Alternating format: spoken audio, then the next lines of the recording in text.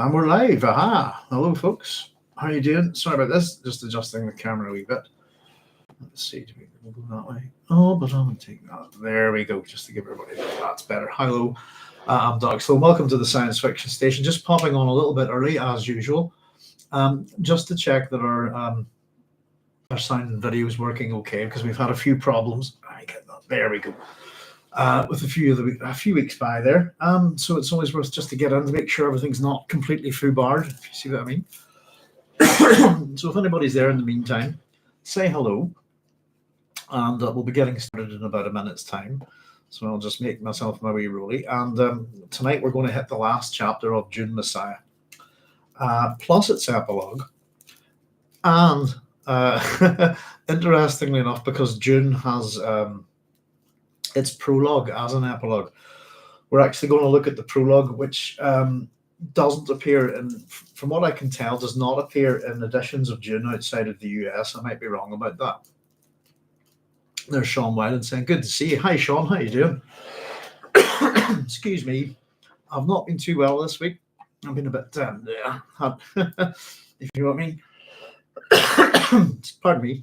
And I exacerbated the injury with my shoulder a wee bit, which meant I've been staying away from the computer and didn't get all my correspondence done as was promised. But I managed to fire off a couple of emails there tonight. One to Sootpot and one over to Chaya. And I've got a lengthier one to send off to X-Ray Zulu. But I was just going to say to X-Ray Zulu, thank you very much for the emails. As always, some good stuff in there. And there's 9 o'clock. So I will say hello, everyone. Thanks very much for joining me. I'm Doug Sloan. Welcome to my science fiction station, also known as the Doghouse. We're badly organized, as always. Just getting organized here. Oh, goodness, my left hand is in a queer bad shape at the minute, as is my left shoulder. I'm finding it tricky to do things, so that's why I've been staying away from the computer a wee bit. It just tends to exacerbate things a wee bit. There's Carlos Caselli saying, hey, Doc. Chaya Rivka saying, shalom all. And Chaya saying, haven't seen it yet. No worries, Chaya. It was just a wee thank you for your previous email. And I forwarded you my Zoom details. So as I was saying to everybody on the station, if anybody ever wants to have a chat with me, managed to have a great wee interaction with Sootpot, which has led to all sorts of things, which I'm really pleased about. I'll have to chat a bit about tonight, actually. So it's got my Zoom details there, Chaya. So whenever suits you, let me know in the email, and I look forward to having a bit of a natter with you on the old Zoom, which is it's interesting for me as well, actually, to get to chat and meet people from different parts of the world, actually, which is one of the things I really like. So there we go. So I've got all sorts of stuff here. Let me just see. I'll get the book open. I'm trying to get this done on time this week. I suppose I put it this way: if I didn't do this on notebook form, it wouldn't get done at all. Actually, just from not being able to set up the computer. So there's a benefit to the low tech approach of using a pen. Saying that, I'll probably be a bit sharpier tonight. So what we've done is we just to set out the stall for tonight. I'm going to do a wee bit of housekeeping in a minute, but we're going to run through chapter 24, our final chapter. Then we've got a very short little epilogue in kind of poem form, and then we have, and I've got my wife's very good enough to get this printed out for me. We have the excerpts from the Death Cell interview with Bronso of IX, which we'll have a wee run through as well, which is actually a prologue to some editions of the book. It's not a prologue to any of the editions I have, except for the electronic one, which is really surprising. I think we've talked about how I don't know. I think one of the things that we've got out of the book club is the absolute lack of care with which Frank Herbert's writing has been treated. I suppose ultimately it falls down to the Herbert estate, doesn't it? The sheer amount of mistakes and errata, the fact that we start a book club here with people from all over around the world, and we don't even have the same book, which I think is appalling. But I really do. I'm quite appalled by it, to be honest, as I'm sure I've said before. But this is to be complete, really. I thought it was going to take another episode to do this, by the way. So I've spaced it and printed it out. I'm going to staple it into my notebook, but it only comes to about 3.5 pages, really. So I thought there'd be plenty of time to fit that in tonight, So just before we get started with our final chapter of Dune Messiah, let me just have a wee look here. Just a couple of wee things to mention. But I thought I would do this here very quickly. I got a little email from somebody here, so I managed to chuck a wee reply to them. But let's see. I'll just see if I can get the link here for you very quickly. There we are, because I thought this sounded kind of interesting. So here's our first. I'll just quickly explain, and I'll read you the bit of the blurb if you like. So this is there's our link. That was a better the way it altered there. And here we have another link actually to the author's website. So I'll just paste these in here very quickly for you. If anyone's interested, I'll just read you the email that came along with it. I've been getting a whole bunch of emails from people asking me to review their books, which I really don't have time to do. As I've kind of pointed out maybe to a few people, that I really don't read electronic books at all. I'm a paper person, and I find electronic books hard to read. I've got it's just the glare and stuff like that. I just don't like it. I don't like it at all. I've given it a try, and so not that this is an electronic book, but I've been getting a bunch of emails from what looks like the same publishing house, using the same kind of template with the same spelling mistakes, and asking me, "Oh, would you do this? Would you do that?" And I've done a couple of them, and then I've been getting a horde of them to the point where it's spam. And I was basically saying, I think that if you wanted me to review your book, you would need to send me a copy. And if you wanted me to review your book, at the very least you could do is write me an email. Rather than using some sort of auto mailing template, So it's just nice that actually that Mr. Sayre here, Daniel Sayre, has done that. Just to read this to you, I'll just say, so it's hello, Doc Sloan, hope you're doing well. I sent a generic message around a month ago announcing my sci-fi superhero book, Becoming Glitch. I wanted to follow up with you personally, Doc, to see if you'd be interested in the free reader copy of the book. And I've sort of said back, if it's a real copy, absolutely. This kind of sounds interesting, but this is the blurb. This is what Daniel has to say about it. He says, "Here's where this is coming from. I appreciated your take on Carl Jung and the archetypes of the collective unconscious in Dune from your video 2 years ago. While I don't pretend in any way to be on a playing field with the likes of Frank Herbert, I do find the overlap between science fiction and psychology to be an interesting one. Whether it is the sweeping after effects of the life of Muad'Dib Atreides or a more simple science fiction superhero story like the one I wrote, I think sci-fi has a way of challenging our notions of who we are. I would be very curious to hear your take, and if you have any thoughts on this that you'd be willing to share, I'd love to hear them. Thanking you for your time, Daniel." So so there we go. So what we've done is we've posted a link to Daniel's book, which is both electronic and real world copy, just down below, and a little link to Daniel's website there. So if anybody wants to check that out, as I said, I would be very happy to review any books, but if it's an electronic copy, it's not going to happen.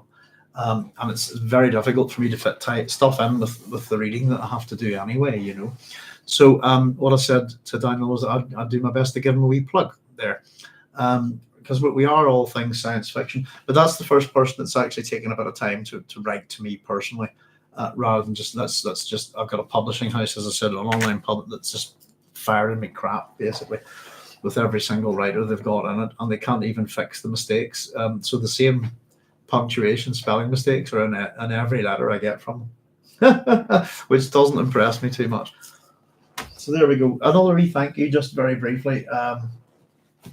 Something to add to not to my summer reading list actually, but I got very kindly received a book token from one of my students, which is always nice. And so off I went today and spent my book token. I just thought I'd show you what I bought with it. So one of these I've read before, and one of them I haven't, and I've been looking forward to it. And it's for some reason I just never got around to buying it. But for those who are into King Arthur, T.H. White's highly respected once and future king. Look at that. Oh dear. Glutton for Punishment is 850 odd pages for $9.99. You can't beat that.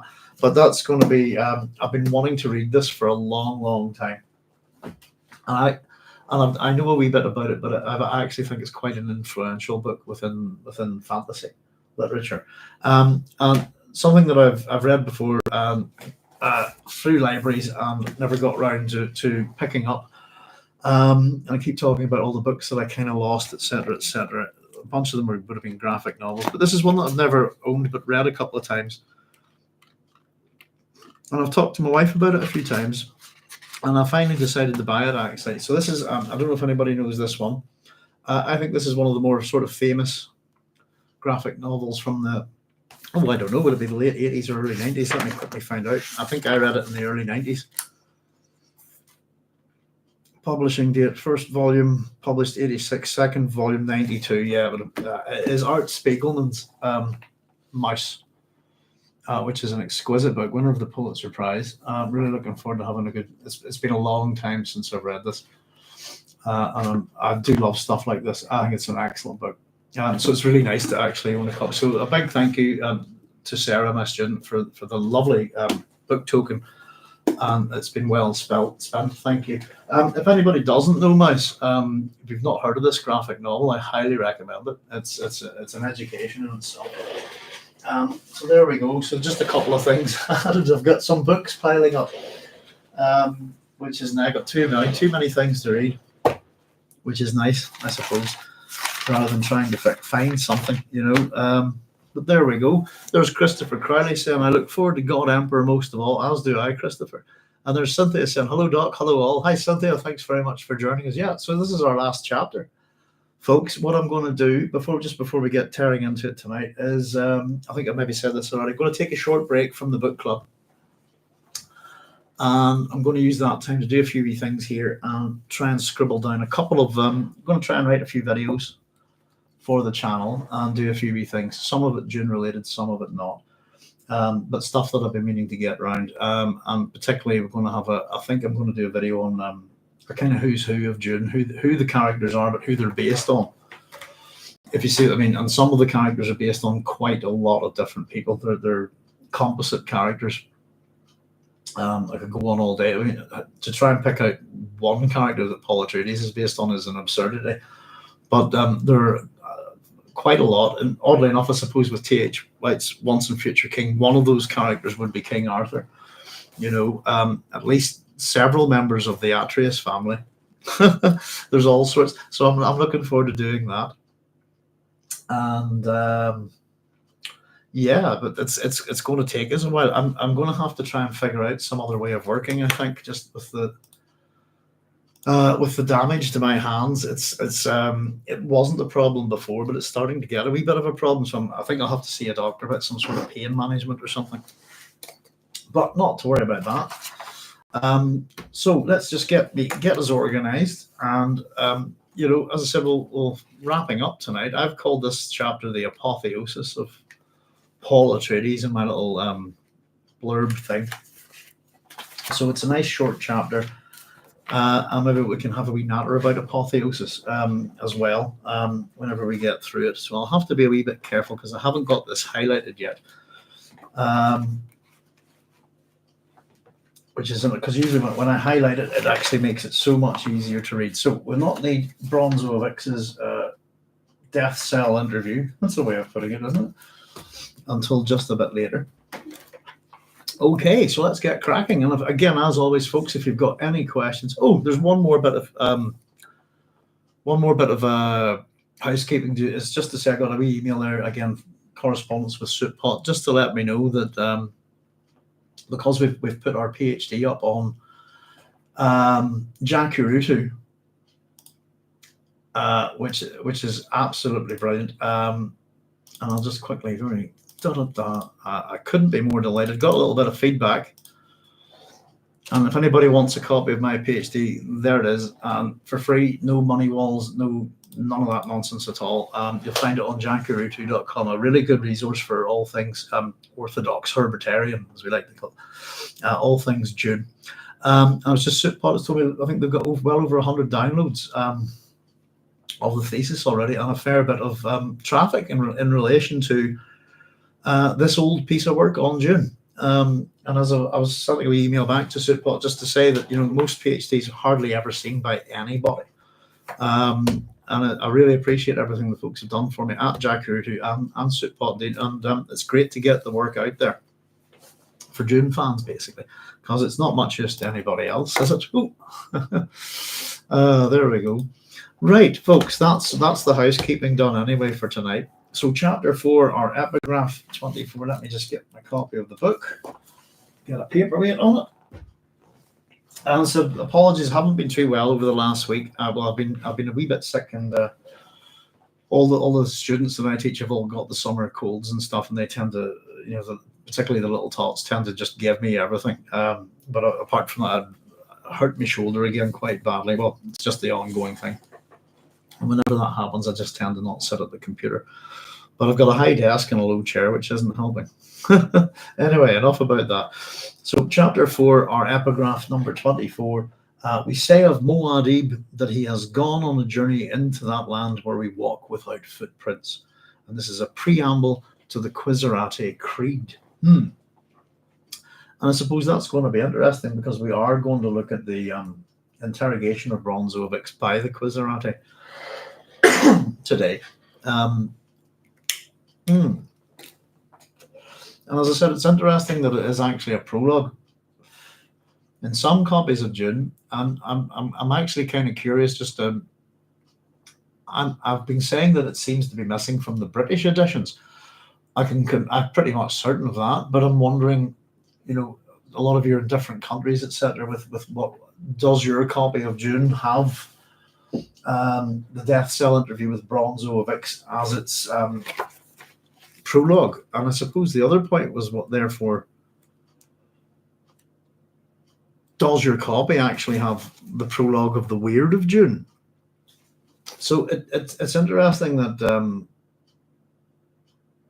this edition published to 2017, copyright Frank Herbert, 1969, no attempt whatsoever to fix quite a lot of glaring mistakes in it, But the fact that we start a book club and it takes an audience from around the world to figure out that we're not reading the same book is kind of interesting, So here we go.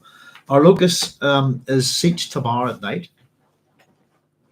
And I suppose this is the myth building, I think, of Paul Atreides getting to its height. So we're told there was a dike of water against the sand, an outer limit for the plantings of the Sietch holding. A rock bridge came next, and then the open desert beneath Idaho's feet. The promontory of Sietch Tabr dominated the night sky behind him. The light of both moons frosted its high rim.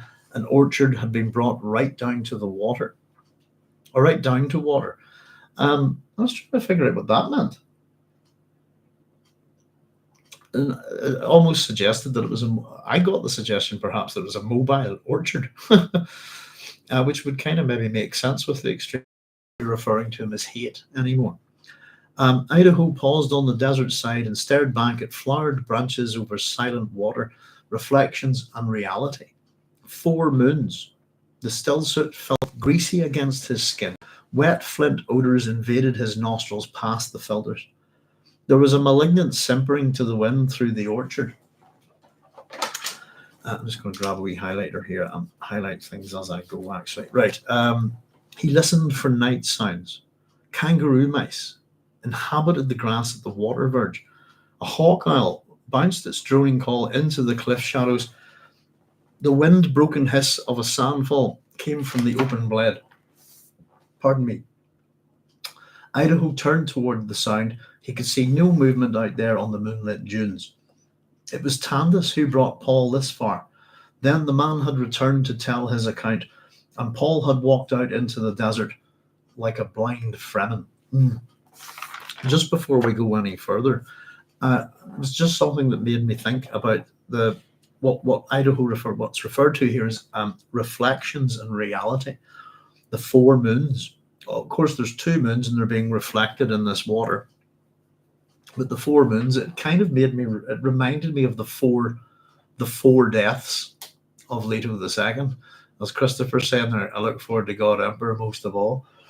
It's I can't wait to get there, to be honest. It'll be a wee bit down the road, but I'm going to try and figure out a way of working at it, maybe a bit easier, But I think Christopher, God Emperor, is going to be the one that, even if I do a different method of notation, I won't be doing that for God Emperor. I'll be taking it apart word by word, because I think it's worth it, So this is Tandis, and Tandis is the last person to see Paul Atreides, basically. Paul had walked out into the desert like a blind Fremen. And here we get Tandis's reportage, if you like, on this. He was blind, truly blind, Tandis had said, as though that explained it. Before that, he had the vision which he told to us. But, shrug, blind Fremen were abandoned in the desert. Muad'Dib might be emperor, but he was also Fremen. And I've written next to that, no, he's not. And it's interesting that I think the discussion about whether Paul Atreides is a Fremen is an interesting one, and it carries through several books. It certainly carries all the way to God Emperor. But this is there's a political motivation, I think, for this. But it's to demonstrate that he adheres to Fremen ways, I think. And we've had this dance within the book that whenever it seems to suit Paul Atreides, he goes by imperial law, and then whenever it suits him, he goes by Fremen law. And there's a bit of a there doesn't seem to be one set of laws that apply within the empire. But the Tandis believes he was really blind, truly blind at the end here. And so this is what the Fremen do, is that they abandon their, it's a bit like taking a long walk, isn't it, I suppose, from Judge Dredd. They abandon their blind to the desert. I keep thinking about this, that especially if you think about it in terms of disability, there's all sorts of things that the Fremen would probably abandon you for then, but for being blind, I think it's kind of stupid. If we think about the fact that sieges are places of permanence, there's no reason, and even if there's no reason why the blind couldn't have a place within that society and live within a siege. It's simply the fact that they would be dangerous to people traveling in the desert. And of course, the Fremen do sort of have kind of migrations, but there's no reason why a person like that just couldn't stay in the siege and fulfill a valuable role within Fremen society. And I was just thinking in terms of educators, and more importantly, I think, well, educators, not more importantly, storytellers. And a lot of it's interesting to me is I think that a lot of the characters, there's so much within the Dune story that's lifted from Greek mythology, where we do have blind prophets, blind seers. For example, Tiresias would be the one that springs to mind. But also the fact that the story that Herbert has used to lift, how would we put it? The story that Herbert has used to underlay a lot of what goes on in this book is the Atreides story, if you like, which can be found mostly in the Iliad and the Odyssey, that were composed by a blind and illiterate man called Homer. And if it's just the idea that the blind would have no place in this society. It doesn't really discuss other types of disabilities, but I think that's kind of a bit. It doesn't quite make sense to me. I understand the reasoning for it, but I think a blind person within Fremen society would have value. To be honest with you, it's not necessarily the value of someone out in the sand acting like a guerrilla warrior, this kind of thing, or children need educated, children need stories, and obviously within the Fremen tradition we would have probably a huge oral tradition as well. I actually think a blind person would have a place in their society. But there you go. Carlos is saying that might have been why Paul couldn't completely embrace the golden path. Yeah, we'll get some comments, but I always went with the fact that my reasoning for it, and I don't know if this comes from the God Emperor or not. My understanding is that to fully embrace the golden path, Paul would have to give up his humanity. I think he starts down that road, and then ultimately, I can't remember, but I think this is one of the God Emperor's criticisms, if I can remember rightly, that he turns away from it, that he can't give up his humanity, and that's the difference between Paul and Leto II, is that Leto II is prepared to give up his humanity, to follow the golden path, But yeah. Don Ragnar saying the blind Messiah motif was also used in Matrix Revelations, with Neo loses his organic sight but can still see the Matrix. Don, I've said many a time, it's a complete rip-off of Dune. It's just not set on Arrakis. And yes, at the end of Matrix, the Matrix, the last one, Neo is as close to Paul Atreides. He's blind. Trinity is his Chani, really, isn't it? It's to me, it's always been a combination of that. There's other science fiction motifs within it, but the other one that I would find heavily, the whole basis, if you like, the beginning of the Matrix would be "To Your Scattered Bodies Go," the whole Richard Francis Burton thing. If anybody's not read it, I highly recommend it, by the way. And Christopher saying, either way, never trust a charismatic leader. Should you trust an uncharismatic leader? By that, Leto, Chaya saying, Leto discusses it with Paul at the end of Children. Leto does what Paul could not. Yeah, as I said, it's that's kind of the gist of it. I can't quite remember, but then that's the whole point of doing this, is we're going to get there, isn't it? But yeah, I personally took it that Paul couldn't give up his humanity. Leto II could. Leto was able to do what, as you say, what Paul could not, In this last chapter, we see the desert through Duncan's Twi'lexu eyes. That's a good point, Cynthia. Just thinking about the way the Fremen see everything, if you like, through a single filter.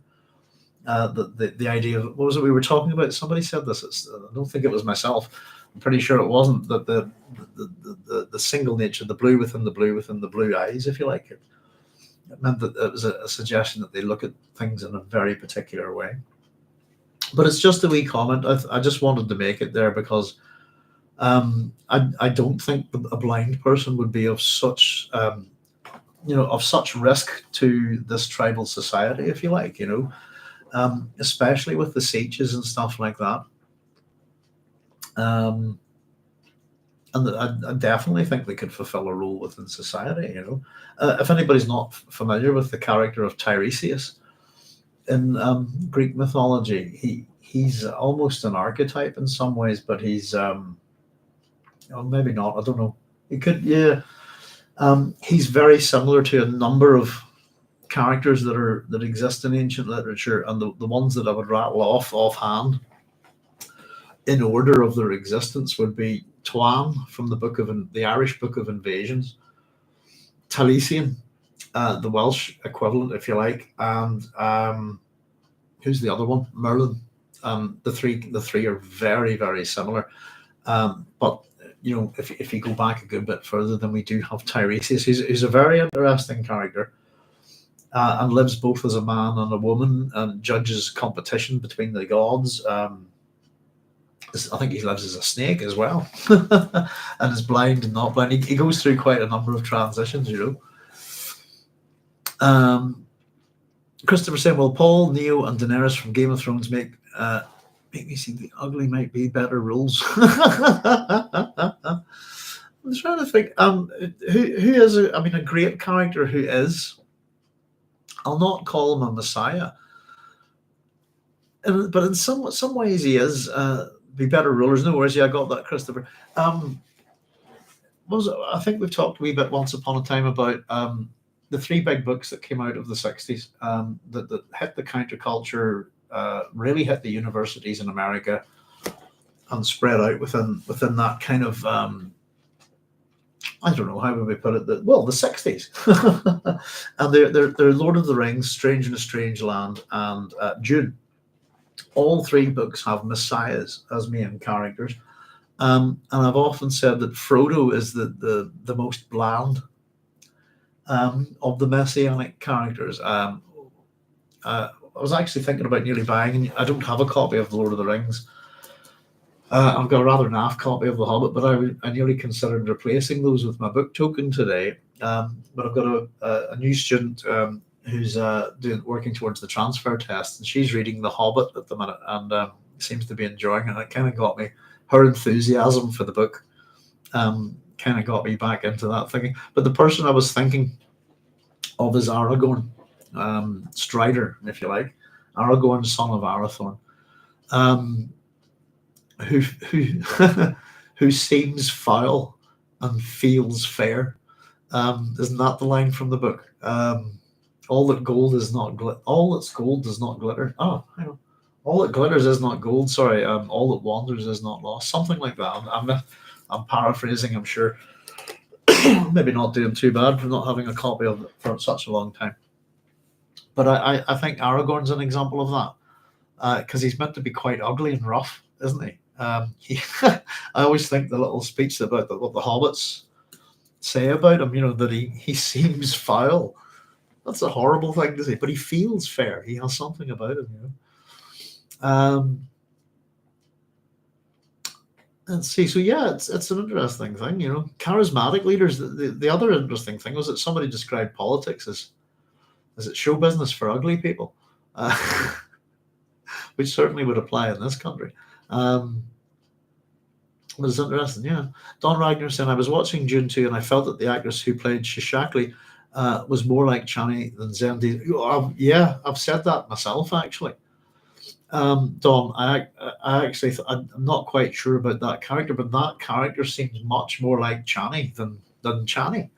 And I honestly, I don't know, if you ask why you cast certain people in certain roles within your film, I think particularly Timothy Chalamet kind of fits the Paul Atreides, what's become what people think Paul Atreides looks like, I suppose, though I often argue that Paul Atreides isn't white. But the Zen, what's her name? Zendaya. Zen Diesel. Badly cast in that film. Looks extremely, I don't know. I actually thought Sean Young and the David Lynch was cast well. And looked like how Chani should look. I think there's Carlos saying, I think we all agree on that, Don. I heard somebody comment the other day about, I can't honestly remember what video it was. It was just somebody, I think it might have been a review of Dune 2 or something, and the one thing that they were saying was that they thought that Timothy Chalamet was far too skinny. Timothée Chalamet, sorry, was far too skinny in when it came to the fight, if you like, between him and Faye Droutha, etc. And this is the kind of way I was thinking, that Paul is meant to be small and slight for his age, isn't he? But I actually thought the actors who played the Fremen, etc., in the David Lynch version all looked like they were not water fat. Does that make sense? I don't want to body shame them. Well fed and water fat, I suppose, if you see what I mean. I thought it was weird that Paul Atreides is probably the skinniest person amongst the Fremen. Just angered me, says Timothy Chalamet. Oh, it's young actors and stuff like that. Javier Bardem was excellent. Still got, I think he was probably the best actor in the film. To be honest with you, and I think he played things that they did with the Stilgar character. I'm not super happy with, but I think he did a fantastic job. I think half the film was miscast, to be honest with you, but yeah. But yes, I think what Dawn is saying, I couldn't agree with more. To be honest with you, the actress that played Shishakli should have been cast as Chani. And her role was, it's almost, I don't know. I don't really know what to think about it. The Fremen equivalent of Valley Girls or something. I'm not too sure. Oh, that wouldn't be fair, I think. but yeah, that I don't know the actress's name, but she struck me seriously as that, who's this? I'm Channy's body, if you like, maybe a foiled Channy. But she, yes, much more convincing. And actually, at a certain point in the film, Tom was thinking, this should be Channy. It's almost as if they've got a body double in to protect her or something. I don't know. It was a bit bizarre. I thought her death was a bit pointless, as well. So there. Sorry about my wee rant about the blind there, but it's just something that's never quite made sense to me personally. So here we go. A shrug. Blind Fremen were abandoned in the desert. Muad'Dib might be emperor, but he was also Fremen. Had he not made provision that Fremen guard and raise his children? He was Fremen. So we're getting a little bit of this in hindsight, if you like, as we tend to do with the Dune series. So this how do we put it? We're going to see it's a very symbolic end for Paul Atreides, if you like, and of course it's not his ends. I should have, really. But this choice, I think, is actually political, in order to ensure that his children will be okay. If you see what I mean. We're told it was a skeleton desert here. Idaho saw moon-silvered ribs of rock showed through the sand. Then the dunes began, and it's an interesting little metaphor, isn't it? Who was it saying? Cynthia was saying in the last chapter, we see the desert through Duncan's Tailaxu eyes. He sees it as a skeleton with its ribs of rock showing. It's a death, isn't it? Really, it's a symbol of death. And his thoughts, we get Idaho's thoughts here. I should not have left him alone, not even for a minute. Idaho thought. I knew what was in his mind. And so we get a bit of guilt from Idaho here. Tanda says, he told me the future no longer needed his physical presence. Tanda had reported, when he left me, he called back, now I am free, were his words. Damn them, Idaho thought. So that in itself is pretty interesting. They know the future no longer needs his physical presence. I suppose what instead it's going to get is his myth, his spiritual presence. This, if you whatever you like to call it, his metaphysical presence. And the statement, "I am free." The future no longer needed his physical presence. But it can, and it's interesting. Just the sort of the things that we've been talking about that are almost personified within this book, not quite, but the future, the vision, these kind of things, for example. Damn them, Idaho thought. The Fremen had refused to send thopters or searchers of any kind. Rescue was against their ancient customs. There will be a worm for Muad'Dib, they said. And they began the chant for those committed to the desert, the ones whose water went to Shai-Hulud, mother of sand, father of time, beginning of life, grant him passage. And I suppose that's a little bit of a reference to the dualistic nature of Shai-Hulud, if you like. We're getting in a sense of female and male. Also that I suppose that it's kind of God and the devil to these people, if you like, or God and the equivalent adversary. Shaitan, that's the one I was thinking of. That he's committed to the desert, the ones whose water went to Shai-Hulud. It's interesting, isn't it?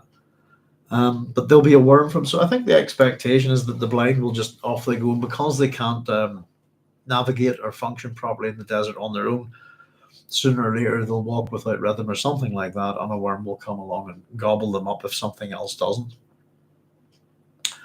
Idaho seated himself on a flat rock and stared at the desert. The night out there was filled with camouflage. There was no way to tell where Paul had gone. Now I am free. Idaho spoke the words aloud, surprised by the sound of his own voice. For a time he let his mind run, remembering a day when he'd taken the child Paul to the sea market. on Caladan. The dazzling glare of a sun on water, the sea's riches brought up dead, there to be sold. Idaho remembered Gurney Halleck playing music of the balisette for them. Pleasure, laughter. Rhythms pranced in his awareness, leading his mind like a thrall down channels of remembered delight. Gurney Halleck. Gurney would blame him for this this tragedy. Memory music faded. So it's an interesting little bit there, just of a memory of taking young Paul Atreides to, as what Paul calls the sea market. I don't know. I lived by the sea my whole life, pretty much. I've never ever called, pardon me, one of those kind of markets, if you like, a sea market. They tend to be fish markets. I just thought it was an interesting way of referring to it. God, the dazzling glare of a sun on water, the sea's riches brought up dead, there to be sold. Again, just looking at the bountiful nature of the sea, if you like, whatever, it's brought up dead to be sold. It's a very bleak way of looking at things, isn't it? I think. And it maybe just ties in with his view of the desert, if you like, skeletons, this kind of thing.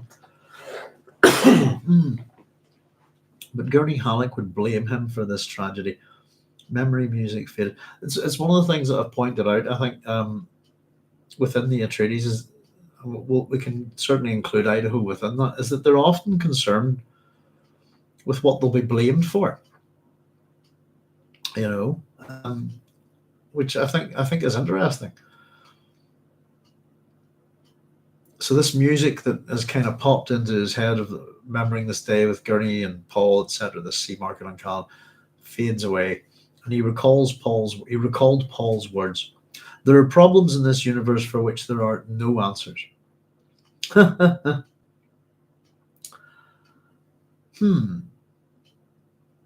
don't know if that's true or not, to be honest with you. And in fact, I think I've chatted to you a wee bit about the time I got involved with the Who's Sharp's Father competition, or a puzzle, if you like, online, which had been going on and on for years, and nobody could get this thing. And I'd actually took a week out of my life once a year to have a go at it.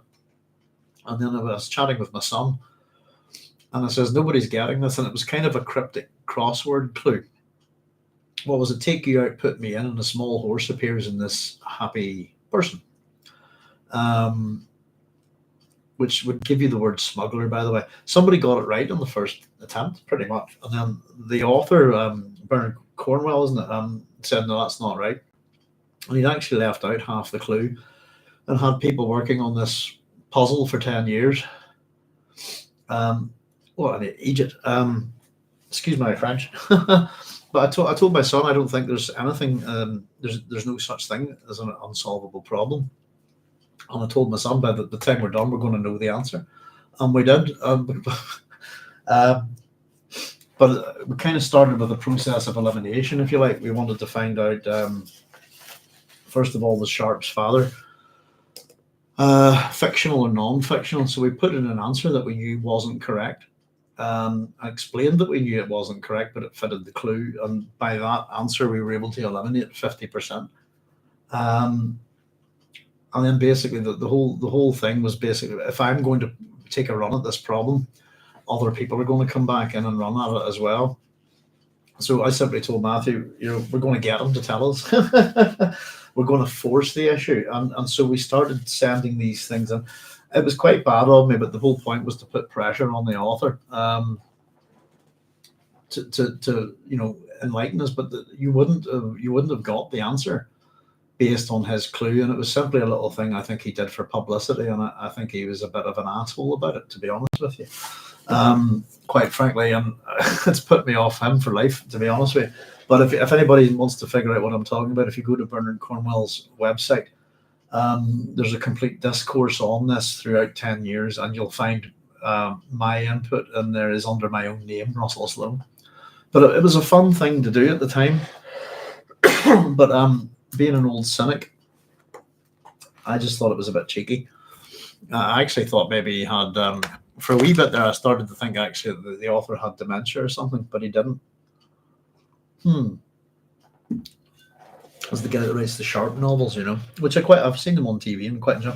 Excuse me, folks, my nose is running. I'm going to have to blow it. I'll just hit the mute button for a wee quick second.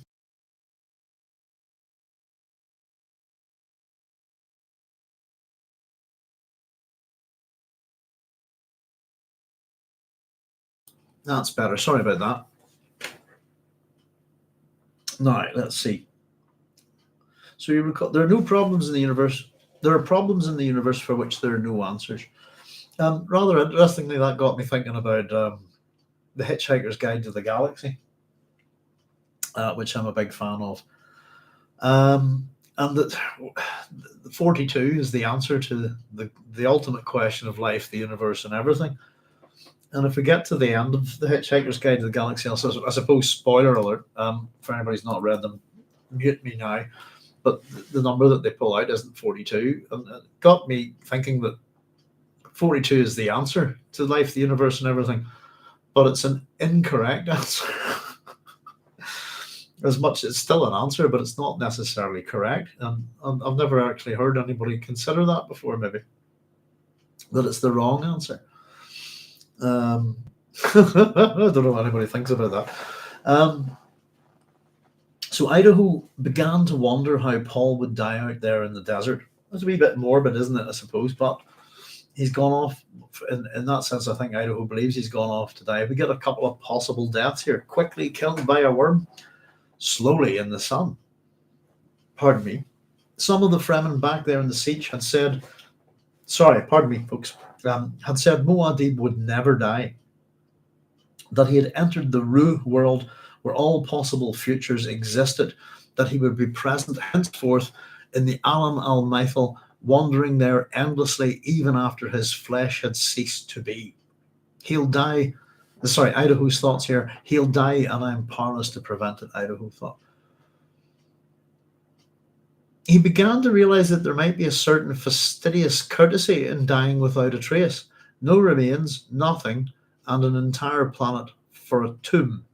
So I've written next, this is what creates a myth, or it helps create it. Now let me just grab my copy of Dune. Bear with me a second, folks, to figure out where it is. What up? There it is. Just easier for me to dig these out of the terminology of the Imperium at the back rather than go find them in my notes. So just to reiterate these terms here. What was the first one we had? He's in the Ru world. Let's have a look.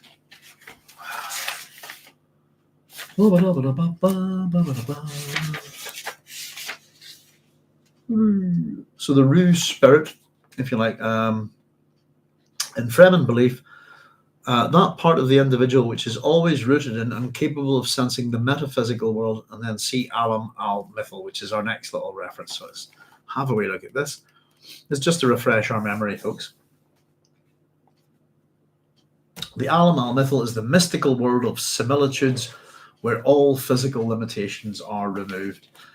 As I said, based on what we know about Paul,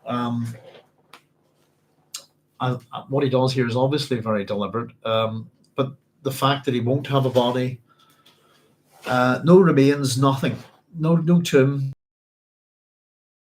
if nobody witnesses his death, is very similar to a number, and particularly within mythology, it's the chap that will come again, if you want, for want of a better word, this idea of the king that will return. So in particular, King Arthur, for example, I think Charlemagne is included in that as well. There's something quite interesting about Charlemagne's sword, isn't it? There's a cleft in a wall somewhere. There's a number of these kind of mythological. Well, Charlemagne's not mythological; he's historical. But there are myths about him, if you like. But there are a number of these.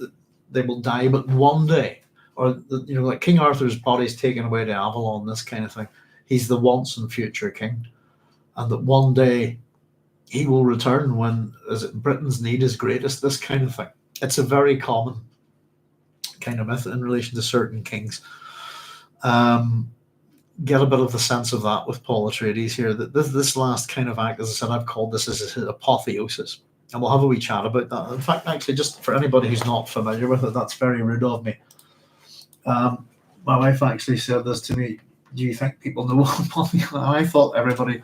That's my problem actually. So just to give you, these definitions are from the Oxford Languages, Oxford Language Dictionary. Okay, so an apotheosis is the highest point in development of something, a culmination or climax, or more specifically, this is the meaning that we're talking about, is the elevation of someone to divine status. Comes from the Greek apo, which is from, and theos, which is God. So the Greek word apotheon is to make a god of basically. Probably the best one within Greek mythology, the one that I would is kind of the one that sticks out probably more than any others, is the apotheosis of Heracles, who's, if I can remember correctly, is poisoned by his wife, and is essentially ascends to Olympus to become a god himself, leaving behind his mortal remains, this kind of thing. I'm trying to remember, is it him? No, it's not him. I'm trying to remember who he's married to in Olympus, but must have a look. Haven't looked at the myths of Heracles in a long time. They're a good read. 12 Labours, or there's 13 of them, by the way. The 12 Labours of Heracles, really interesting. Pardon me, if you look into them in any detail. So this is, I suppose there's kind of a pragmatism to Idaho here. He wants to do something about it. He wants to go and rescue him, and powerless to prevent it. And excuse me, I'll get some fluids here. But the Fremen won't send thopters for him. And it made me wonder, why not just any other kind of Imperial troop or something like that? Any other kind, just non-Fremen pilots. The other fact I thought is that there's probably weather control and satellites in place at this point. Excuse me. So Idaho's thoughts here. Mentat, solve thyself, he thought. It's from the old surgeon, heal thyself, isn't it? Words intruded on his memory. The ritual words of the Feda Keen lieutenant posting a guard over Muad'Dib's children. Sorry, folks, I've got a real frog in my throat today. It shall be the solemn duty of the officer in charge. The plodding, self-important language of government enraged him. It had seduced the Fremen.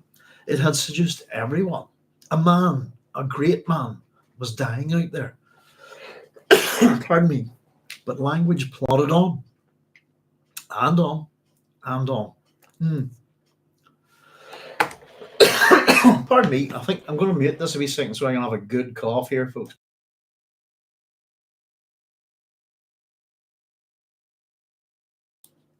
Sorry, the wife's obviously had a bit of a cold this week. I really should be taking something for it. I must get myself a wee lemon sip or something. Now, what had happened, he wondered, to all of the clean meanings that screamed out nonsense? This is a really interesting. Somewhere in some lost where which the Imperium had created, they'd been walled off, sealed against chance rediscovery. His mind, questions for solutions, mentat fashion. Hang on, sorry, I'll just check my notes here. I don't seem to flow quite right. His mind quested. What did I say there? Oh yeah, that's what I've done. I've written questions instead of quested. That's my fault. Let's grab a pen. Quested. That makes much more sense. Love a good quest. I haven't been on a quest in a while myself. His mind quested for solutions, mentat fashion. Patterns of knowledge glistened there. Lorelei hair might shimmer thus, beckoning the enchanted seaman into emerald caverns. With an abrupt start, Idaho drew back from catatonic forgetfulness. That's kind of interesting. Let's have a wee look at that. First of all, the language, if you like. ritual. And a lot of Frank Herbert's mythological reading would be, as much as people like, a lot of commentators like to talk about Joseph Campbell and the Hero of the Thousand Faces, but we really, really do need to go to Lord Raglan and his study on the hero. It's a study in drama and ritual, really. If I can remember, let me just grab him. Would you like taking Lord Raglan out? Blah, blah, blah, blah. Great wee book. For anybody's interested in heroes, etc. I love it. Well, as I said, not the most perfect book in the world, but pardon me, to give you its full title, it's a study in tradition, myth, and drama. That's it. And the idea of certain rituals, etc., involving around myths and how they perpetuate into religion, if you like. And in particular, the various sort of steps that heroes go through, etc. Paul Atreides. This is Raglan's book, Lord Raglan. There we are. This is a lovely wee Thinker's Library edition. I love wee books like this. Is a great for anyone who's into heroes or heroic tradition, this kind of thing. It's a very good book. I enjoy it. It's not 100%, I suppose, but its intent is good, and it's got some really interesting things, and it's hugely influential, I think, particularly on people like Campbell. Joseph Campbell. Sorry, we should maybe be clear about that.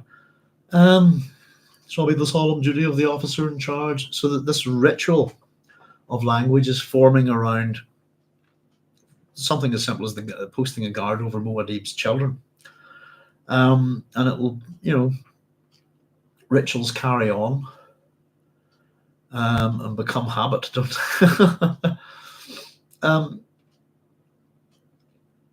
but it's his little comment here. The plodding, self-important language of government enraged him. It had seduced the Fremen. It had seduced everyone. A great man was dying out there, but language plodded on and on and on. And his wonderings about this, what had happened to all the clean meanings that screamed out nonsense. It's a very interesting little statement from Idaho, and it kind of makes you think about planet Earth today, to be honest with you. We're almost at the point with some people out there. I was reading, I was watching. I've made me laugh so hard, actually. There's a very good YouTuber. Let me just check that I can say her name correctly. I think it's Sabine Hossenfelder. Yeah, Sabine Hossenfelder. I'll tell you what, just in case anybody doesn't know her. I quite like this woman here. She has a similar experience, I suppose, with academia than myself. She's got a great, there's her, Sabine Hossenfelder. She's got a great YouTube channel. She's very much a Big Bang Theory type person, if you like. She's a proper scientist. And she was discussing the other day somebody who had been a guest on the Joe Rogan show, who is an actor, a Hollywood actor, who has has decided that he's rewriting physics, and I think she decided to respond to this based on the sheer stupidity of it. But this person has decided that 1 times 1 is not 1, and that because of this, all of what we know about physics is wrong. And that he's published a book, and that people are buying it, and that he's being interviewed by Joe Rogan on his show, and that people buy into his nonsense. And that there's so much of this kind of stuff that people talking through their buttholes, this kind of thing. But 1 times 1 is 1. And I think he begins his book by saying that 1 times 1 is 2. Well, it's like 1 times 1 is 1 squared, if you like, is where he should be going. But she's done a very good, very funny video, just taking the piss out of him quite badly, but does so in a proper scientific manner. But yeah, it's kind of reminded me on this. What had happened to all the clean meanings that screamed out nonsense? We're almost at the point where, just mentioning the Hitchhiker's Guide to the Galaxy. Is it Ulan Khulafat? No, what is it? It's the one where I'm thinking about is it? Yeah, it is. It's the great trilogy about God, isn't it? Within the Hitchhiker's Guide to the Galaxy. Was it some more things about? Was it? I love it. Ulan Khulafat, isn't it? The last one is, who is this God person anyway? I wonder how you spell it. There he is. Didn't have to go too far. That's excellent. Somebody has popped it up on the web there. The author of the trilogy of philosophical blockbusters entitled Where God Went Wrong, Some More of God's Greatest Mistakes, and Who Is This God Person Anyway? And he uses the Babelfish argument as the basis for a fourth book entitled Well, That About Wraps It Up for God. Is this, let me see, is he the one that goes on to prove that black is white or something like that and gets killed? Or maybe I'm mixing it up with another story.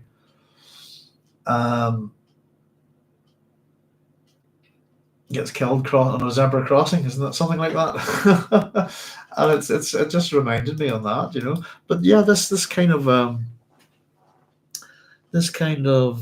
just language and how it plays, and that it suggests the Fremen and suggests everyone the language of the politician, if you like. I'm kind of well versed in it, and it's a lot of it's what I would. You probably know the term spin. To me, spin is sophistry. So the main use of speech by a politician is sophistry, which is any argument whose intent is to deceive. Vote for me and I'll give you this. Oh, isn't that amazing? Do you get it? No. Almost you never really get anything that a politician promises, I think, and that's the daft nature of politics. Is it's all about promissory. You vote for me, give me power. I'll promise to do this if you give it. And generally, depending on your political party or whatever, they tend to do little simple things. But then it's all the things that they do that you didn't give them permission to do. It tends to be a problem. But the language of government is very similar to the language of law, and how it changes and twists things is quite strange, I think. One of the interesting ones for me, just linguistically speaking, is the word rape. We have de facto rape and we have de jure rape, and they mean two completely different things. De facto rape is to take something, to seize it, to take it away. If you look at the old idea of the Vikings, what was it? People used to always say that they raped, looted, and pillaged. They're three synonyms. It's a tautology. There are three synonyms. They all mean the same thing. But that we call a brutal sexual assault against someone rape these days. Under the law, de jure rape is not the same as de facto rape. You can call someone a de facto rapist if they take something of yours and walk away with it, and you've every right to do so. It's how language is twisted to make it sound certain things. I think I got some really interesting things from X-Ray Zulu, just in relation to some Cthulhu stuff in particular. I'm going to have a wee natter about it actually sometime. In fact, I might, if I can remember, I might post up a few wee links there, just in H.P. Lovecraft Society, stuff like that. All quite interesting, But I think he was saying with in relation to me that he didn't agree with my definition of what politics is. I haven't replied in that sense, but it's it's Aristotle's. But to suggest what politics is today, that's not the definition of a politician. A politician should be engaged in that work, but there's a firm difference between politics and government, and that often those who are involved in government are not involved in the process of politics. One of these little phrases that you hear these days, that it's you shouldn't be playing politics in here. Why not? It's play the game of politics and try and make your people happier. Doesn't seem to work that way, does it? I think we need a new word for politicians and to free up the old word. I think but yeah, language, how it can be used, how it can be twisted. You can control people completely with language, and you can do it in a good way or a bad way. You can be, if you think about things like rhetoric, etc. I suppose, particularly the ancient Greek educators, that aversion to sophistry is quite bad. They're quite appalled by it, because its purpose is to take any argument that's not true and try to make it true. It's sophistry makes up a lot of legal arguments, for example.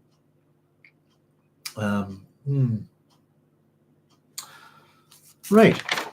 So I just interested in just Idaho's thoughts on language here, and I'm obviously I think these really are Frank Herbert's thoughts.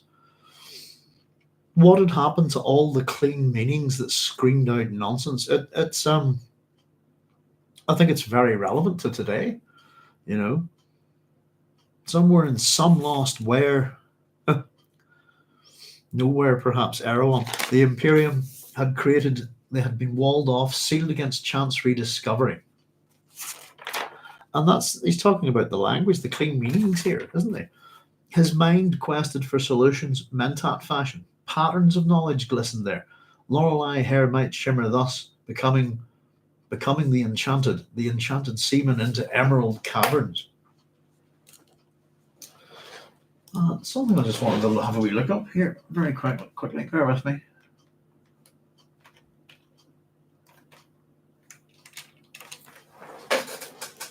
Now, excuse me.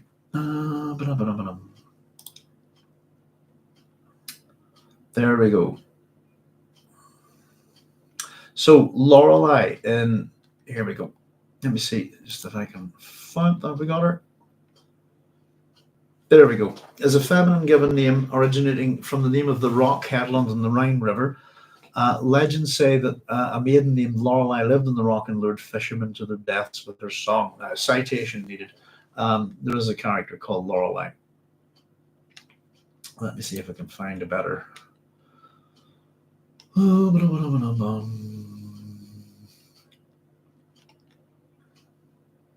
There's the actual thing. So that in relation to the Lorelei hair. I'm just looking at it. There you go. If you want to check it out on Wikipedia, there's the view from the left bank of the Rhine at St. Goar. Let me see. Here's a different article. It's 130. So the Lorelei is 132 meter high, steep slate rock on the right bank of the River Rhine in the Rhine Gorge, or the Middle Rhine at St. Gorshausen in Germany, part of the Upper Middle Rhine Valley UNESCO World Heritage Site. The 1930s Lorelei Amphitheatre is on top of the rock. It has been an infamous maritime disaster site since its first records during the 10th century, with a varied mythos ranging from dwarves to a siren trying to explain the high number of shipwrecks and the loud echo inside the passage. The name comes from the Old German words Laureln, which is Rhine dialect for murmuring, and the Old German term ley, which is rock, murmuring rock. Murmur rock or murmuring. The heavy currents and a small waterfall in the area, still visible in the early 19th century, created a murmuring sound, and this combined with the special echo the rock produces to act as a sort of amplifier, giving the rock its name. The murmuring is hard to hear today owing to the urbanization of the area. Other theories attribute the name to the many boating accidents on the rock by combining the German verb lauern, which is to lurk or lie in wait, with the same lay ending, with the translation therefore being lurking rock. What's this say? After the German spelling reform of 1901, in almost all German terms, the letter Y was changed to the letter I. There we go. Just in terms of folklore,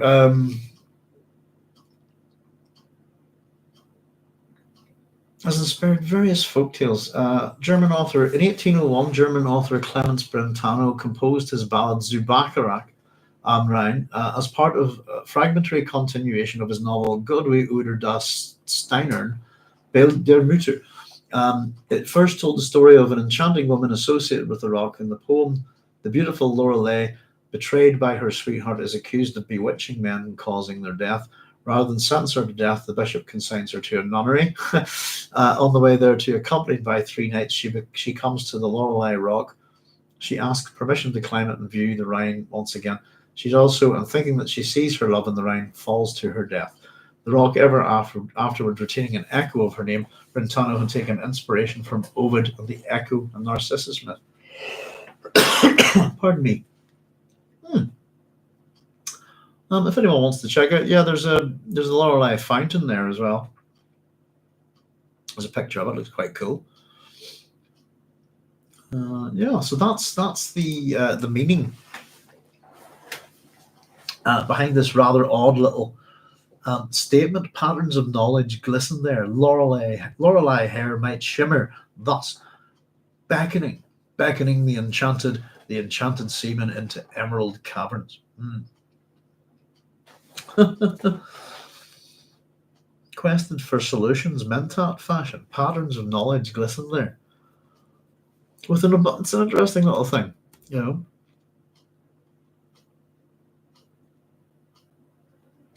Chris is saying, interesting that the Bene Gesserit considered that a charged word. I wondered why. Which word are you talking about, Chris? Sorry, I must have missed something, or maybe I mentioned something earlier.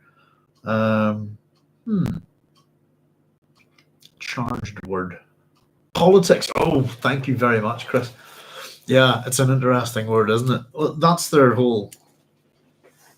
they're all about, isn't it? As much as they pretend to be a religious order, the main focus of the Bene Gesserit is politics. And it is a charged word, I suppose, but it has a core meaning. And it's a bit like, actually, you know, as I said, X-Ray Zuli was having a wee chat with me. Sent me a wee email about it. I don't think its meaning has changed in any shape or form. I just think that nobody gives a shit, quite frankly, and that they just go about in any way to sort of, you know, do what they want, aggrandize themselves, make wealth, this kind of thing. I don't think there's many politicians who go into politics going, I'm not just going to serve the people who vote for me. I'm going to serve everyone who lives in my country and try to improve everybody's lives, even if it's just a little bit.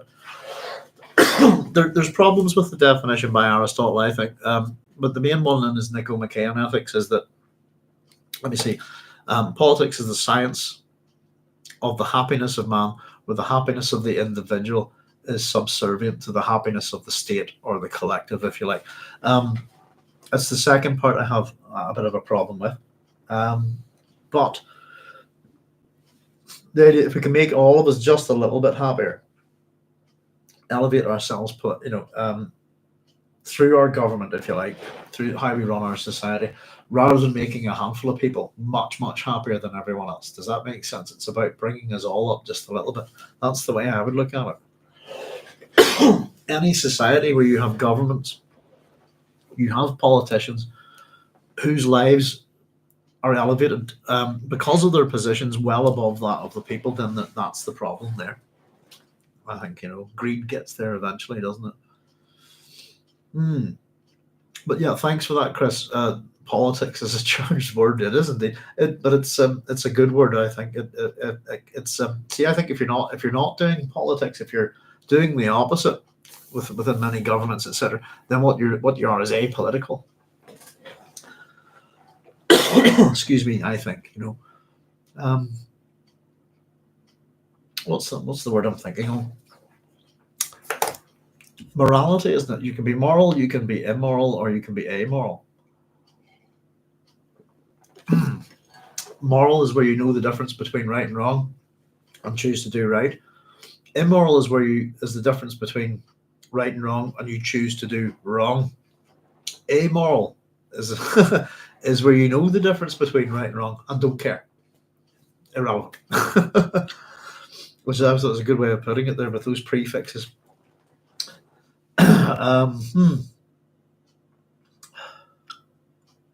Let's see, where do we get to? But yeah, it's a very interesting little thought process about language and about how, and in particular the language of government, and it enrages Idaho, but it's bled into the Fremen, you know, they're you know, particularly with how they're going to look after these kids that they've already created these kind of ritual. It shall be the solemn duty of the officer, and just, yeah, it's my turn to look after the kids. You know, it's that kind of thing, you know. But yeah, a very interesting little reference to quite an obscure myth, I thought there, in relation to the Lorelei hair. I'm still not quite sure what he's getting from it, though, to be honest with you. It's a confusing little thing. Patterns of knowledge glisten there.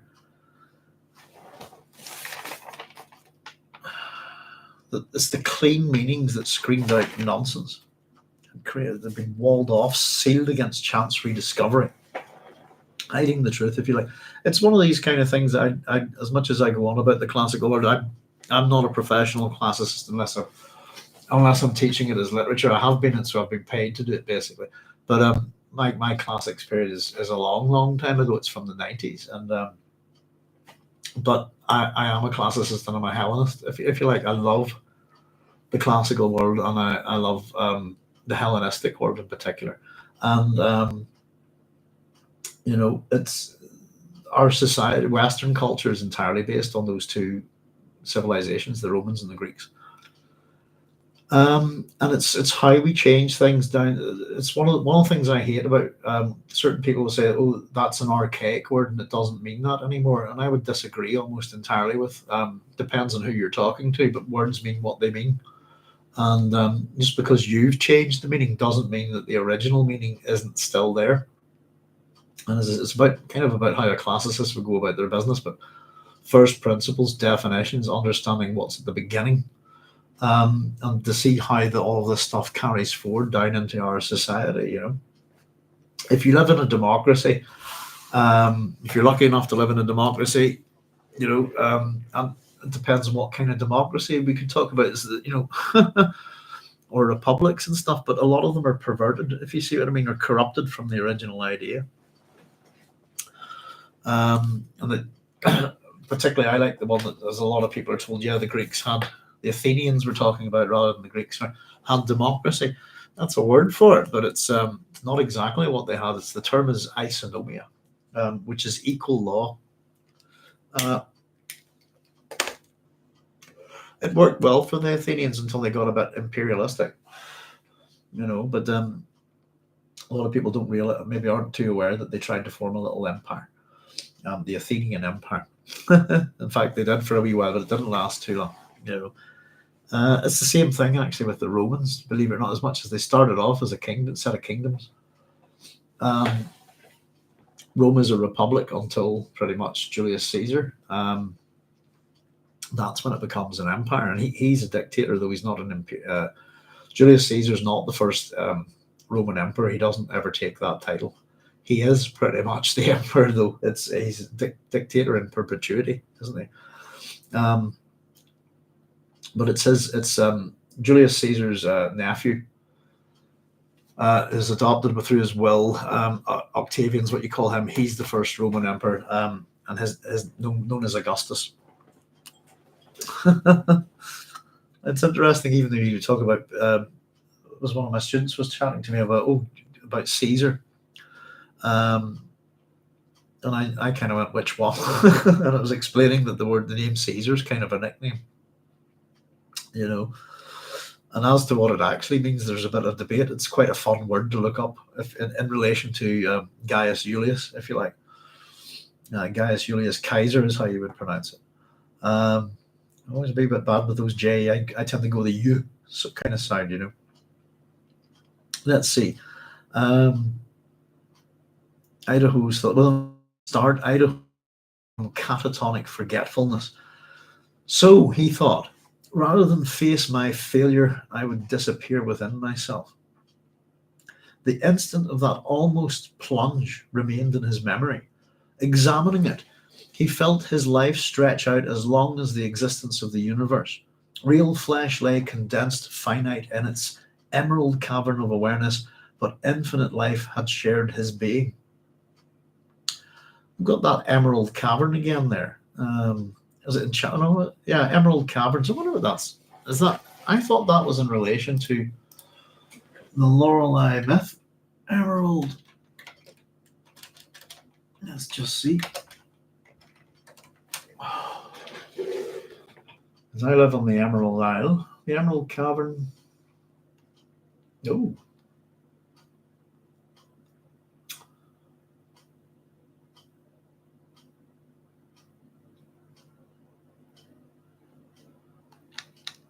Let me see.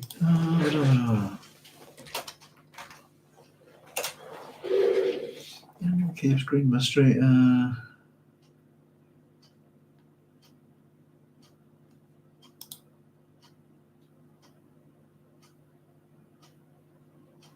No, that wouldn't be it.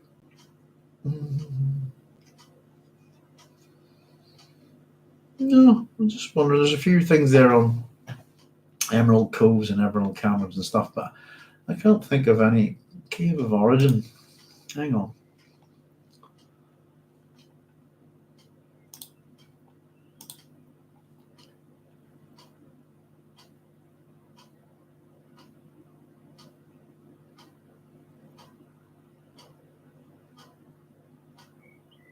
Sorry, a bit of dead air there. No, I think that's Pokemon. I'll have a look there by the looks of it. We're going to see if we can maybe find anything else about it, but that's definitely not what I was thinking of.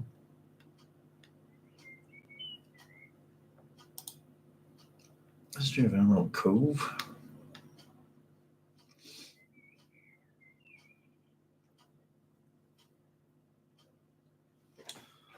Yeah. In fact, I was actually going with there were some things that I thought was a kind of a reference to something else, but I'm not too sure. No, I'm not seeing anything in particular there. I'll just leave it there rather than sit with some dead air, folks.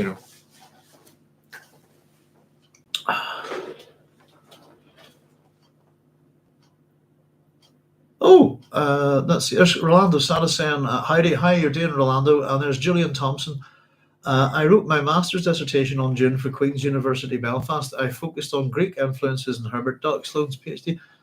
This was a huge help. Wow, Julian, that's fantastic. Excellent. It's delightful to hear.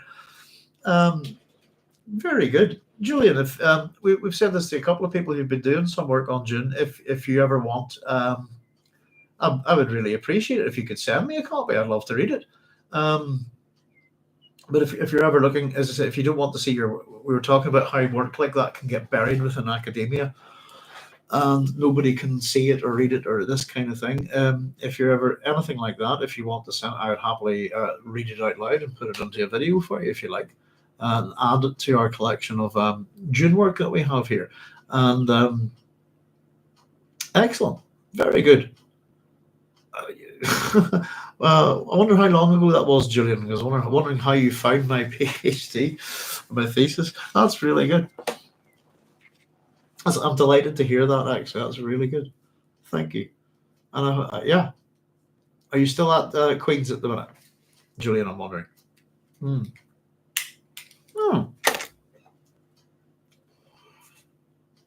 I'd love to read that.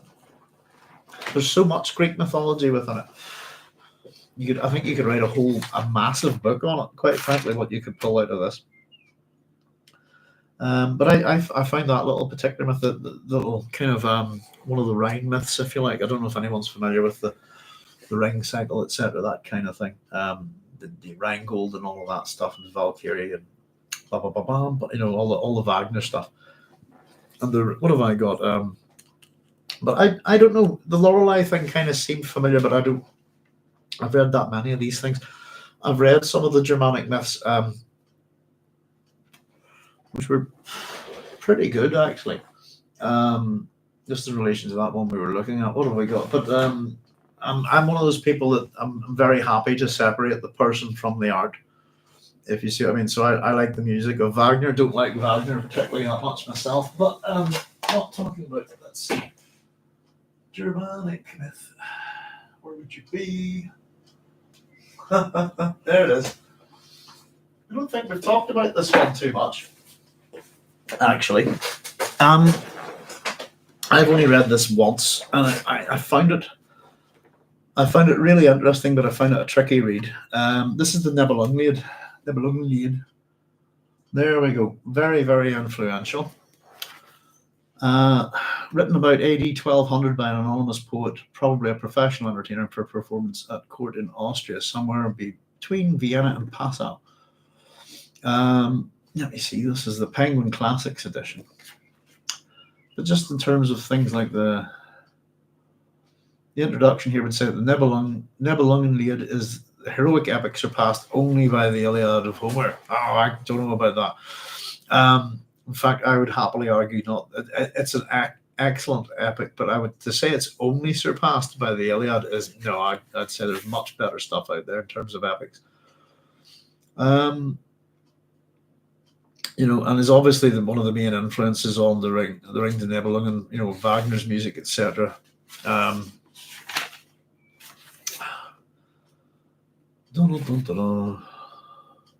Kriemhild, Siegfried, Brunhild, all of this stuff. It was a tricky read, I thought, but I really did enjoy it. Actually, it's one of those ones where, oh dear, not too sure if I'll ever read again. But some of the Germanic myths in relation to the Ring, the Rheingold, all of that kind of stuff, and it kind of bleeds into other mythologies as well. The Germanic myths, they tend to bleed into some of the Norse and Icelandic myths as well. For anybody who's not, I'll just read you this one. This is a Penguin Classics, and it's a good one. This is the one it's translated with an introduction by A.T. Hatto. The cover there, by the way, there we go. Just can you see that? Love stuff like this. Detail from an illumination showing Siegfried's first meeting with Kriemhild. The writing on this is so tiny. From Hundeshagenschen Codex of the 15th century German manuscript in the Staatsbibliothek Berlin. There you go. That's that. Anyway, so written by an unknown. This is no warrior will ever do a darker deed. Is the blurb on the back. Written by an unknown author in the 12th century. This powerful story of murder and revenge reaches back to the earliest epochs of German antiquity, transforming centuries-old version of the tale into a poetic masterpiece. Siegfried, a great prince of the Netherlands, wins the hand of the beautiful Princess Kriemhild of Burgundy by aiding her brother Gunther in his struggle to possess a powerful Icelandic queen. But the two women quarrel, and Siegfried is ultimately destroyed by those he trusts most. Comparable in scope to the Iliad, the skillfully crafted work is one of the greatest of epic poems, the principal version of the heroic legends used by Richard Wagner in The Ring. A.T. Hatto's acclaimed translation recreates the strength of the original. This edition also includes a detailed introduction to a second reading and appendices which explain the genesis of the poem and place it in the context of its time. So it's for those. It's interesting, I suppose, in terms of epics like this. There aren't that many in the world, but some of them are super, super chunky. If you see what I mean. But just that kind of Rhine story of Lorelei, and Siegfried is a character that's kind of sometimes overlaid with Arthur. For anyone who's seen, my favorite film is John Boorman's Excalibur. Bar none, it's the film I love to watch the most. I can't tell you how many times I've seen it. It's ridiculous.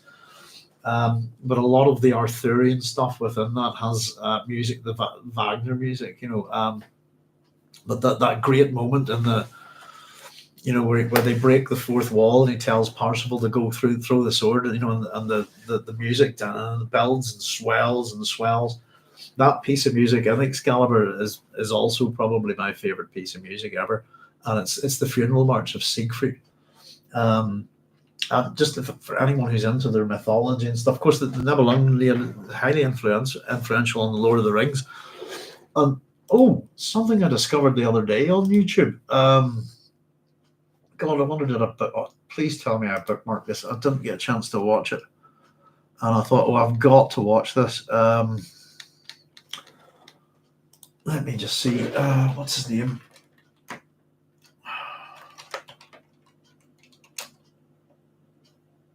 No, bear with me a wee second. Is it Fritz Lang I'm thinking of?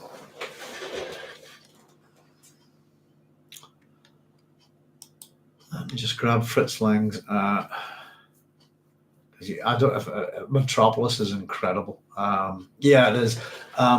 Bingo. Die Nibelungen by Fritz Lang. is a two-part German series of silent fantasy films created by Austrian director Fritz Lang in 1924, consisting of Die Nibelungen, Siegfried, and Die Nibelungen, Kriemhild's Revenge. Scenarios for both films were co-written by Lang's then wife, Thea von Harber, based upon the epic poem of the Nibelungenlied, written around AD 1200, blah, blah, blah. There we go. That's on YouTube, folks, the film, the whole thing. And I watched about the first half hour of it last week. For anybody is interested, that's the name of it. Fritz Lang. It was. I was trying to remember who directed it, but and it's incredible for such an old film and for such difficult, to take an epic and make it into a silent film is quite impressive, Sorry, I've gone off on one, folks, on Germanic myth there. That's a problem with me, isn't it? So they said, do you think Duncan's glimpse of his life stretching out over infinite time a foreshadowing of the later books, the reincarnations of Duncan over millennia? That's a good point, Cynthia. Quite possibly. There's been little hints about it, hasn't there?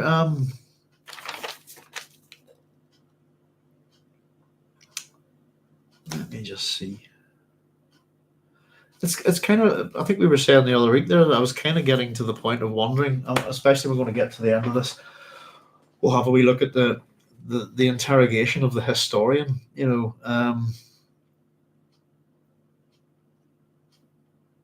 yeah, it's a really good point. It could well be.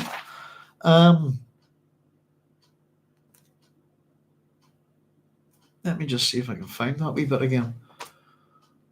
He told me. This is the joy of not having highlighted my chapter this week. I ran out of purple ink for I've got a whole bunch of highlighters here, but whenever this stuff's highlighted, it's so much easier to find. Let me just scan through. We see if we can figure out where it is.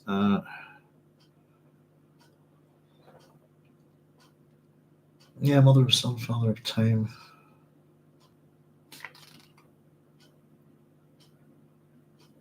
That is my non-remembering. He's falling into the past memory, blah, blah, blah.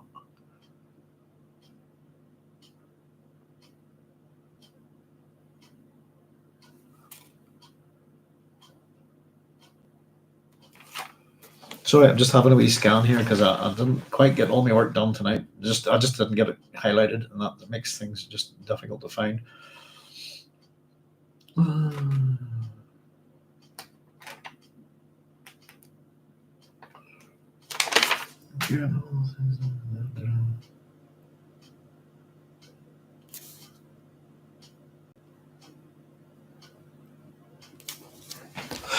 Got it. Sorry about that, Cynthia.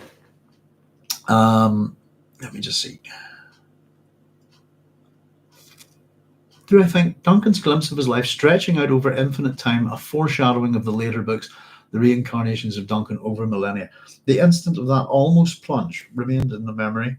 Examining, he felt his life stretch out as long as the existence of the universe.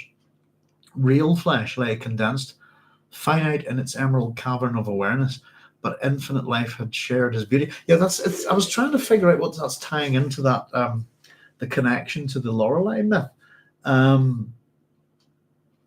There, which is all beckoning the enchanted seaman emerald caverns. Have I written that twice? Is that actually in there twice? Beckoning the enchanted sea. Yeah, it is there twice. Sorry. It could well be. I don't see why it wouldn't be. It's interesting when we reread these books, isn't it? The things we find. He's almost trying to sort of just disappear into his memory, and he ends up kind of taking a far lunge forward, if you like, into it's what felt his life stretch out as long as the existence of the universe. And it's interesting because Frank, as an author, in terms of what you were saying there, Cynthia, foreshadowing, he doesn't do a lot of it because what he actually does is gives us almost all the time foreknowledge. If you see what I mean, we're told what's going to happen, but it's more often a question of the perspective of it, isn't it? That could well be. Yeah, I don't see why not. And again, he's ahead of us here, isn't he? These three books with Children of Dune are written not all at once, but parts of them are filled in, and the aspects of Messiah and Children of Dune that are finished before Dune. We absolutely know that, so I don't see why not. It's a really good point to make. Thank you. Julian Thompson says, I would love to chat about Dune scholarship. How do we send stuff in or contact?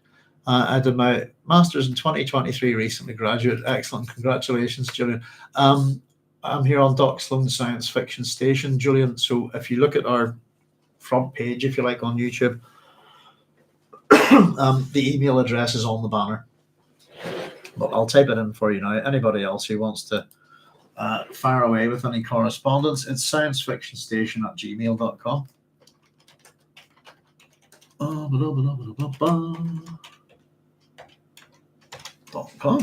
There you go.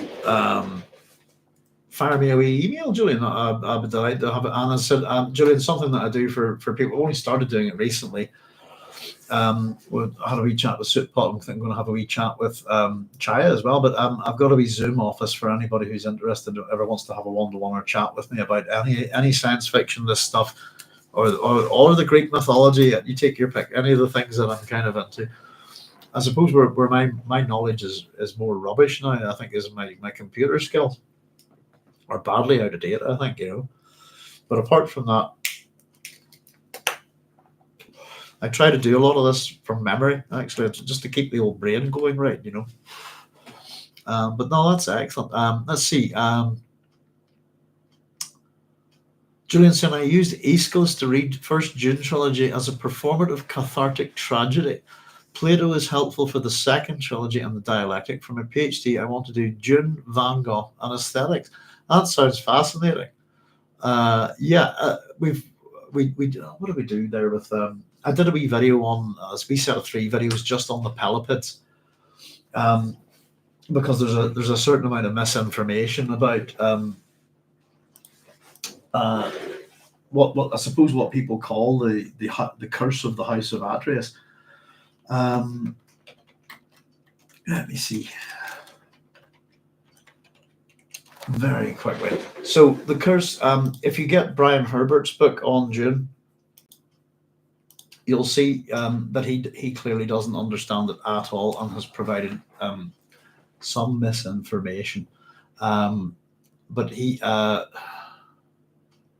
who is it? He says inflicts the curse upon the Atreides is. Let me see. I might have to go dig his book out, and he's completely wrong. Let me see.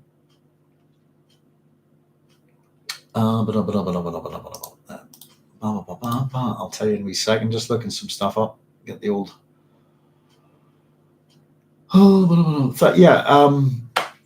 Brian Herbert would tell you that the curse of the House of Atreides, for want of a better term, was created by Thyestes, who is Atreides' brother, and it's not at all. God, now there's my old memory has gone really just. I almost want to look up my own video. Let's get the guy. There's a sea named after him, isn't there? What have we got here? It's the charioteer of Oenimus, whose name is eluding me, and I'll have it in a second for you. Bear with me.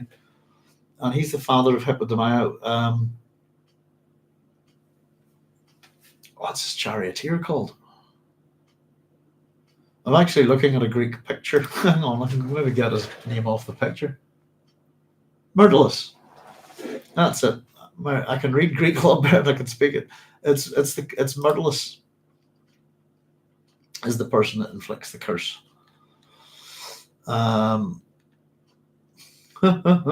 Let's see.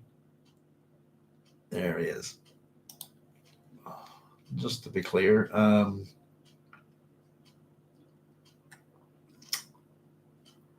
yeah. So, what's the sea called? The sea's basically Pelops throws him into the sea for wanting to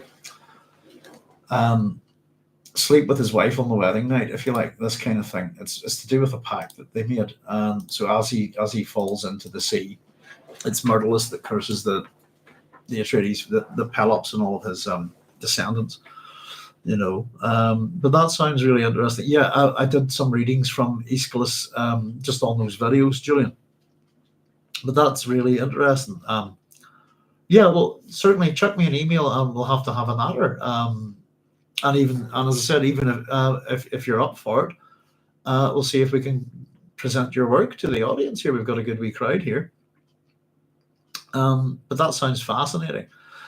Chris is saying the 80s Excalibur movie made great use of the Wagner music of the Ring de Never. It did.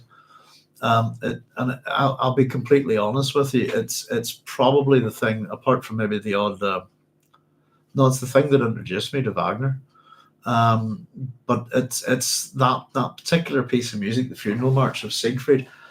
I've got a German friend got me this. Let me see if I can find it quickly for you. And it's the subtlety of the Funeral March, if you like. It's so quiet, and but it goes into this unbelievable, bombastic, triumphant celebration of Siegfried, and it's such an incredible piece of music. It takes you all over the place. But I've got a really there it is. I've got a beautiful set. There's a lot of Wagner stuff focuses on Arthurian myth in particular. This is the wee set I have here. Wagner, Der Ring des Nibelungen, from the Bayreuth Festival Orchestra and Chorus, Hunter Vinny, Resnick, Model, Wingassen, Grindel, Niedlinger, Quinn, Weber, and Ude. I think it must be conducted by Joseph Kielbert. This is the wee set I have here. And just to show you, I've opened this up. These are beautiful. So there's a wee book, and it's these illustrations on it that are gorgeous. Little scenes from myth. That's the little book there. They're probably quite small, but even there's the cover to the Rheingold. I don't know if you can see those, but they're gorgeous. And this is meant to be. This is the reason why he bought me this set is he apparently went into a shop in Berlin and says, my friend really likes The Ring de Nibelungen. What is the definitive recording? And it's this July, and this is what the people in the music shop said. It's this one. It's from 1953 at the Bayreuth Festival, But it's, again, happy to separate the man from the work, but that includes Das Rheingold, Die Valkyrie, Siegfried and Götterdämmerung, or the Twilight of the Gods. But the music's incredible, And Hyde Borman used it. There's other music within Excalibur as well, but the particularly, it's that kind of the leitmotifs associated with Siegfried are overlaid onto Arthur. This kind of thing. It's really good. But at the very end, where the hand comes up out of the water and catches Excalibur, and that dun dun. Dun dun dun dun dun dun dun dun. Just slides under the water with that blood red sun. It's just incredible, There's my Holly barking away there. Sorry about that, folks. He's just outside the back there. But that sounds excellent there. Carlos Casella said, Cynthia, as a mentat, you would think that the possibility, as a mentat, you think that the possibility would occur to him. So they said, I'm referring to the short paragraph beginning with the instant of that almost plunge in his memory. Yeah, that's the wee bit there. Examining it, he felt his life stretch out as long as the existence of the universe. Real flesh lay condensed, finite in its emerald cavern of awareness, but infinite life had shared his being.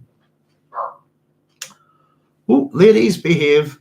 Sorry about that. But yeah, I think it probably is foreshadowing, and I think there was a couple of little things way back. I think, wasn't it, with Paul that he figured out it was something to do with Idaho.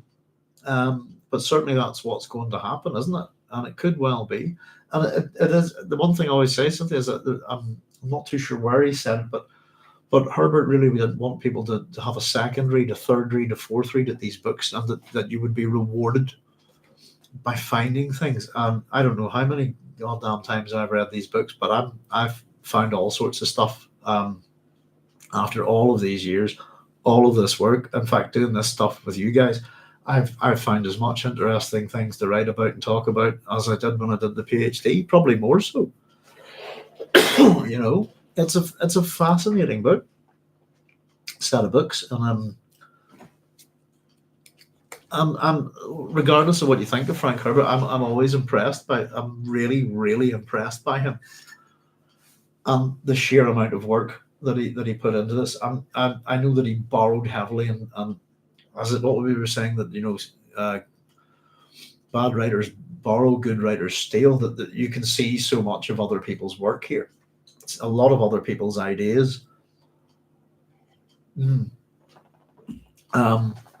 But the effort that he's gone to take all of these different elements, weave all the threads together, and embed so much kind of myth and legends within these. I think it's interesting almost because we're now in an age where a lot of people don't know these old myths and stories.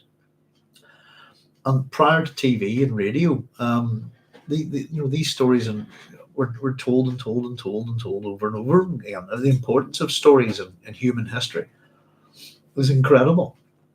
It's hard to conceive, to be honest with you. Things that survive oral tradition, just down to the point where we start writing. We get stories within cultures who lose their ability to write, and these stories return. And I think that's a testament to their power. Particularly if you look at things like the Iliad and the Odyssey and understand that these were not written down; they were composed and memorized by as far as we know, Homer is a blind man and who's illiterate, and would perform these at religious festivals accompanied by a musician playing a lyre. The fact that they, with the Bronze Age collapse, you've got these people losing the ability to read and write for several hundred years, and these stories still remain, and are pretty much intact. Because there's a certain point where people go, let's get this stuff written down, but I think it's fascinating, I could sit and gush about it all the time, Since St. Carlos, yes, especially as a Gola who has regained his memories, Duncan the Mentat must be thinking about the implications of this. Skytail hinted at this before he died. I suppose we kind of wonder. It's a little bit wondering what does Duncan really see when he comes out the tank, and what happens to hate, I suppose, between the point where he re-emerges, if you like, from the tank, as it's called in this book, to the point where he's presented as a gift. What training, what education, all of these kind of things. And his memories, he's, as much as the interesting thing is he sees his life, and he almost criticizes himself. He does criticize himself here. Rather than face my failure, I would disappear within myself. And the instant of that almost plunge remained in his memory. So let's see, just catch up with the comments and we'll pile on, folks. So anybody wants to, that's just me putting it, anybody wants to get in touch with me, we've got sciencefictionstation@gmail.com. As Julian said, I think Lord Raglan includes Siegfried as one of his mythic heroes. Maybe there's a connection between Dune as a harmonious, integrated, multi-layered work and the Gesamtkunstwerk, total work of art. That's an interesting thing. Yeah, Raglan, Siegfried is one of his heroes. I think I've read them out before. Let's have a wee quick look. There's a whole bunch of them. And there's a couple of other books that kind of as well. It's interesting when you get heroes from so many cultures. That one of the things that I love about Raglan's work, as you say, the total work of art, looking at the stories around the world, this kind of thing, is to look at the similarity. And I think this is the thing that led people like Raglan and Campbell to do the systemic approach, if you like. And as I said, I think things within their work is badly flawed. But as we pointed out before, the main hero that Raglan runs as his archetype for the 22 steps of the hero, the only one that accomplishes 22 steps, is Oedipus.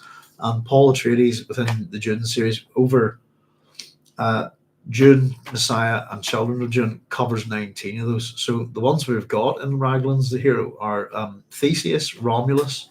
So Theseus is a Greek king, Romulus, legendary founder of Rome, Heracles, Perseus, another Greek, called Jason. What am I was quite amused by Jason. We've got Bellerophon, another one of the riders of Pegasus. Pelops himself as well is here. One, two, oh yeah, he numbers them in terms of the steps. We've got Asclepios, Dionysus, Apollo, Zeus, Joseph, Moses, Elijah, Watu Gunung, Nia Kang, Sigurd or Siegfried, Lou Lagavus. I'm very bad at pronouncing Welsh words. I have no idea. Arthur and Robin Hood. And he goes on. I'm sure he discuss it. He does discuss other people, but that's the set of heroes. Excuse me. That's the set of heroes that he presents in terms of, let's see how each of these heroes fits into my ritualistic pattern, if you like. I always I've just got, this is the wee bit, this is the page that I have folded, by the way, in Lord Raglan's book. And I keep it folded and I keep it highlighted. This is, I'll just read you this little bit, just for a bit of fun.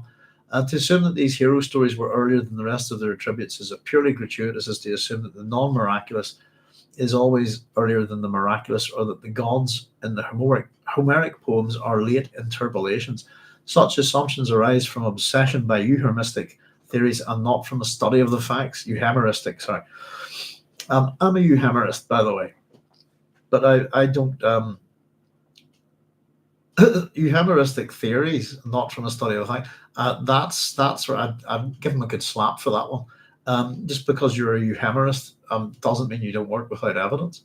I work without evidence. I work with evidence. Sorry, that's having a poke, isn't it, at everyone else who doesn't agree with them, pretty much. Excuse me.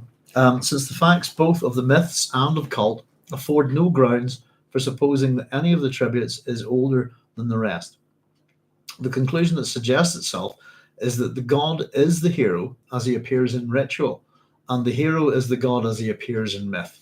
In other words, the hero and the god are two different aspects of the same superhuman being. There we go. Pardon me. But yeah, Raglan's well worth the read.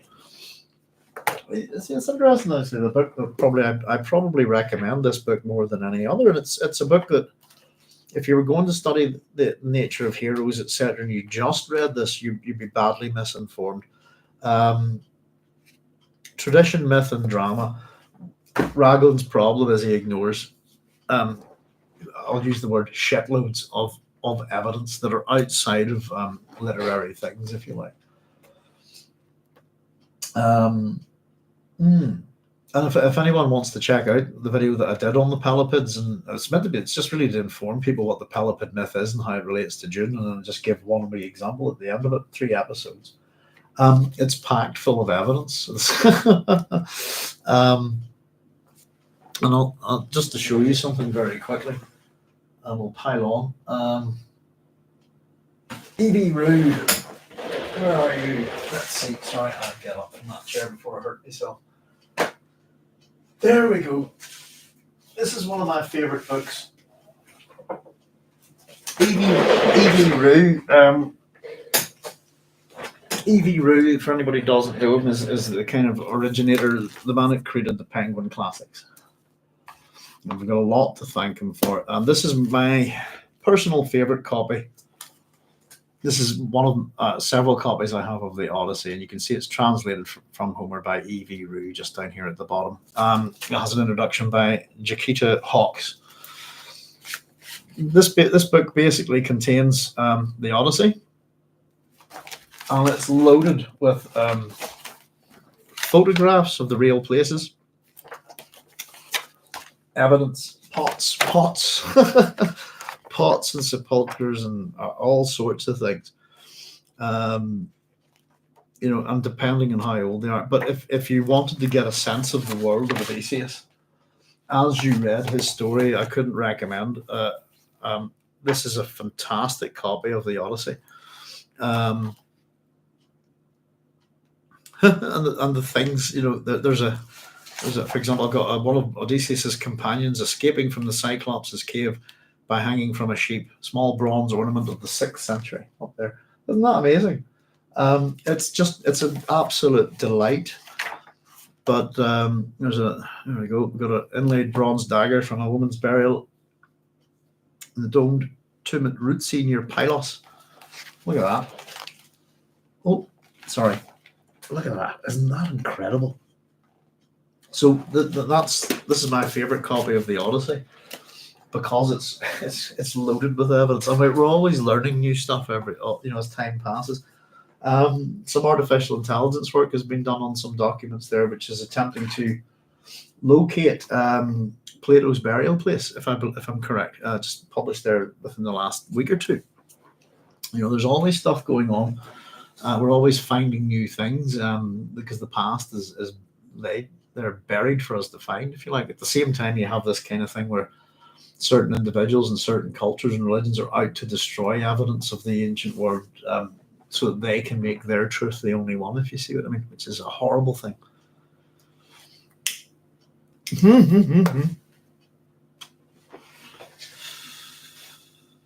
Carlos, what you're just saying, my wife and I just watched that the other day. Carlos is saying, I know the Ring of the Nibelung from the old Bugs Bunny cartoon. We were talking about old cartoons the other day, and I'd asked her, had she ever seen the kind of operatic Bugs Bunny and Elmer Fudd? We're big fans of Elmer Fudd. What was the other one? I was discussing the fact that I might do an episode on here one night discussing why Wile E. Coyote is the messiah of the cartoons.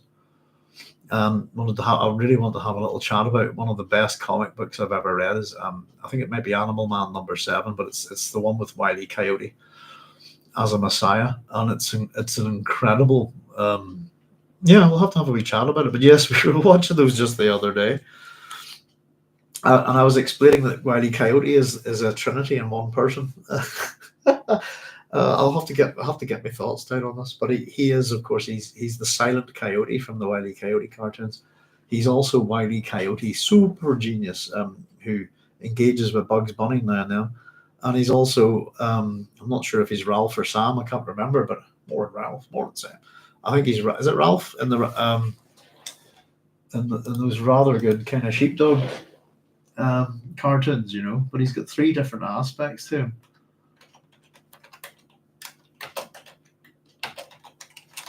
Ralph Wolf and Sam Sheepdog. He's Ralph. I wonder if there are any more versions of Wile E. Coyote. Goodness, we've taken a turn here tonight, haven't we?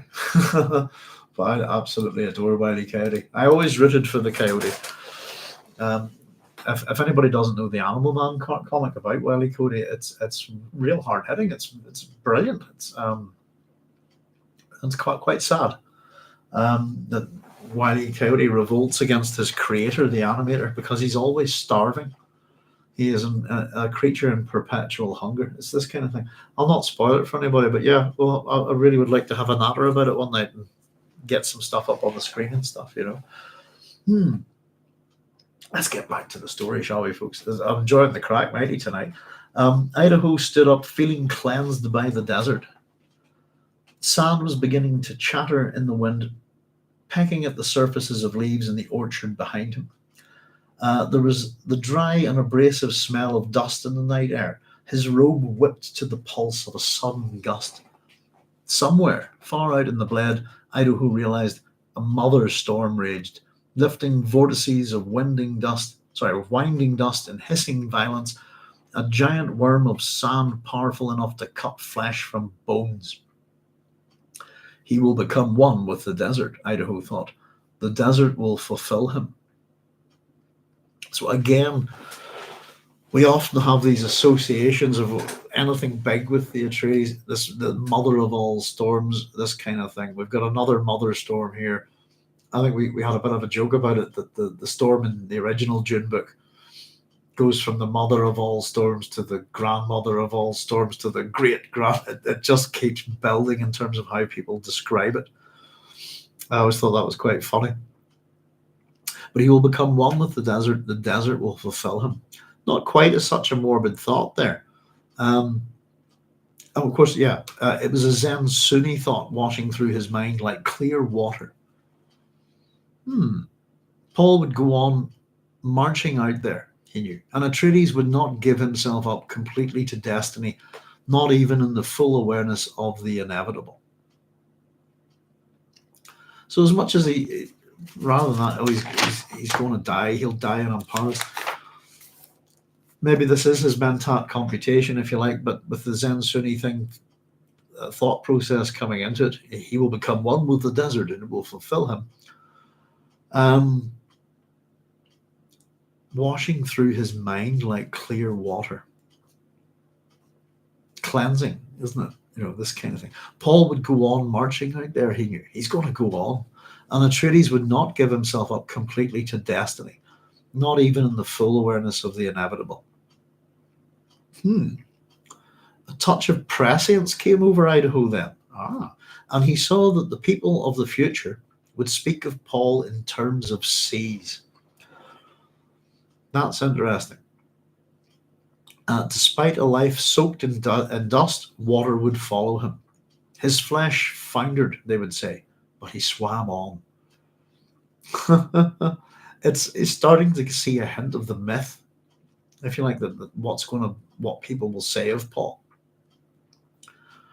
And again, his flesh foundered, but he swam on.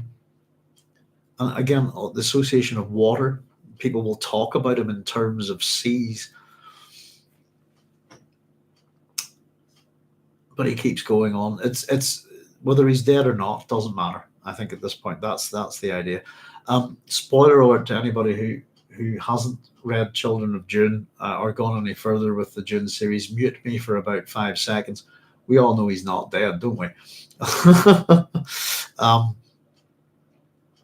And yeah, I think whenever we get the Children of Dune, particularly the discussion with Paul and Leto II, we'll get the sort of, what are his motivations here, but mainly to disappear. I'm not needed to do this anymore. Also to enshrine his position within the Fremen and to make sure that they will protect his children. So it's I think it's part of the Atreides bravura, as much as it's his desire to escape and be free, if you see what I mean. It's a final statement, isn't it? And it will enshrine him in myth, and how that happens, particularly the wee chat about language. We had a wee chat a while back, folks.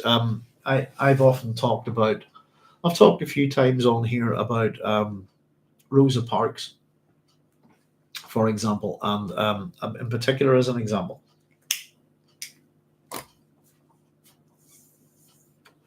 And I'm not sure what it's called, but it might be that she was, I don't know how to put it, and I'm probably using the incorrect language here, but that she was inaugurated into something like some kind of American,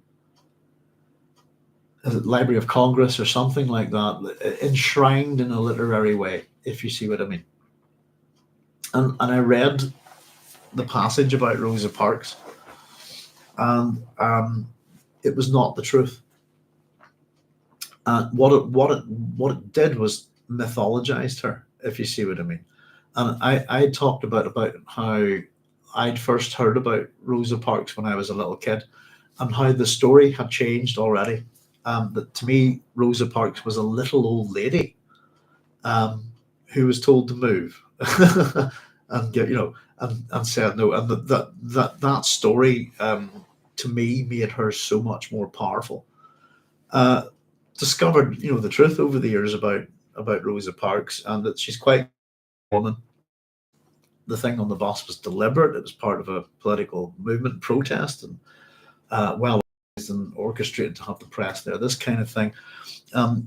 Learned how the women weren't particularly allowed to speak at the day of the I Have a Dream speech. This kind of thing. But what I ended up coming to the conclusion was that she had been very well in terms of seeing it done to someone modern, shall we say, someone who's around in my lifetime, that they certainly did create a myth out of her. And I think it's little things like that. We were discussing the other week what really happened at the Battle of Thermopylae, as opposed to how films and comic books and stories present it. I've never quite understood this, because what really happened is much more interesting. What she was really like is much more impressive than the myth that's been created, but she's been enshrined as a myth, and that's how people probably will remember. It depends on history, I suppose, which is going to be interesting when we get to talk about it with Bronso of IX, and I suppose we'll discuss my opinions on history and what it is, which I'm sure you've all heard before.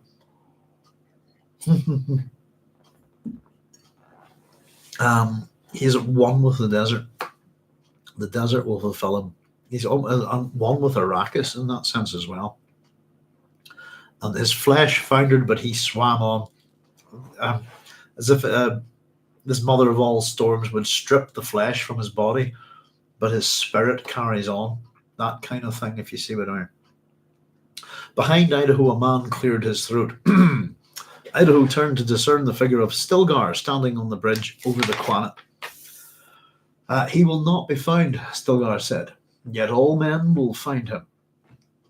Now, that language I've written is vague, ubiquitous, and religious all at once. I don't know what you think of it, but he will not. It's that kind of thing. And this in a sense, is these Stilgar doing his part to mythologize Paul as well. Idaho said, the desert takes him and deifies him, Idaho said. Yet he was an interloper here. He brought an alien chemistry to this planet. Water.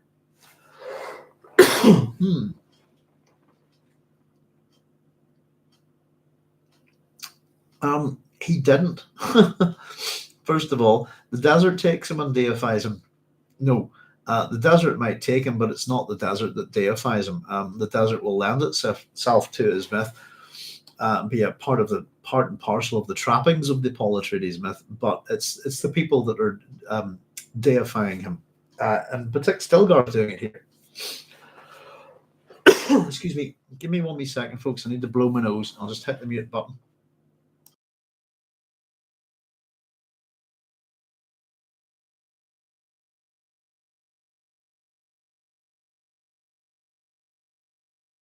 Oh, sorry about that.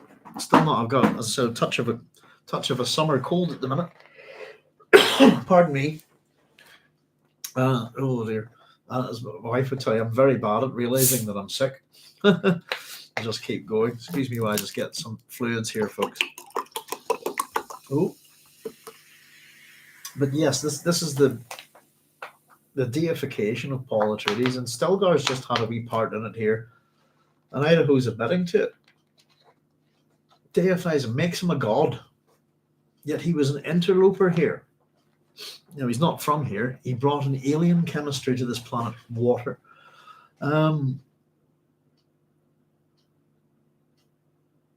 Technically, no, he didn't.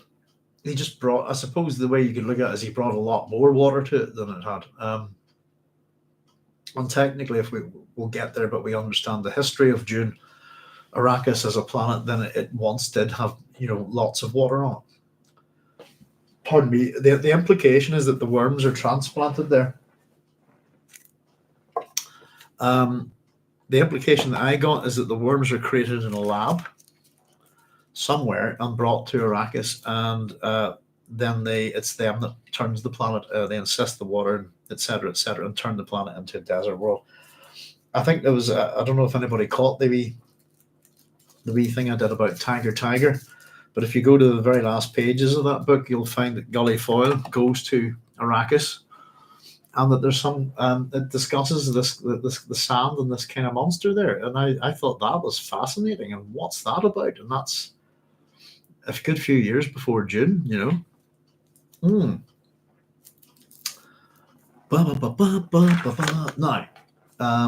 but yeah, he was an interloper. The desert imposes its own rhythms, Stilgar said. We welcomed him, called him our Mahdi, our Muad'Dib, and gave him his secret name, Base of the Pillar, Usul. And Idaho says, still, he was not born a Fremen.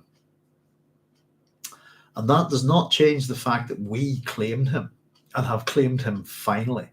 Stilgar put a hand on Idaho's shoulders. All men are interlopers, old friend. You're a deep one, aren't you, Still? It's an interesting little conversation. And it pretty much, in a nutshell, I think, explains the messianic principle that Frank was wanting to point out. It depends on who did what to who, if you see what I mean. Did Paul and did the Atreides family manipulate the Fremen, or did they manipulate them? Where's the source of the myths of the Lisan al-Gaib, the Mahdi, all of these kind of things? And you'd be led to believe that it's the Bene Gesserit have planted these seeds of myth on Arrakis a long time ago as part of the Missionaria Protectiva. But I'm pretty sure we found a clue, and I can't remember where, folks, but it's somewhere back there, that the myths were already there, and that they just happen to have a very similar form to the Bene Gesserit myths, if you like. And then, of course, we get the manipulation of the Fremen by the Kynes family. But the manipulation is to give the Fremen what they want, which is this paradise world, if you like. And I suppose the interesting thing in terms of that is that the Fremen are migrants, aren't they, themselves? They're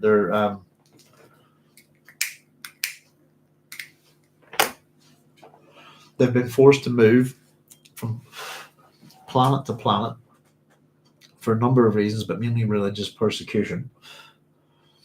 And I believe it's ultimately because they refused to give up the Hajj, wasn't it? That, I think, was where it went.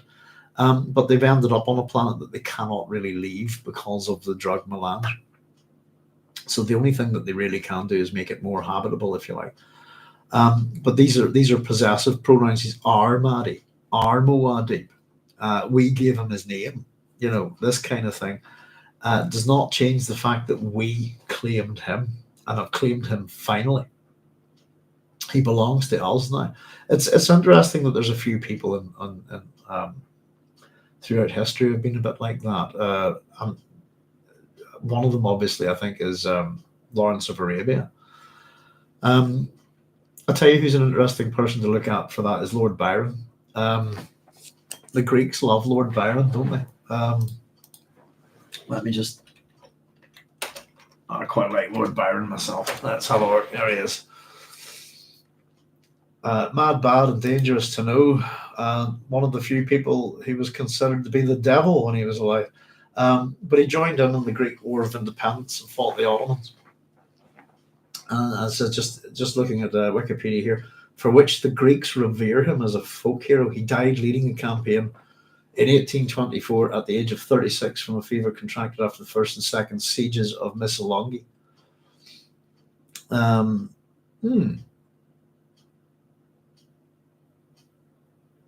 I think, by the way, for anybody who doesn't know this, just the next bit, his one child conceived within marriage, Ada Lovelace, was a founding figure in the field of computer programming based on her notes for Charles Babbage's analytical engine. Byron's extramarital children include Allegra Byron, who died in childhood, and possibly Elizabeth Medora Lee, daughter of his half-sister, Augusta.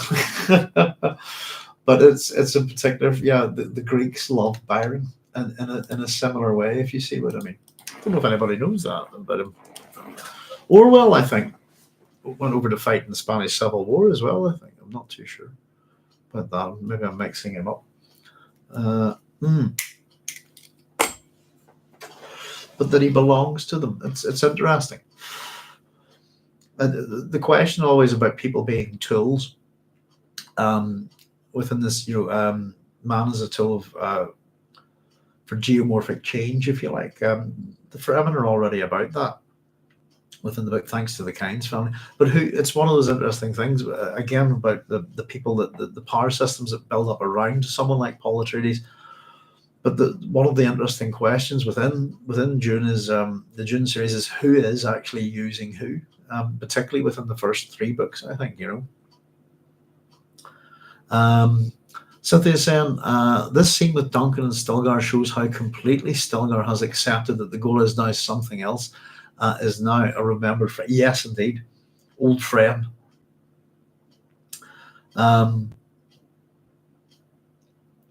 And it is interesting, I suppose, but because you might have to consider the relationship with Stilgar and Idaho.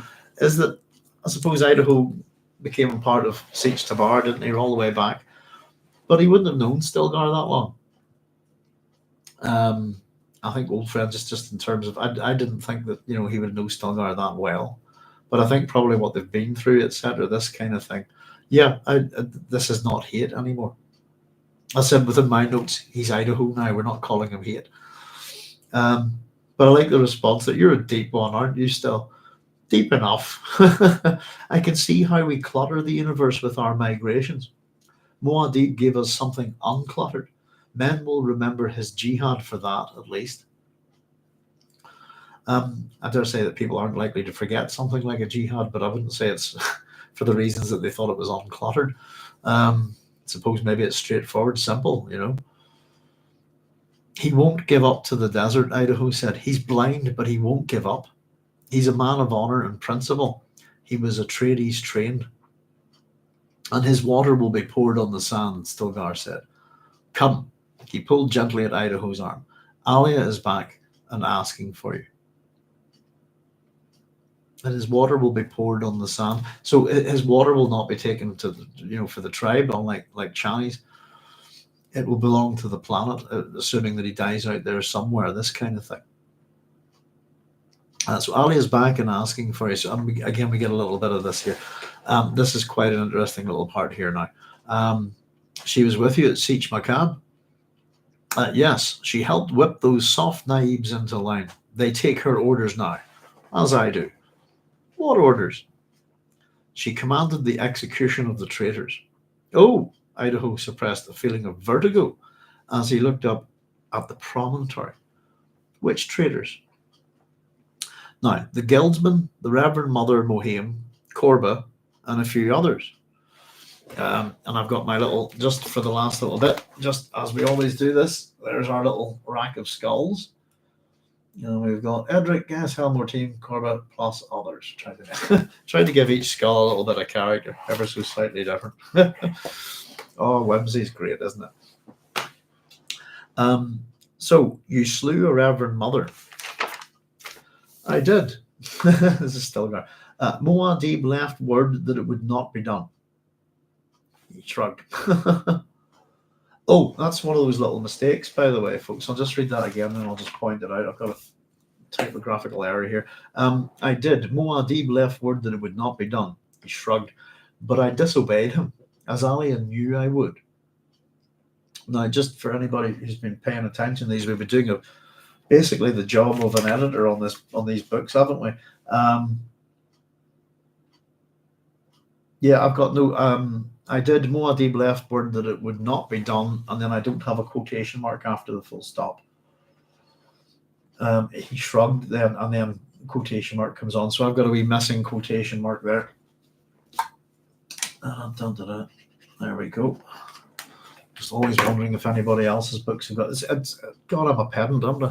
I think I was saying I was quite surprised. I didn't think a pedant to be pedantic wasn't necessarily a bad thing.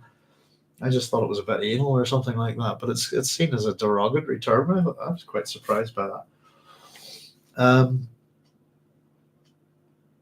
Yeah, so this is in reference back to. Let me see. Let's jump back a few chapters. Oh my goodness, where would it be?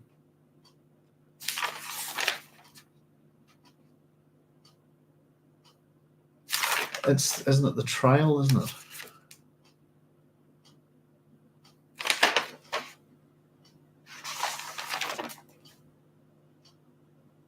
Yeah, view from the balconies. That might be it, I think.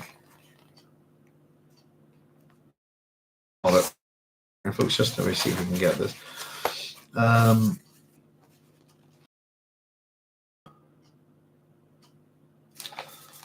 Here we go. Let me just grab a pen here. Scribble this in.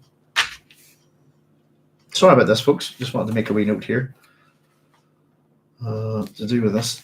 Right, here we go. This is chapter 19 we're referring to here.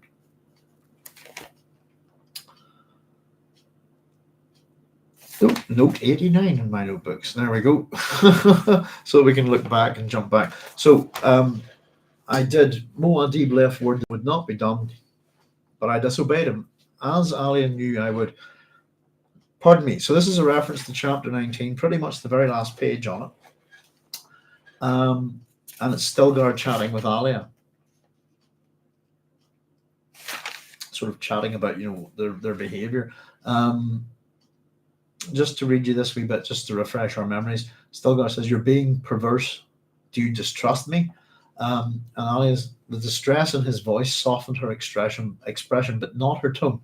"You know I don't distrust you. I've always agreed with my brother that once matters were in Stilgar's hands, we could safely forget them. Then why do you say I've changed?" says Stilgar. "You're preparing to disobey my brother," she said. "I can read it in you. I only hope it doesn't destroy you both." So that is literally the last, the penultimate paragraph in chapter 19 there. So the one that's prior to the epigraph that begins with "Tabana was an apologist for Christianity." So that's what he's referring to. It's interesting in a funny way. So I did, but Muad'Dib told me not to do it, but I did it anyway, as Alia knew I would. And it's almost as if, I don't know if you would agree with me on this, but the fact that Alia told him that he would do it might be the cause to the effect of him doing it. Does that make sense? But this is a little, again, bringing the pieces from earlier back and fulfilling them, if you like, and it's tidying up little things. Will it destroy Stilgar? Paul's not around.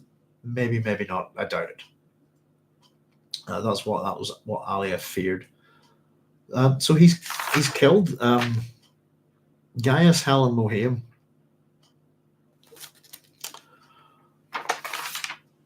Who, if we figure things out, if we can run it into, if we go into the Brian Herbert, Kevin J. Anderson stories, then he's just killed Paul's grandmother, Alia's grandmother as well. This would be a relative. So we have another, once again, I suppose, within, and Stilgar at this point is related, isn't he, to Paul through marriage, through Chani. So it's another example of the old familial homicide thing, cycle of violence. It's an interesting death for Mohiam. We often talk about how Hollywood looks at books like Lord of the Rings and Dune, two books that I would consider anti-war novels that do their best to disguise, hide, and not present mass amounts of violence to. Big battles and stuff you're never in the middle of them in these books. They're often referred to in the past. This is something similar within The Hobbit, for example. The Battle of the Five Armies, for example, it's over. Bilbo's knocked out for it, isn't it? And he just kind of wakes up when it's all done. That kind of thing.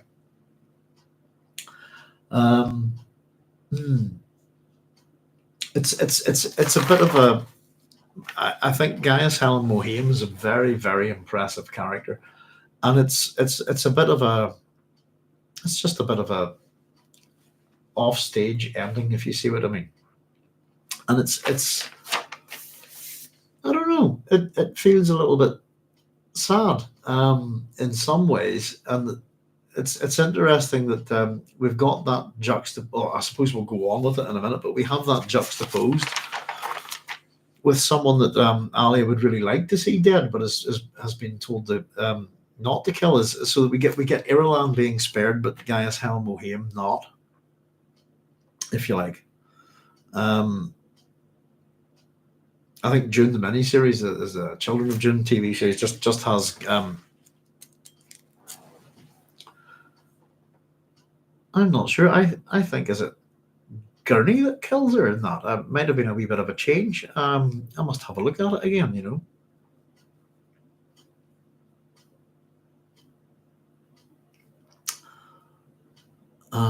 let me catch up with your comments, folks. Christian, as far as the Bene Gesserit are concerned, it's all left up. But they're patient, aren't they? They can Starting, but it's a mess, I think. My text says Muad'Dib left word that it should not be done. Let's see.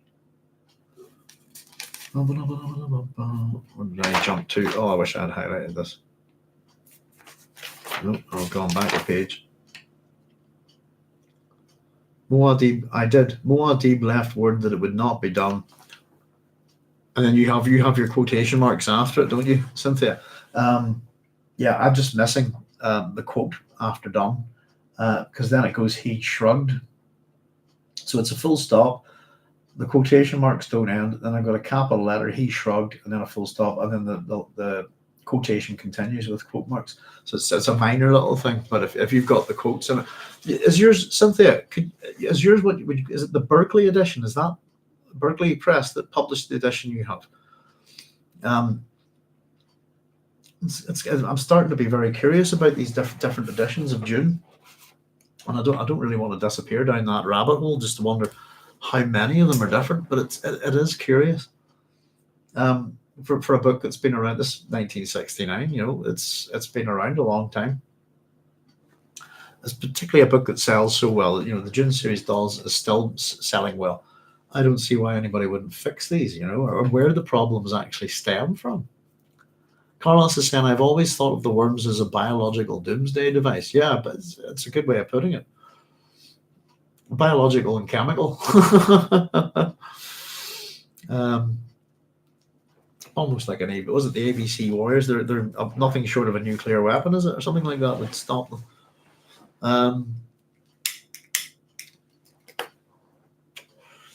Except probably a super soaker. I don't know. Yeah. The sense is that they're half plant, half animal, that they're created in a lab and they're transplanted to Arrakis at a point where it still had seas. Why? For what reason? I don't think we'll ever find out, to be honest. We'll get little glimpses of the past, I think. I've got to write that down. That's Berkeley Medallion. I keep just calling it the Berkeley edition. But your book certainly seems 1975. Yeah, certainly seems to be in better nick in terms of mistakes and things like that. Seems to be. The simple fact is, it's either someone has fixed some of these mistakes, or it's just some sort of. I really don't know. Maybe it's the source material. Berkeley Medallion book. Thank you. 1975. I think that the electronic copy that I have is that one, possibly. Because again, you've got the Bronso of IX thing, and at the beginning, I said it's completely absent from 3 out of the 4. The one that does have it is the electronic copy that I've got, but it's completely absent from 3 different editions that I have. To the fact that I've done a PhD on this and wasn't aware of it. How's that? That's kind of funny, isn't it? But yeah, there we go. Yeah, there's stuff, I suppose. Whenever I was talking about this in the PhD, it's like the introduction of a species to a particular environment. I gave a couple of examples, I think, but one of them was the cane toads in Australia and the impact they had upon the environment there. It's kind of interesting why we bring in certain animals. We've got a number of new species making,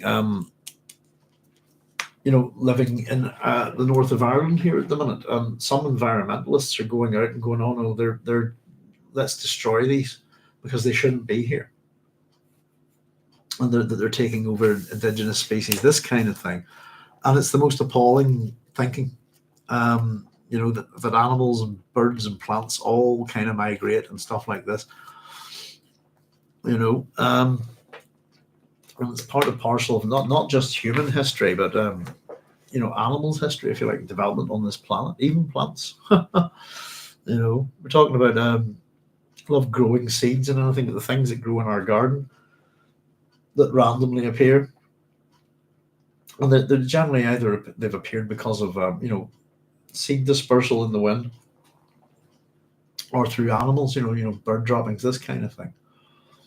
but it's how we deal with new species or things that turn up. I'm on a small island, for example, but a lot of our indigenous species are long gone.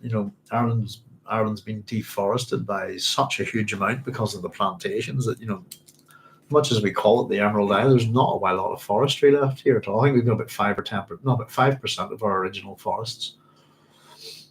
And I think England's in pretty much the same state, but a lot of that's down to building the English fleet, if you see what I mean. Nearly created a couple of environmental disasters, and I always find that interesting. That I go back to the Epic of Gilgamesh, and that's kind of what Gilgamesh does in order to build Uruk.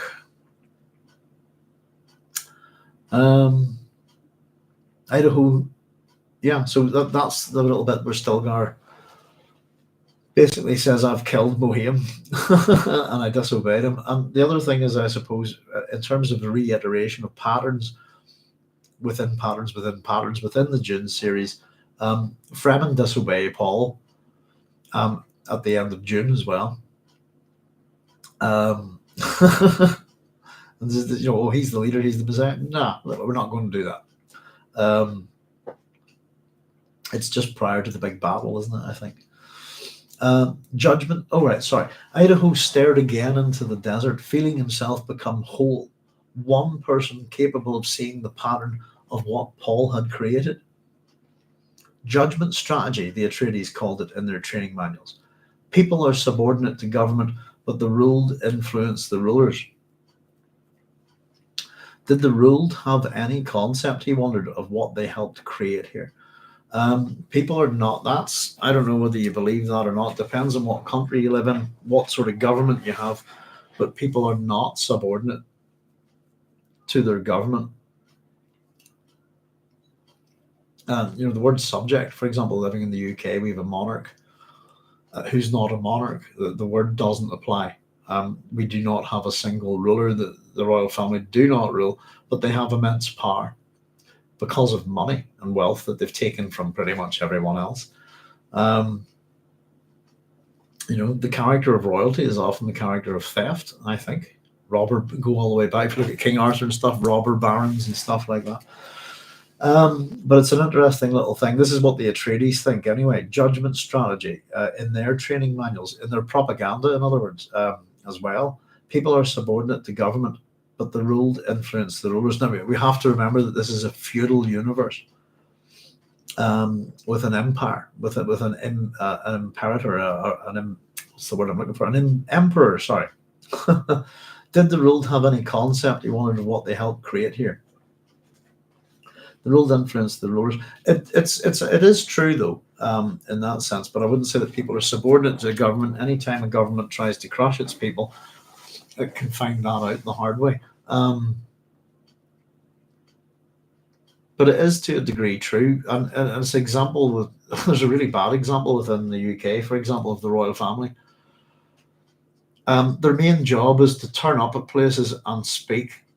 And they're the most socially awkward bunch of people you could ever see. They're the most appalling public speakers, and I would include the former queen in this. They're a highly uncharismatic lot who just don't know how to talk to people properly. Is this it? Can I taste your cheese? It's I don't know how to put it. It's their purpose, if you like, to serve us, is the way they like to put it now. And I suppose within the UK, for example, the royal family, at a certain point, going back to World War I, etc., changed their names to kind of hide their relationships with the other royal families within Europe and as far as Russia. And they picked two names of British castles pretty much. So that's why the royal family are called Windsor, and the other part of their family are called Mountbatten. This kind of thing. And if you want to look into how badly that can go wrong, look at Jimmy Savile, and in particular his relationship with the royal family in the United Kingdom, and how they thought, oh, here's a man of the people. Can you teach us how to be a man of the people? This kind of thing, But there's an extreme separation from any kind of royal family and its people. Um, and of course, we sort of have a democracy in the UK, but it's not really a democracy in the same way that most countries aren't democracies at all. What is it? We have constitutional monarchy with a parliamentary democracy, something like that. We don't have a written constitution. We do have a monarchy that doesn't really have any power, but does. And we vote in our elections, etc. As a citizen of Northern Ireland, I have no say whatsoever in who becomes prime minister of my country. We don't get to vote on it at all. And so Northern Ireland is still very much, as much as we've got devolution here, some things that the United Kingdom Parliament takes control over here. And generally, I think the suggestion is it's to stop us all slaughtering each other. But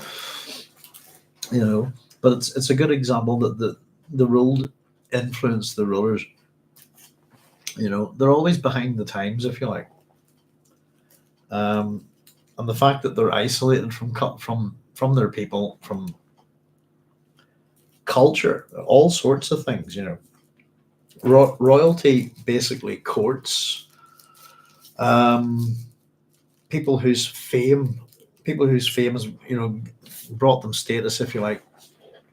Famous musicians, famous actors, anyone in the public eye who they think is worthy of note and that they'd like to kind of brush up against. That they have this whole sort of awards. You can become a knight of the British Empire.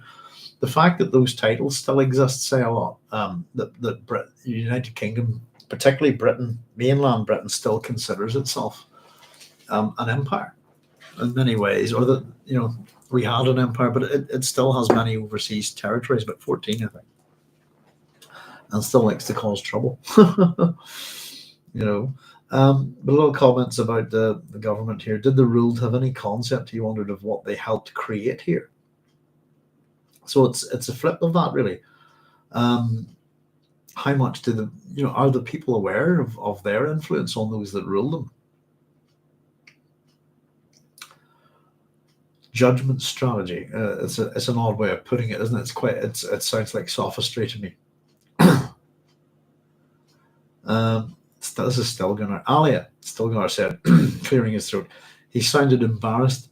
She needs the comfort of your presence. And she is the government, Idaho murmured. A regency, no more. It's just a word, isn't it? Regency. Fortune passes everywhere, as her father often said, Idaho muttered. We make our bargain with the future, Stilgar said. Will you come now? We need you back there. Again he sounded embarrassed. She is distraught. She cries out against her brother one moment, mourns him the next. Presently, Idaho promised. He heard Stilgar leave. He stood facing into the rising wind, letting the grains of sand rattle against the stillsuit. Mentat awareness projected the outflowing patterns onto the future. The possibilities dazzled him. Paul had set in motion a whirling vortex, and nothing could stand in its path. The Bene Chilax and the Guild had overplayed their hands and had lost, were discredited. I'm going to say this. The Guild have lost one man, Edric. The Bene Chilax have lost two. But in terms of overplaying their hands, had lost, were discredited. In terms of maybe what their original conspiracy was about, you could argue that for the Guild, but I wouldn't argue that for the Bene Chilax. I think they just played several hands. But the one that they were playing, as we've discussed, I don't think was you could say that they lost. I think they were creating an experiment and they've managed to get it to work. And I think that we had a wee bit of a chat about this previously. I think that was the goal of the Bene Chilax here, was to see if they could restore a goal as memories. Everything else was a bonus, if you see what I mean. And if it didn't work, it didn't work. There's something similar with the Baron's plan in Dune. involving Jessica, that if that causes havoc, fantastic. If not, who cares? It's just another little thing to put them off. But I'm not that bothered if it doesn't work. This kind of thing. There are plans, and there are major plans, and there are minor plans. The Qizarate, we're told, was shaken by the treason of Corbett and others high within it. And Paul's final voluntary act, his ultimate acceptance of their customs, had ensured the loyalty of the Fremen to him and to his house. He was one of them forever now. Pardon me. That's where I'm thinking, Paul could do all sorts of things here, I suppose, but to walk into the desert, we've all this about, I might not have eyes, but I can see. The whole fact that he's got another type of vision was almost kind of a loophole in a sense, in relation to how the Fremen deal with the blind. But by accepting that custom, that part of Fremen ritual, it has ensured the loyalty of the Fremen to him and to his house. In other words, they'll protect his kids. He was one of them forever now. They'll not separate him from their own people. As I said, it's a bit like Lord Byron in a funny way. Whatever you might know about Lord Byron from a Greek point of view, he's one of them. Does that make sense? He's a hero. He's a folk hero to the Greeks. He's not a myth because he was, there's no myths about him, that kind of thing. Well, I suppose there are a few myths about Byron, but they're not to do about that. But the fact that he was, and this is to do with him, his love of the classical world, basically, is why he went. I might be a person inclined that if Greece was ever in trouble myself, I might go. I think that much of the place. I've yet to go there. I think one of the best, if it can happen within my lifetime, I just love to get to Greece and just run around like a very, very happy person, looking at everything and seeing all the things that I've learned about over the years. It would just make me ecstatically happy. There's Frank Red saying, "Hey all, sadly can't join tonight, but thought I'd drop in and wish everyone well. Very much looking forward to listening in full.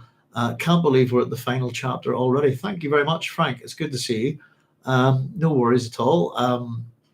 Yeah, it's we're there, aren't we? It's time flies, doesn't it? Yeah, we're going to have a wee bit of a sense of accomplishment when we get to the end of this tonight. It's another Dune book done. We'll be 2 out of 6, really. So we'll be taking a wee short break just from the book club. I'm going to try and do some other stuff for the channel. But yeah, it's and it's funny. When I'm working at these, I get, you might notice it if you go back, if anybody has watched all of it, I hit little lulls. And where I kind of hit a lull in this book was quite near the end, but it was kind of in a similar place to where I hit it in June. I think sometimes it's just good for me to step back a wee bit from this stuff, but I do an awful lot of work for it to the point where I'm sore. So it'll be nice to take a wee bit of a break. But yes, we'll have a sense of achievement, and we'll have to have a big thank you to everybody at the end tonight. And this is a very short chapter actually, and we're all over the place with it tonight. We've found all sorts of. We're just discussing interesting little things and what does it mean, As I said, we get a little bit of a hint of foreshadowing, etc. We're kind of getting, we're getting the mystery of Paul Atreides here. All from what we've been told, he's off into the desert, but is he dead? Is he not? Has he become a god? Has he shed his physical form? All of these things. What's he done? Why has he done this? There's a reason. He's one of them forever now. The Fremen will keep an eye on the kids, basically, make sure nothing happens to them. Where are we now? So Stilgar, off he went, and Idaho's hanging around for a bit, but then we get Paul is gone. Alia's voice was choked. She had come up almost silently to where Idaho stood and was now beside him. He was a fool, Duncan. Don't say that, he snapped. Pardon me, the whole universe will say it before I'm through. Sorry, folks, I've got to blow my nose again. I do have a wee bit of a cold. In fact, I've run out of tissues. I'll tell you what, I'll put my little marker there. This is a good chance for me to run to the loo very quickly, take a short break. I'll blow my nose and be right back. Sorry about this.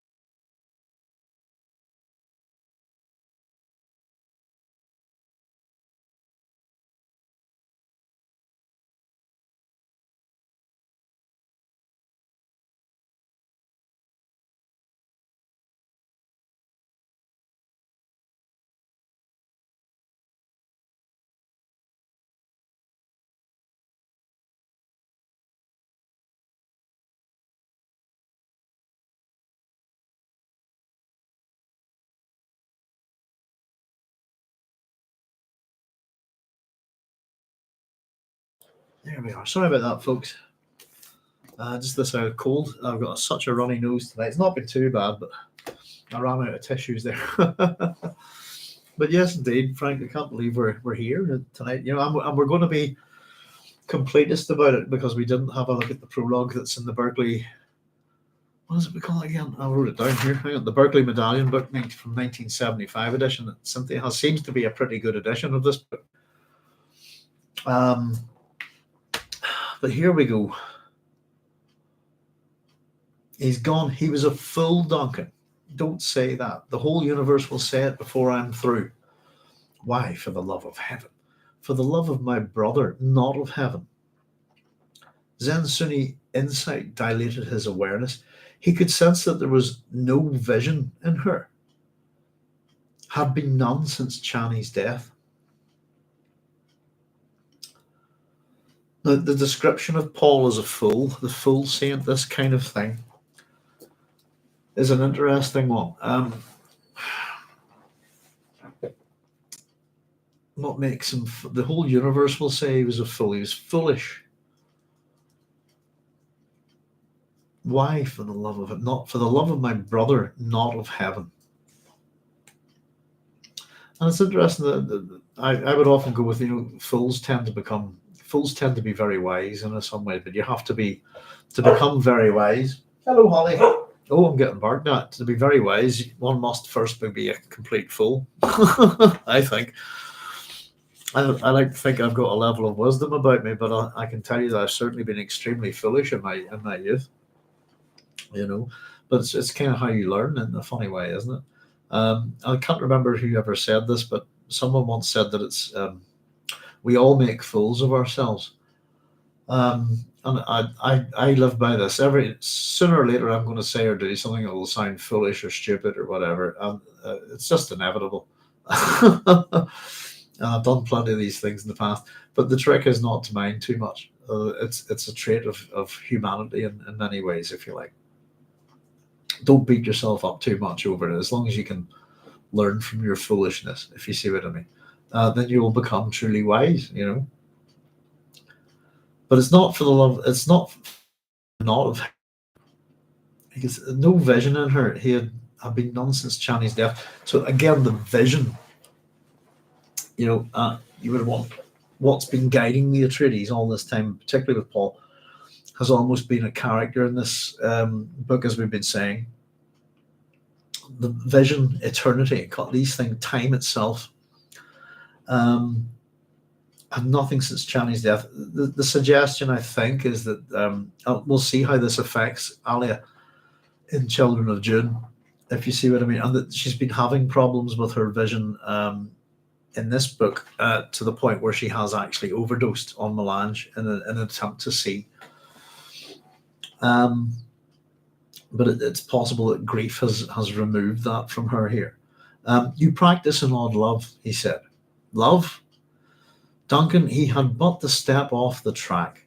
What matter that the rest of the universe would have come shattering down behind him? He'd have been safe, and Channy with him. Then why didn't he? And I've written next to this, good question. And the answer from Alia is this: for the love of heaven, she whispered. Then more loudly she said, Paul's entire life was a struggle to escape his jihad and its deification. At least he's free of it. He chose this. Ah, yes, the oracle.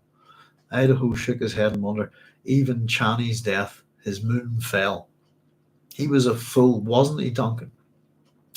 Idaho's throat tightened with suppressed grief. Such a fool, Alia gasped, her control breaking. He'll live forever while we must die. Alia, don't. It's just grief, she said, voice low. Just grief. Do you know what I must do for him? I must save the life of the Princess Irulan. That one. You should hear her grief. Wailing, giving moisture to the dead. She swears she loved him and knew it not. She reviles her sisterhood, says she'll spend her life teaching Paul's children. You trust her? She reeks of trustworthiness. Ah, Idaho murmured. The final pattern. Sorry, I'll turn that page again. The final pattern unreeled before his awareness like a design on fabric. The defection of the Princess Irulan was the last step. It left the Bene Gesserit with no remaining lever against the Atreides heirs. Alia began to sob, leaned against him, face pressed into his chest. Oh, Duncan, Duncan, he's gone. Idaho put his lips against her hair. Please, he whispered. He felt her grief mingling with his like two streams entering the same pool. I need you, Duncan, she sobbed. Love me. I do, he whispered. She lifted her head, peered at the moon-frosted outline of his face. I know, Duncan. Love knows love.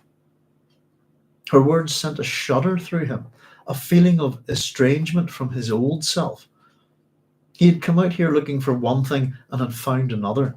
It was as though he'd lurched into a room full of familiar people, only to realize too late that he knew none of them. She pulled away from him, took his hand. Will you come with me, Duncan? Wherever you lead, he said. She led him back across the Quanet into the darkness at the base of the massive and its place of safety. And that's the end of the book. We have an epilogue to get to in a minute, but let's just jump back a wee bit. Pardon me. So the idea that he was a fool. Such a fool. This foolishness has immortalized him. He'll live forever. He's been deified. Why didn't he? He did it for the love of heaven.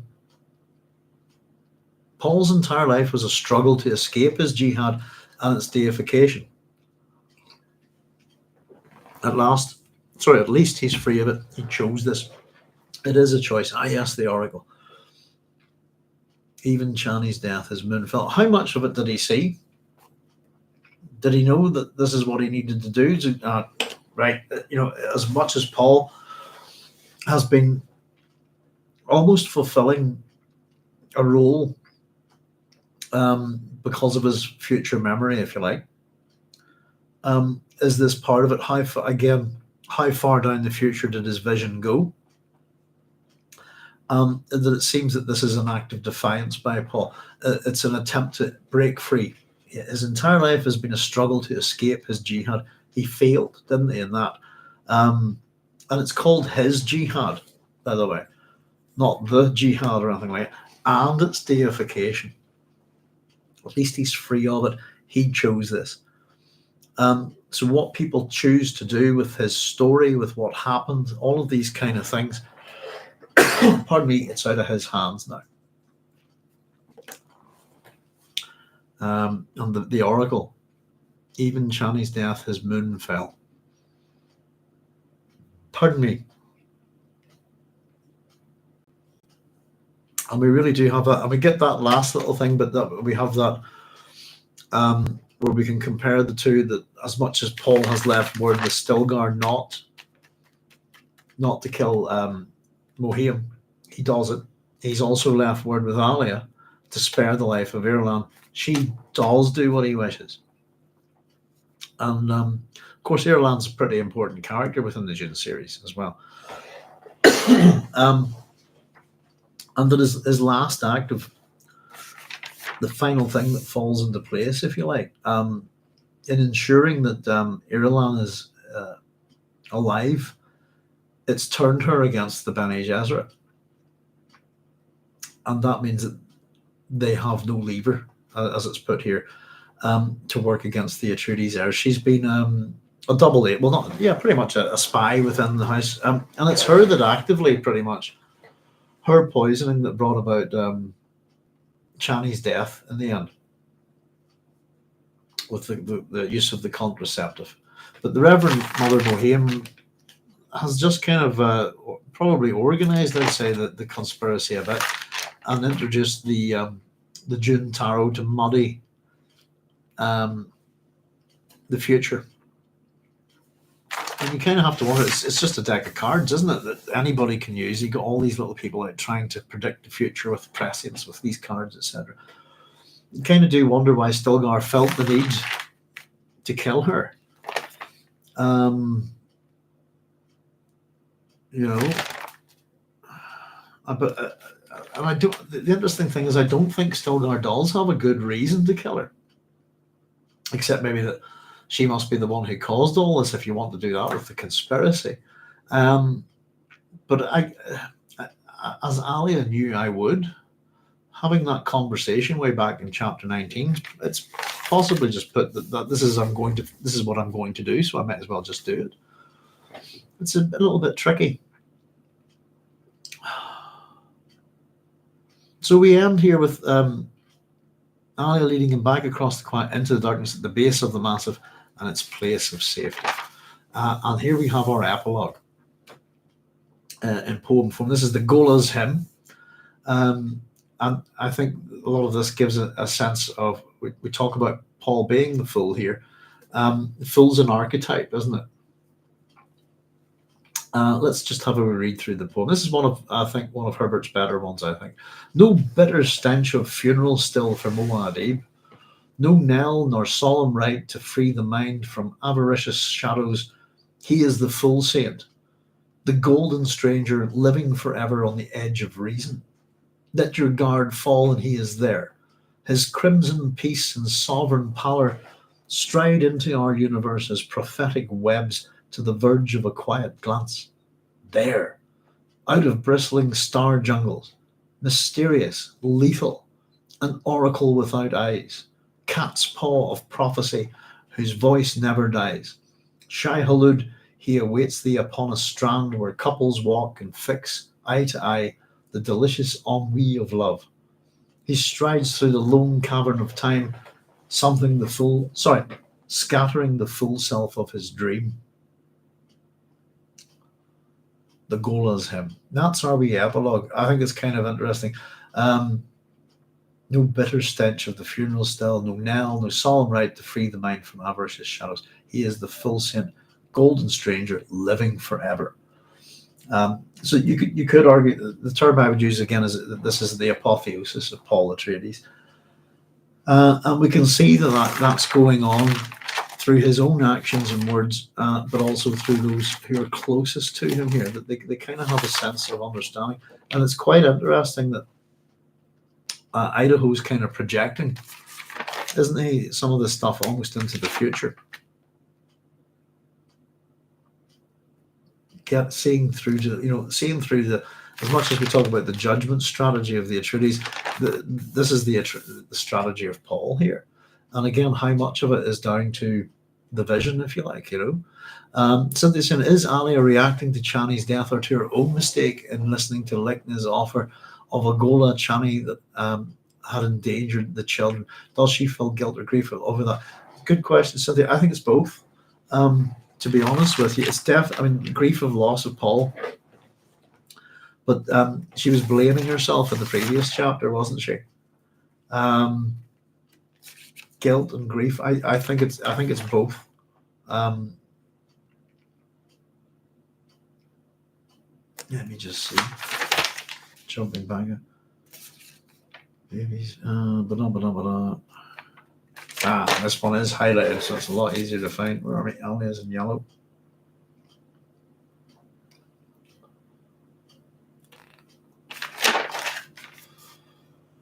Let's see if there's forgive me, Paul. But when the creatures said they could revive, tells her there's some prices in the Atreides can't pay.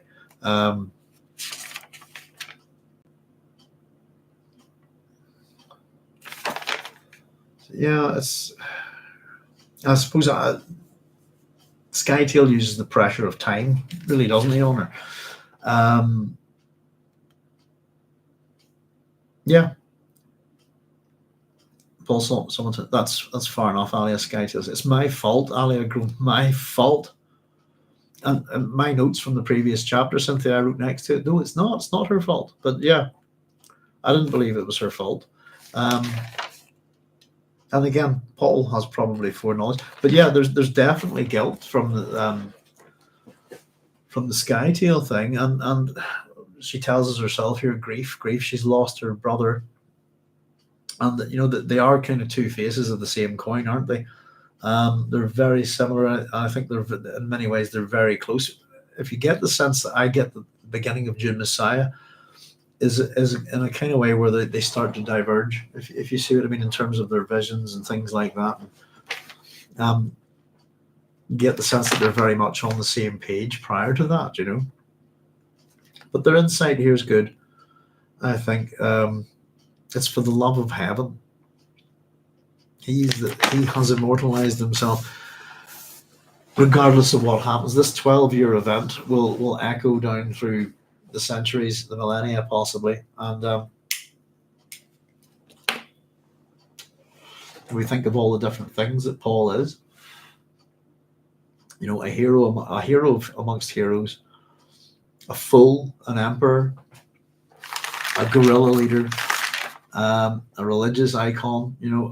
There's so many different things to his character, and as I said, he's such an interesting amalgamation of different heroes, both literary and real, I suppose, But that's the end of our. There's a couple of wee things within the epilogue. I thought that we're getting a reiteration of some of these things. The full saint, the golden stranger, living forever, his crimson peace and sovereign power stride into our universe on prophetic webs. I wonder about the use of the word crimson. I would associate the word crimson with blood, generally. Or a particular type of wine, something like a Carbonari or something like that. Mysterious, lethal, an oracle without eyes, cat's paw of prophecy. I've been a cat's paw on a couple of occasions. Cat's paw is an interesting term. It's a cat's paw is someone you send them to. Let's have a look at the definition. Well, I would say to cause havoc. Oh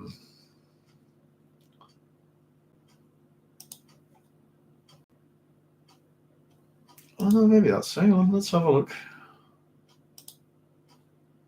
Oh, I can't get that. I hope I'm not losing you folks here. We seem to be having some internet problems here. I think we're still okay here. Let me just see.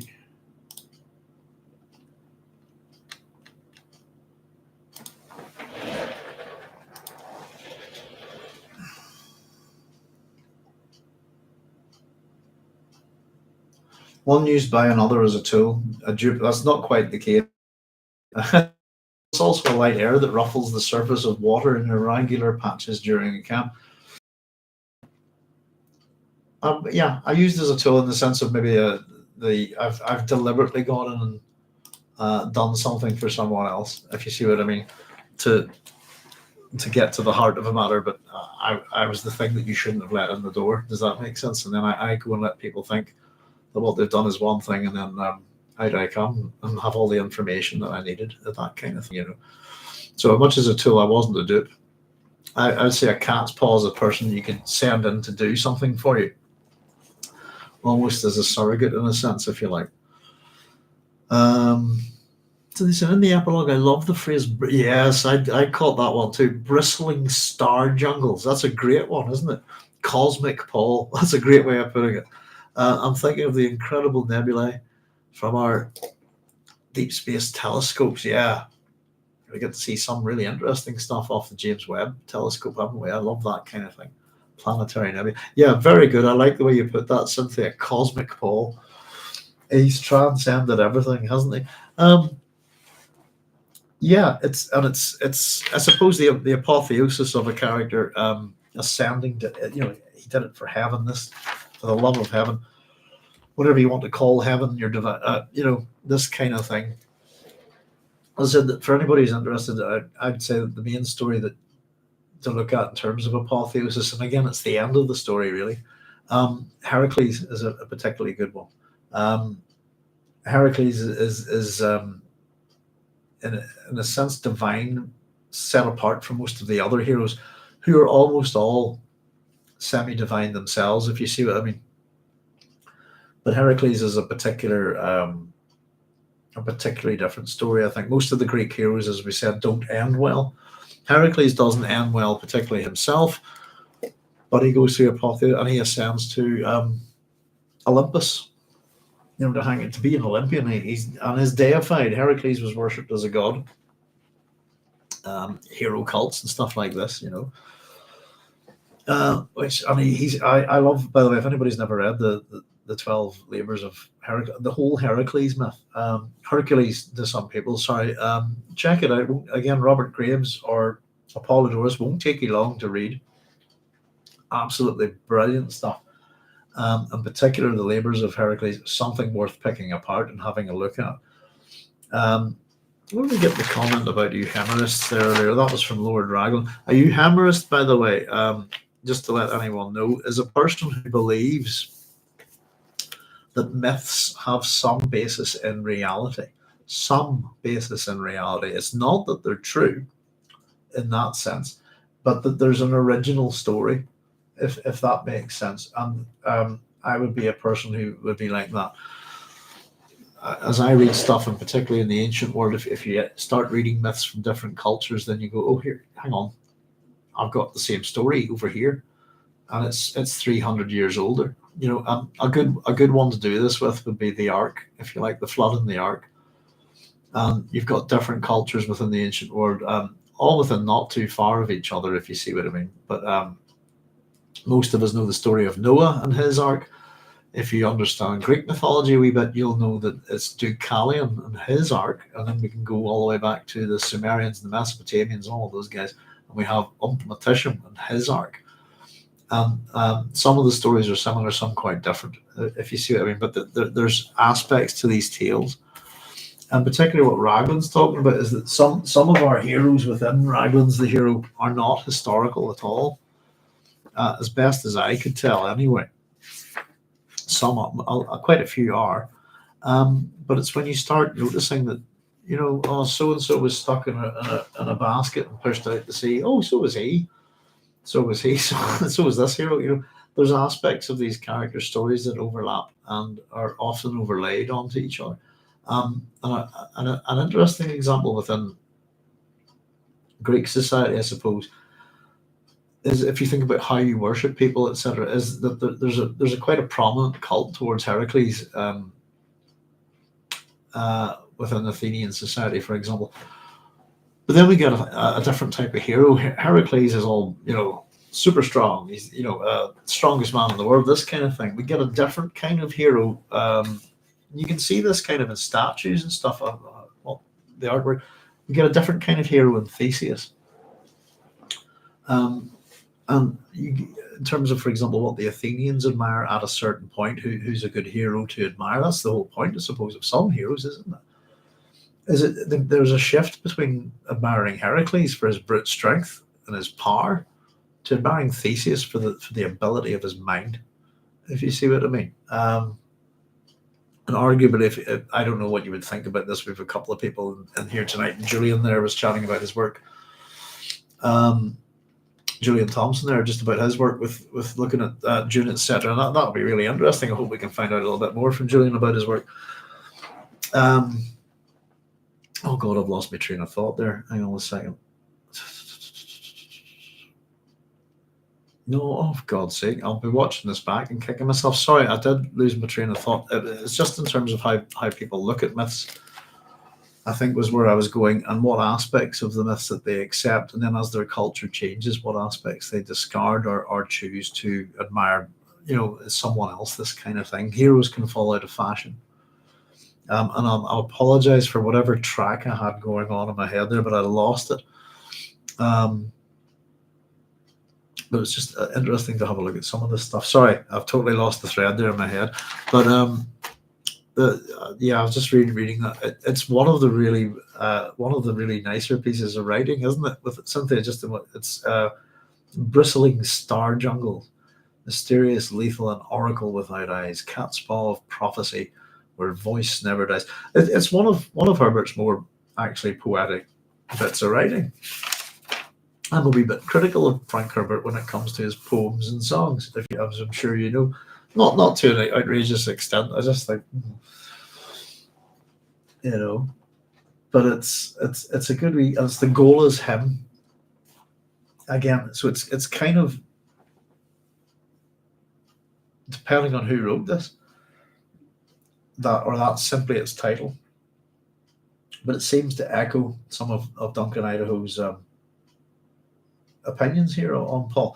But it's an interesting, big action kind of culmination of a lot of things within the book in the previous chapter, and then we have it's a nice, it's a bittersweet. It's we know that there's children involved here and that they've been saved, etc. If you like, Chani's dead. There's a range of characters who are dead. Some that you would think should be dead aren't.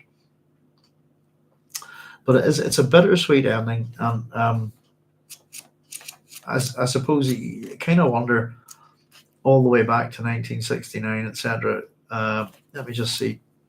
It's 69, isn't it? Yeah, published in shorter version of this book appeared in Galaxy magazine, July to September 1969. How you would thought of this? If is this the end to Dune? And of course, it's not. And I don't know, just in terms of the previous book's ending, if you like, the history will remember his wives. This is a bit more personal. And we get the sense, by the way, that everything is history within this book. We don't have an overt statement about history. It's more of a kind of, two people needing each other in the darkness, this kind of thing, that Alia needs Duncan. Will you come with me, Duncan, wherever you lead? And she is an Atreides as well. And back to the place of safety. And that's what the last words in this book of the story are: place of safety.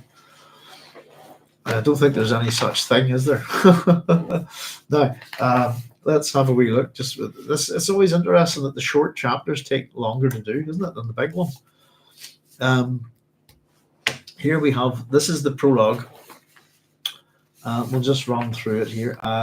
Few pages. This is the prologue that appears in some editions of the book, and it does not appear in any of the editions that I have. So just to be clear, the prologue that I have is entitled "The Weird of Dune." It's the first thing in the book. There we go, and it's pretty much a recap. And then we hit chapter 1 is the one that begins with the epigraph. Such a rich store of myths enfolds Paul Muad'Dib, the Mentat Emperor, and his sister Alia. It is difficult to see the real persons behind these veils. Isn't that interesting, what we were just saying?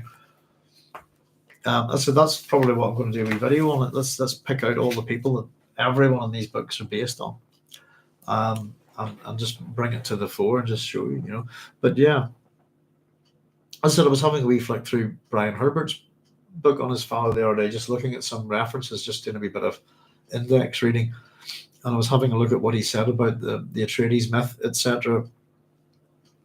And he's got it wrong, badly wrong.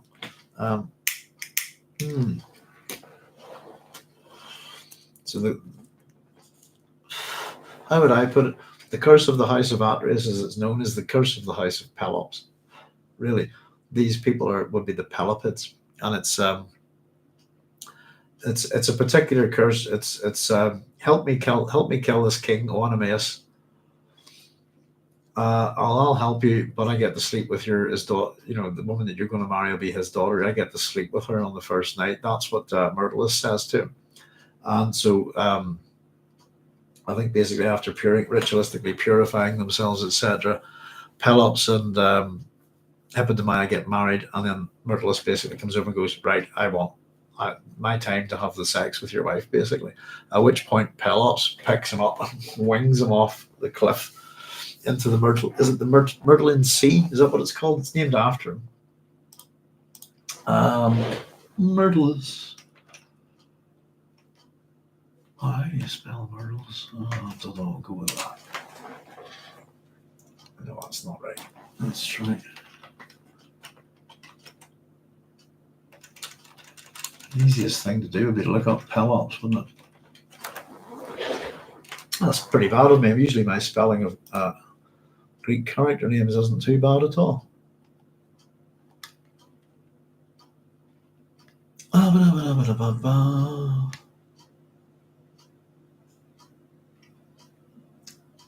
Bear with me a second. Yeah, Hippodamia. Where are you, Myrtilus?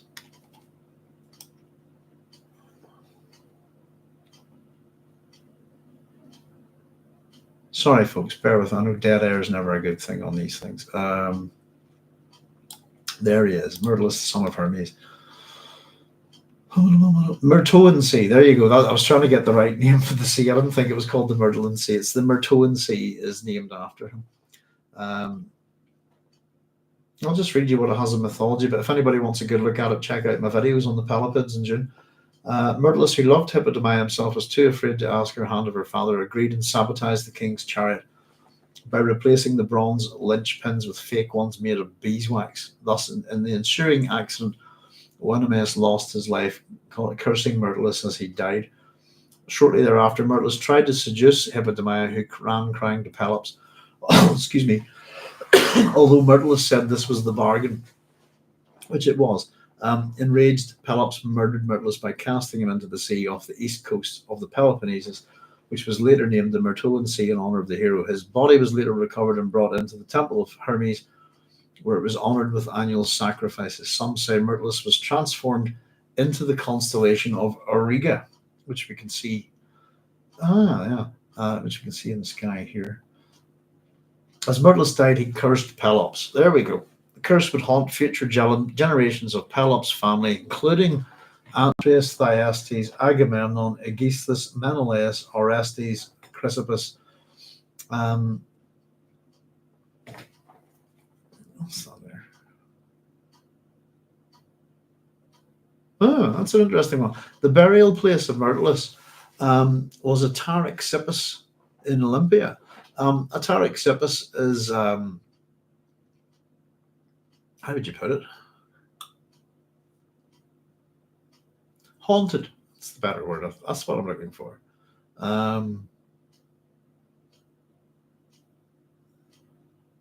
Yeah. Hang on, let's have a look that up. I love the Greeks. Ataraxippus means horse disturber, is a presence variously identified as a ghost or dangerous sight, blamed for frightening horses at hippodromes throughout Greece. What a great word. Some Taraxippoi were associated with Greek hero cults or with Poseidon in his aspect as a god of horses, who brought about the death of Hippolytus. Pausanias, the ancient source, offering the greatest number of explanations, regards it as an epithet rather than a single entity. That's a great word. I love that. A Taraxippoi is a horse disturber, the equorum conturbator. Oh, it's just, you've got to love the things these people come up with. There we go.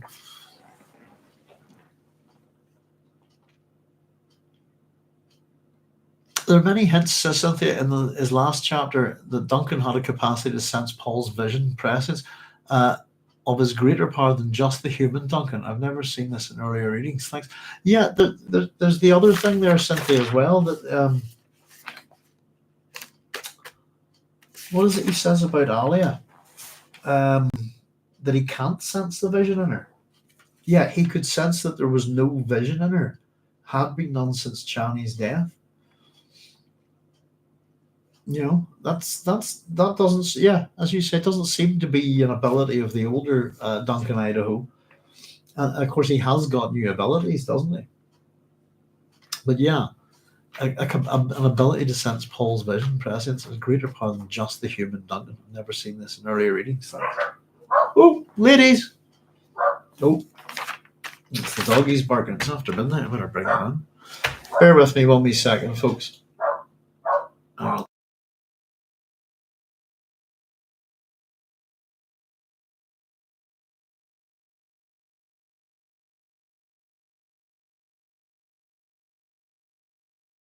Sorry about that. Dogs are going barky, barky, woof, woof, and it's quite late here. It's been an absolutely miserable day here, you know. Right, folks, let's do this. The excerpts from the Death Cell interview with Bronso of IX. So this is the prologue that I'm pretty sure appears in the Berkeley Medallion edition that Cynthia has. I don't know, what's this one? This is Hodder. I've got Hodder New English Library copies of Dune Messiah. It's not in any of them. So here we go. So this Dune Messiah, Frank Herbert, copyright 1969. So excerpts from the Death Cell interview with Bronso of IX. That's an interesting term, isn't it? It's not like the interrogation cell. This is his death cell. They're going to kill him. This is put in the form of a question and response, if you like. The questioner is a member of the Qizarate, and the answerer is Bronso of IX. So it's I suppose, and it's presented as a Q&A, if you like. I've just printed this out, and I'm going to staple it into my notebook here. So it's all done as question, answer, if you like. And itself kind of feels like and looks like a report, if you see what I mean. So question, here's our first question. What led you to take your particular approach to a history of Muad'Dib? Why should I answer your questions? Because I will preserve your words. Ah, the ultimate appeal to a historian. Will you cooperate then? Why not? But you'll never understand what inspired my analysis of history. Never. You priests have too much at stake to try me. Try you. So this is Bronso of IX speaking. Well, again, why not? I was caught by the shallowness of the common view of this planet, which arises from its popular name, Dune. Not Arrakis, notice, but Dune. History is obsessed by Dune as desert, as birthplace of the Fremen. Such history concentrates on the customs which grew out of water scarcity and the fact that Fremen led semi-nomadic lives in still suits which recovered most of their body's moisture. Are these things not true then? They are surface truth. As well ignore what lies beneath that surface as try to understand my birth planet, Ix, without exploring how we derived our name from the fact that we are the 9th planet of our sun. No, it is not enough to see Dune as a place of savage storms. It is not enough to talk about the threat posed by the gigantic sandworms. But such things are crucial to the Arrakeen character. Crucial, of course, but they produce a one-view planet in the same way that Dune is a one-crop planet, because it is the sole and exclusive source of the spice melange. Yes, let us hear you expand on the sacred spice. Just before we go any further, there's a couple of nice things in it. I will preserve your words. First of all, Bronso of IX goes, the ultimate appeal to a historian, that he himself will become history. So it's all about, they're interrogating, why do you take your approach to a history of Muad'Dib. We'll talk about just my definition of history is not things that happen in the past. Things that happen in the we've talked about this before. Things that happen in the past are things that happen in the past. You sometimes get the phrase, "Oh, people are trying to rewrite history," and every single person can rewrite history. History is where you inquire into something. You go and look, you search for evidence, and then you present it. And it's often an individual thing, if you see what I mean. Why you would choose to investigate a particular piece of history. Oh, delicious. Quite delicious. Oh, get marked now. What are you at, big love? Sorry about this. Hello. Oh, someone just wants to see me. Hello, gorgeous. What are you at? Apologies about this. How you doing, big sausage? You okay? Is it not time for bed for you? Huh? Oh, sorry. Oh, German Shepherd here. You're a German Shepherd half collie, aren't you? Hello. What are you up to?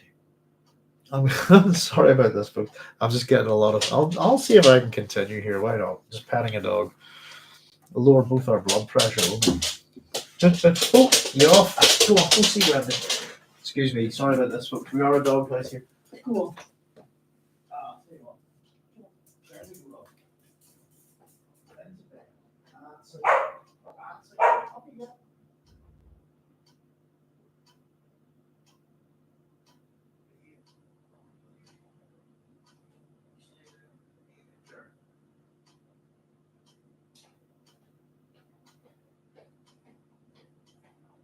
Noodles locked out. Oh, there you are. Right. Okay.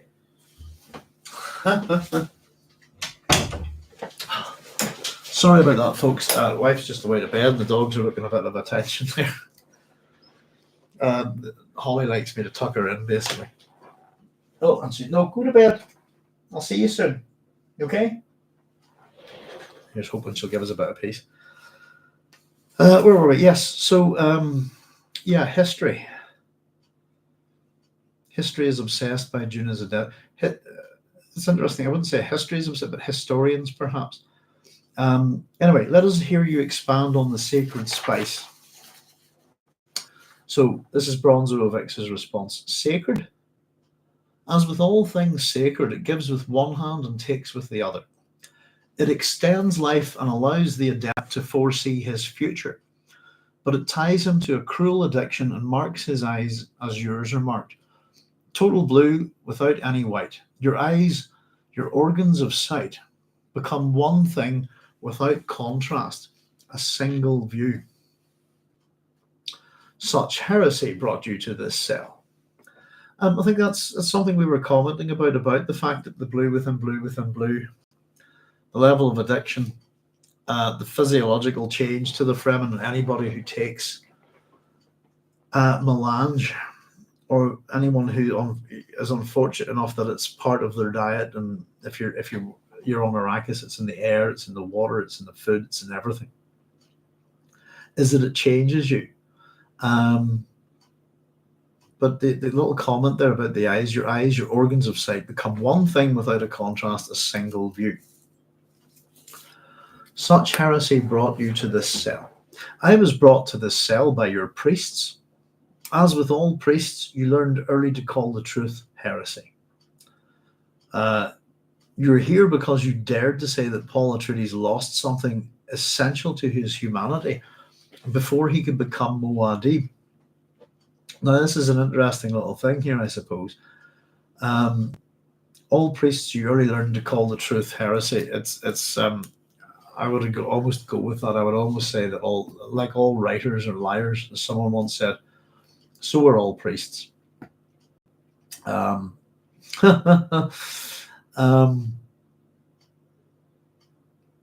I suppose we live in a time where it depends on what culture, what country you live in, but a lot, particularly in my country, the priests are kind of taking a back step, learning to behave themselves a bit better, but they have done enormous harm to my country, for example. The priesthood of the Catholic Church, and ministers of the Protestant Church, batshit crazy is what we call over here.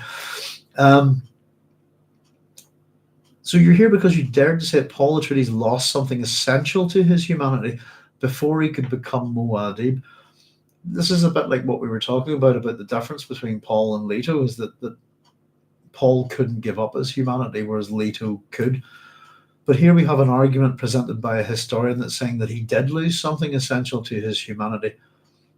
The interesting bit is before he became Muad'Dib, well, it's Paul that chooses the name Muad'Dib, isn't it? There's a certain, we can find that place in time. So this is Bronso of IX speaking again. Not to speak of his losing his father here in the Harkonnen War, nor the death of Duncan Idaho, who sacrificed himself that Paul and the Lady Jessica could escape. Your cynicism is duly noted. Cynicism. That, no doubt, is a greater crime than heresy. But you see, I'm not really a cynic. I'm just an observer and commentator. I saw true nobility in Paul as he fled into the desert with his pregnant mother.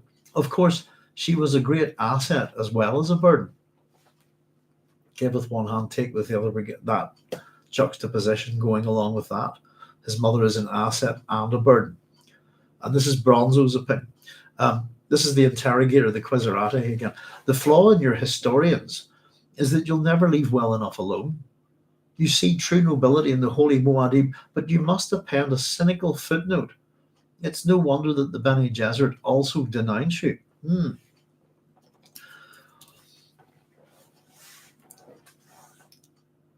Interesting, isn't it? So this is the Qizarate and the Bene Gesserit denouncing this Bronso of IX chap. By the way, one other wee quick thing in relation to IX.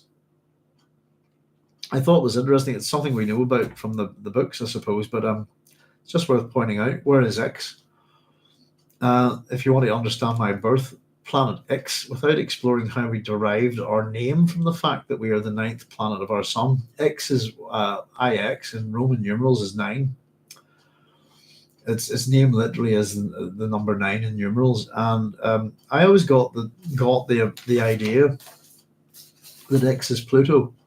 The 9th planet of our own system, and Neil deGrasse Tyson be damned. I've got a wee poster, by the way, of the solar system up here on the wall from students, younger students. It's got 9 planets on it. It's an older poster,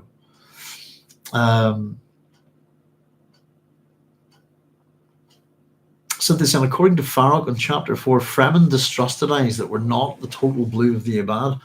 Offworlders had unfocused eyes which saw things they were not supposed to see. Contrast this to Bronso's claim that total blue leads to simplistic vision. Good point. Thank you for looking that up. Yeah. Vision is probably one of the major themes of this book, isn't it? We've been talking about it an awful lot, and how a vision, I suppose, how ultimately it's one thing. The vision is ultimately, I suppose, Paul's form of the golden path, isn't it? It's the safe way through that he's trying to take, even if it costs Chani, his eyesight, all of these things. We don't call it the golden path yet, but that's what it is. And it's just my own opinion, but I always thought in terms of when we look at Paul Atreides, etc., and all the people that he murders and kills for his jihad, you can't really forget that isn't he lovely heading off into the desert to do this? No, he's not. He's killed billions of people. He is a monster in many, many ways. If I'd killed even 100 people, I'd have a hard time dealing with that. This isn't, as I said, they're just statistics to him, aren't they? They're just statistics. But I often thought of the golden path as the vision of a particular type of despot, this kind of thing. I would look at Hitler's idea of the 1,000-year Reich as his golden path, and his attempt to corrupt types of mythology, and even attribute that the Germans are part of the Aryan race, which is quite absurd. There's a lot of weirds.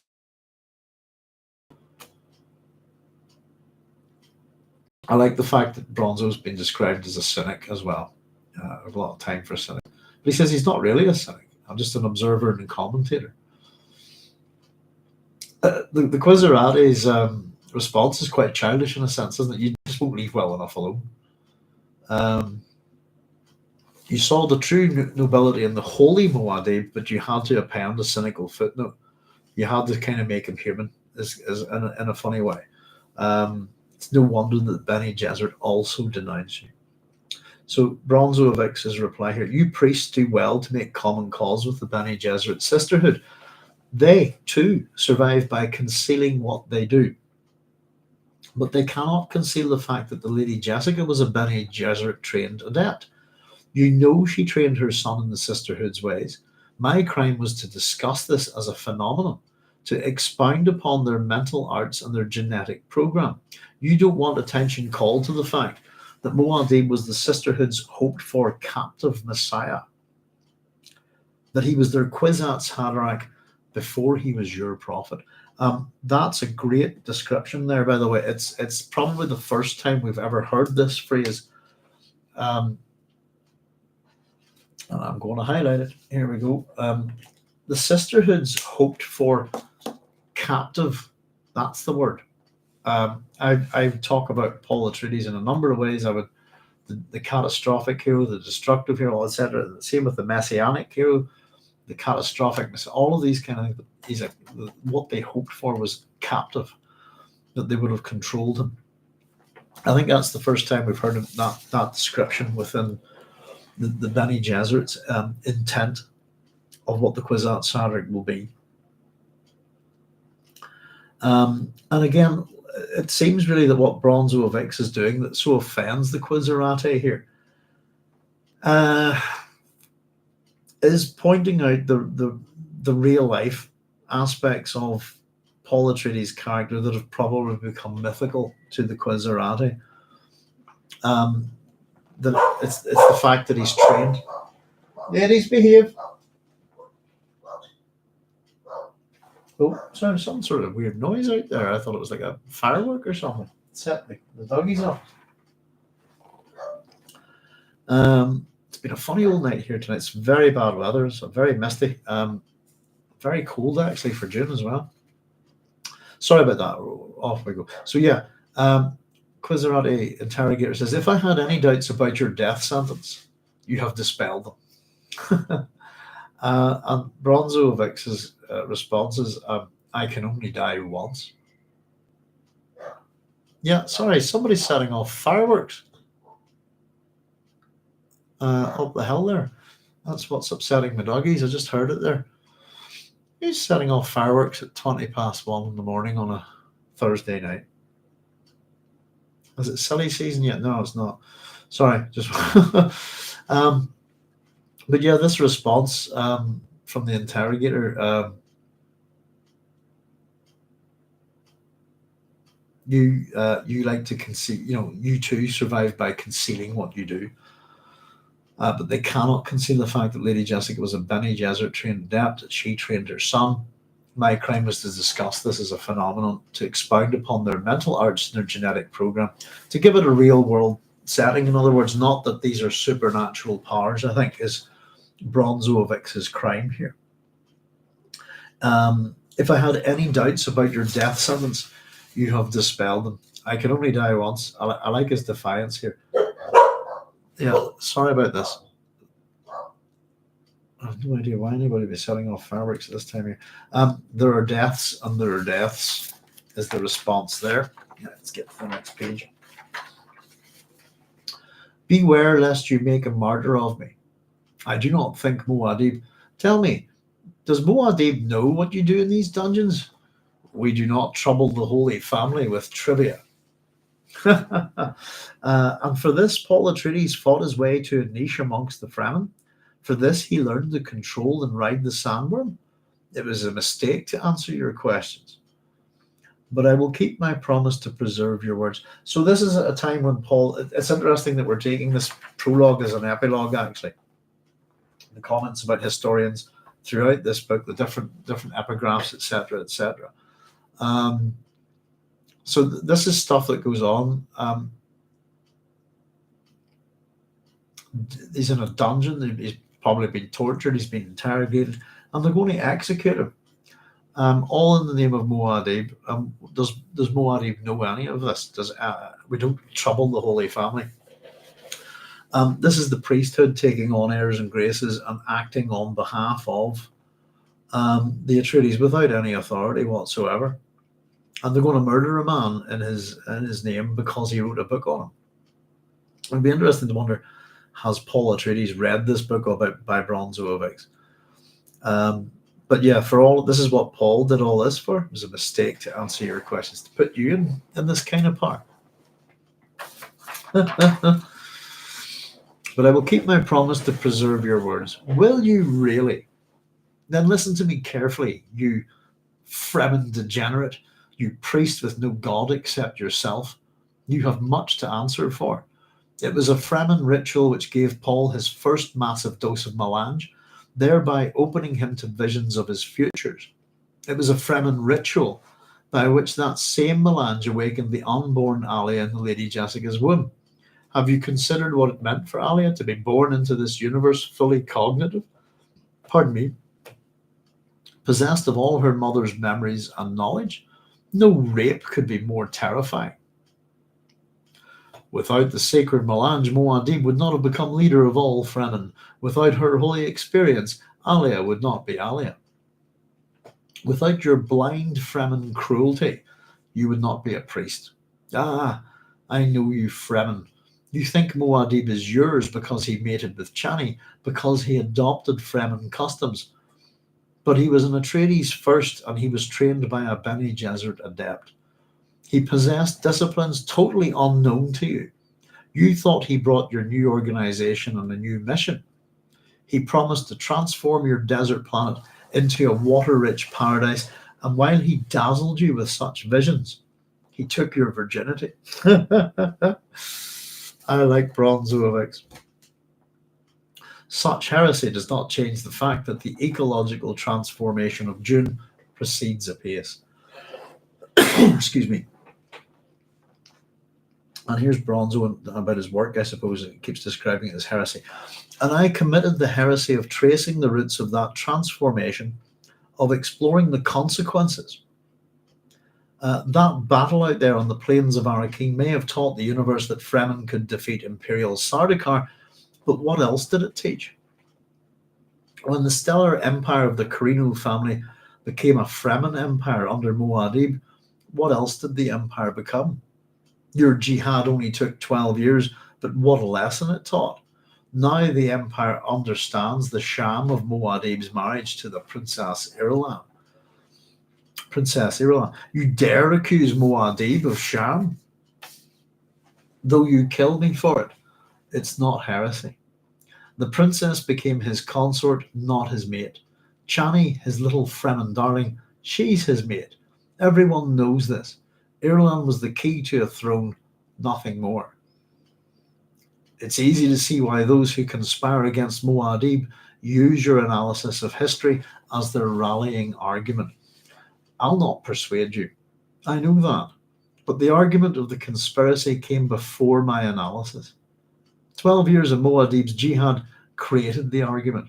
That's what united the ancient power groups and ignited the conspiracy against Muad'Dib. So the suggestion here is that Bronso of IX's book on Muad'Dib's empire, etc., his historical analysis, they're going to execute him because it doesn't toe what they say and make up about Paul. It seems to be factual. He's quite contemptuous of the Fremen, isn't he, Bronso? Maybe that's because they're going to murder him. But it's the attempt. I think the attempt. Well, the reason why they're going to execute him is it's hard to get a place on where this prologue belongs in a sense. There's knowledge of the conspiracy, so that must have ended at this point. I don't know. Ignited the conspiracy. Maybe it's still going on. But the Qizarate have knowledge of the conspiracy. 12 years of the Muad'Dib's jihad, etc. It's a little bit troubling with its timeline here, I think. Does Muad'Dib know? Well, if this is the correct thing, then the conspiracies over all of this is done. Then Paul's off and become blind and gone into the desert. But there's problems with this. Does that make sense? In terms of time.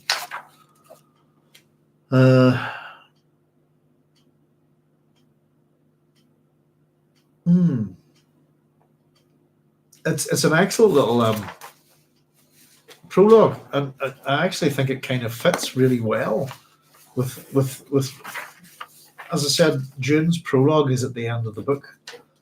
It's actually it's Appendix 1, isn't it? As much as you would think it's an epilogue, it's actually a prologue. And just in terms of why I suppose the choice of reading this at this point in the book is because we didn't have it in our book, and it should have been probably read first.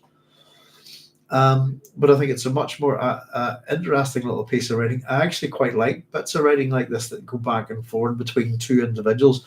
I particularly like it when you never get to hear what one individual says. You only get the responses, and that kind of thing. There's a rather good Coen Brothers story. I don't know if I would have that wee book anymore. It's I'm not sure which of the Coen Brothers. He wrote a wee collection of short stories. Is it Ethan Coen?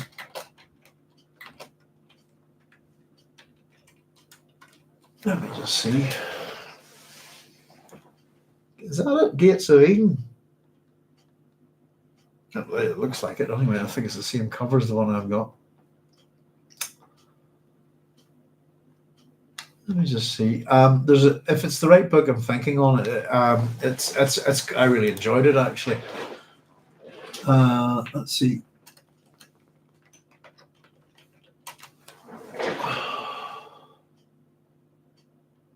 In fact, I thought it was a very funny book, a little collection of stories. There's one of the stories in it, if I'm not mistaken, if that's the correct book,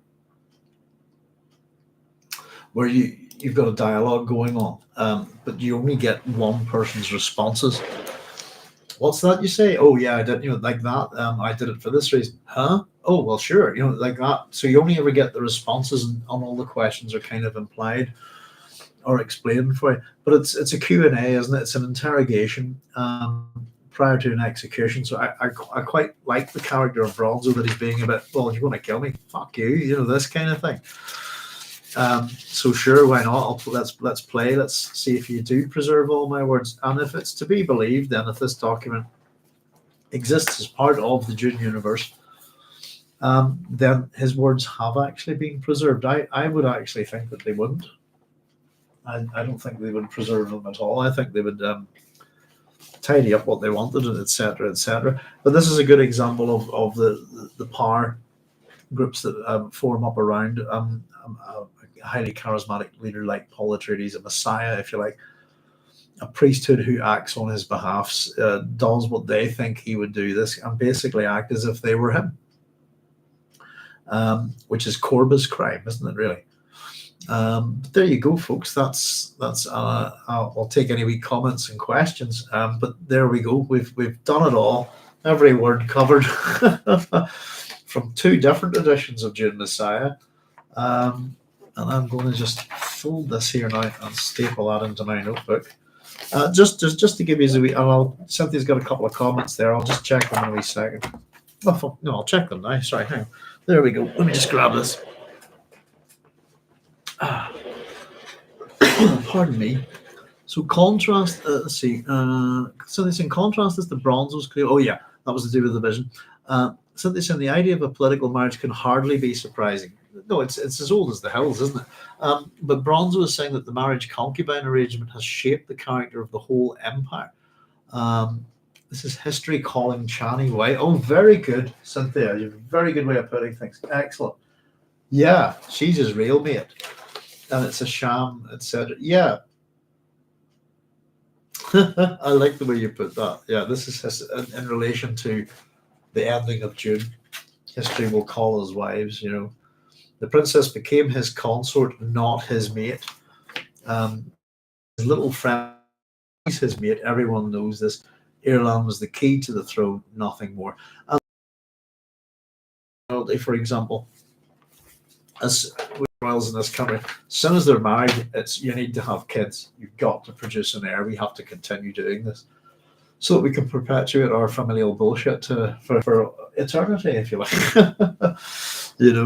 But yes, indeed, political marriage is always the pain, but they tend to produce children anyway. It tends to be the way Paul deals with Ireland. I think is a lot colder than most political marriages. The need for an heir would be quite important, but again, it depends on your culture. Really, is it the wife, or we have concubines in this feudal society?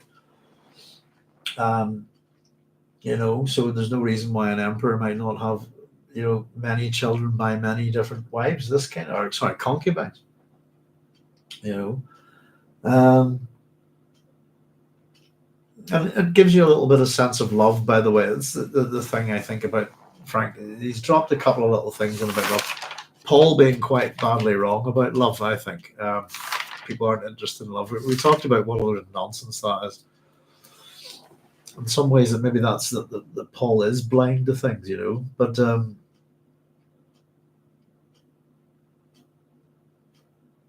his voice never shy halud. He awaits thee upon a strand where couples walk and fix eye to eye the delicious ennui of love. He strides through the lone cavern of time, scattering the full self of his dream. And again, scattering himself again is kind of also reminiscent of what will our future memory, if you like, of what the leader of the second will do upon his 4 deaths, if you like, But there we go.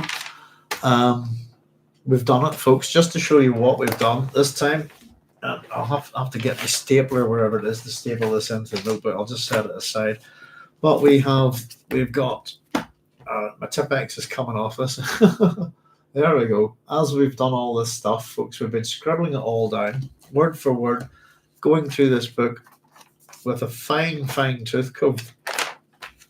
This is what these books look like. I haven't got this chapter ahead, and they're full, completely full.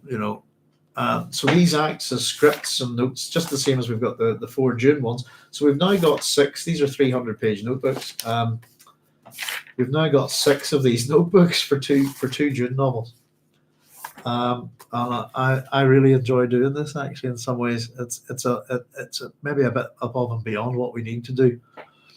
But in all honesty, we're at that point where once again I've got to say to you all, thank you so much.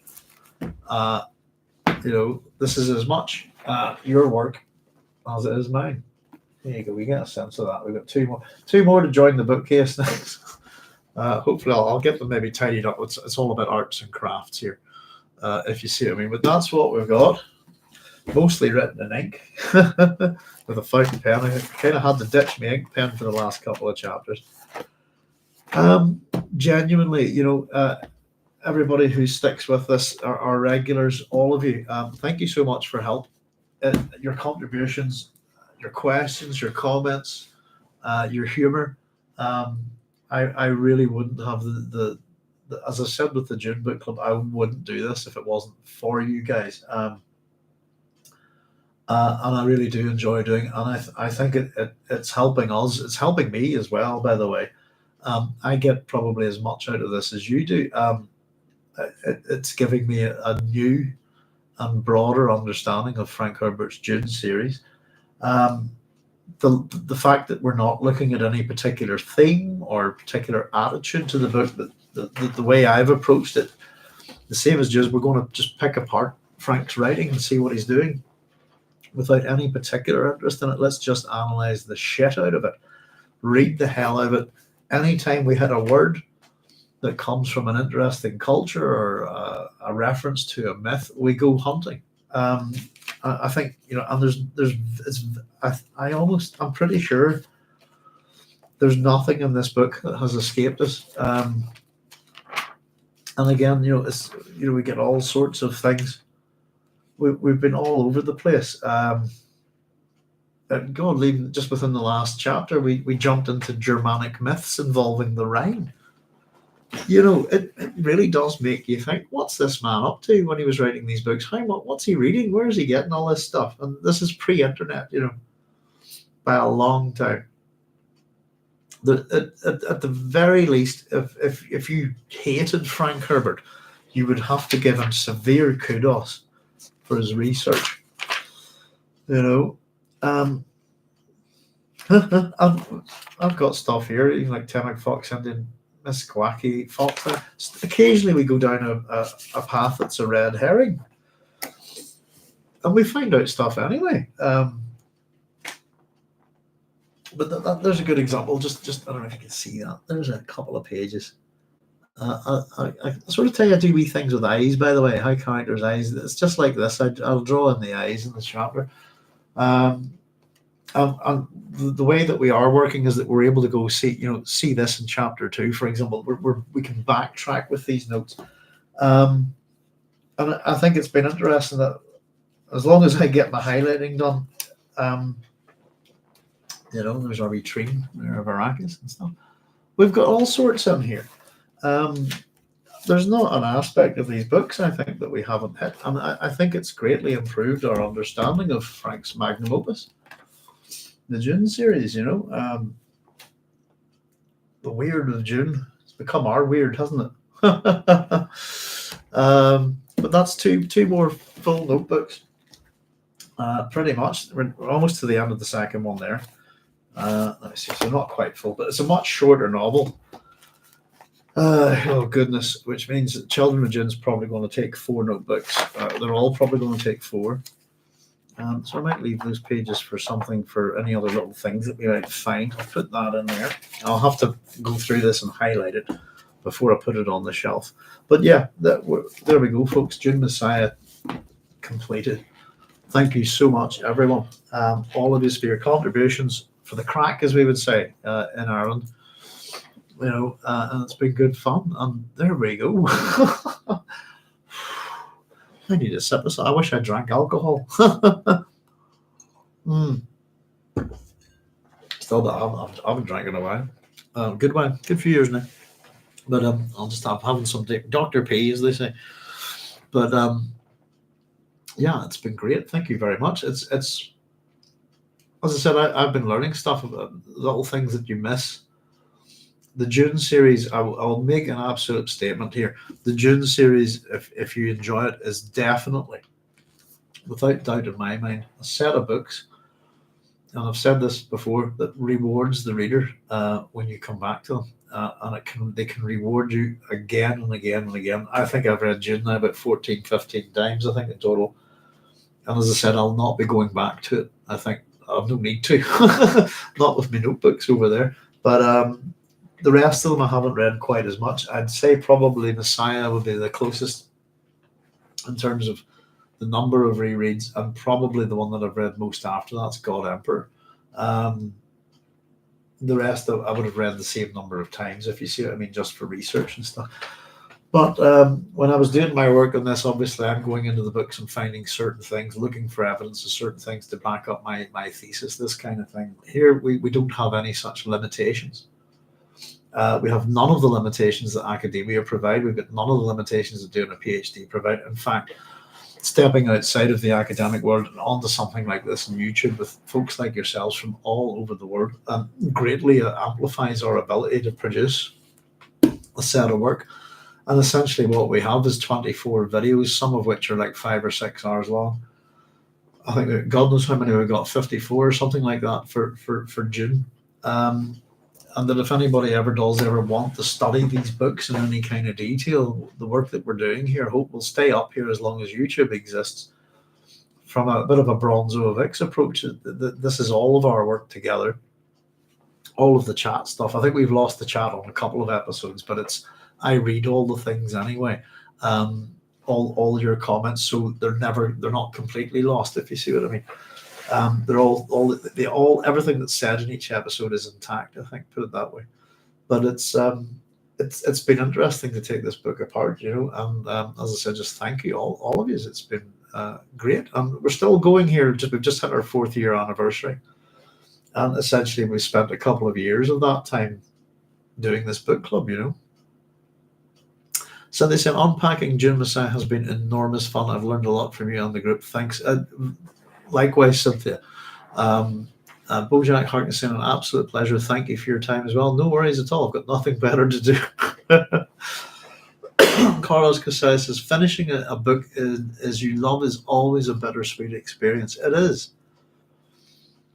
And it immediately starts getting me thinking. I tend to put a book down and think a lot about it, you know.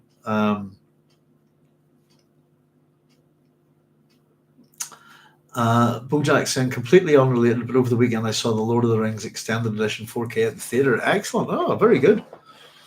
Yeah, I haven't watched it in a wee while. Oddly enough, I was listening. I don't sleep very well, Bojack, so I've got 3 permanent sets of audiobooks on a Sony Walkman, and they're what they are is that there you go, that Lord of the Rings there, the complete Hitchhiker's Guide to the Galaxy, and the complete Old Harry's Game. That's the audiobooks that I go to sleep to. But because I'd spent a lot of my youth, I've had those BBC radio versions of the Lord of the Rings for a long, long time. I could quote you them. Probably have memorized them subliminally in my sleep. Yeah, I was listening. I hadn't listened to the Lord of the Rings for a wee while, and I was a real bother sleeping the other night with my shoulder popped on. Did all 13 episodes by the time I got up. Loved it. But yeah, Lord of the Rings, excellent. Yeah, I really quite like Peter Jackson's Lord of the Rings. I hated The Hobbit. Hated his film of The Hobbit. Was pretty disgusted by it. Fell asleep a couple of times, which is sad. And I actually, I think I've said this before, I like The Hobbit better than Lord of the Rings. It's not that I don't like Lord of the Rings. I just think The Hobbit's a much better book. Much better written. It's a great wee novel. It's a very tight little novel. But some of the attributes that they were saying that Dune Messiah has, very tight, very well written. The pacing's good in it, and as I said, it's a very political Byzantine intrigue, this kind of thing. It's all about conspiracies. There's not that much of the adventure story of it, if you like, that Dune has. But I still think it. I tend to think of it being one of the best written books, not just in the Dune series, but by Frank in general. You know. It's funny that I tend to think that Frank did a lot of his better writing at the start of his career. I mean, not to detract from what he did later. I'm just saying that I think the quality is just a tad better. You know, The Dragon in the Sea, Dune Messiah. I'm not such a big fan of the writing in The Green Brain. I think it's very pulpy. You know, but that's just that first set of books. You know, but and it's interesting because one of the things we learn about Frank Herbert, if a lot of his novels aren't that long, but he has a real bother working in the short format. I think he's a lot more comfortable writing chunky books, but this one is a bridge, if you like. And the other thing, just to point out, folks, in relation to our Dune series, let me just grab where we're going next. Where would you be? Yeah, there you go. I will have to use. Goodness knows how many of these I've got. Let's go around. Bear with me a wee second. Oh, for the love of... Right. The old children of June. Goodness, I'll have to take me back. Chapter has children. Oh, there we go. Ooh. Oh, just when I tend to work on books, they tend to fall apart or occasionally. But I've got, check this out. I got one. I got two. Hang on. How many copies of Children of Dune do you need, eh? Some of these are held together with sellotape because I've worked on them. There's probably one that I bought just to not have worked on it. There we go. Part 3. One of those, New English Library. Can't see a publisher on those at all. Yeah, New English Library. Got 3 copies of that. Another one. Trying to figure out which one's got the largest writing. Goodness, there's a page folded in that. Let's fix that. There we go. And I picked up this one on the second hand. None of these are new. I bought them all second hand. Probably didn't pay more than £1 for most of them. I got this one for £3 recently, I think it was. This is one of these new editions. I think, yeah, I just got it because 420 pages, pretty much, and we're straight in there. Do we have a dedication on this one? Not on my copy. No, the third one's got a dedication to Bev, Children of Dune. A couple of the books have dedications to her. For Bev, out of the wonderful commitment of our love, and to share her beauty and her wisdom, for she truly inspired this book. There we go. So that'll be our next one.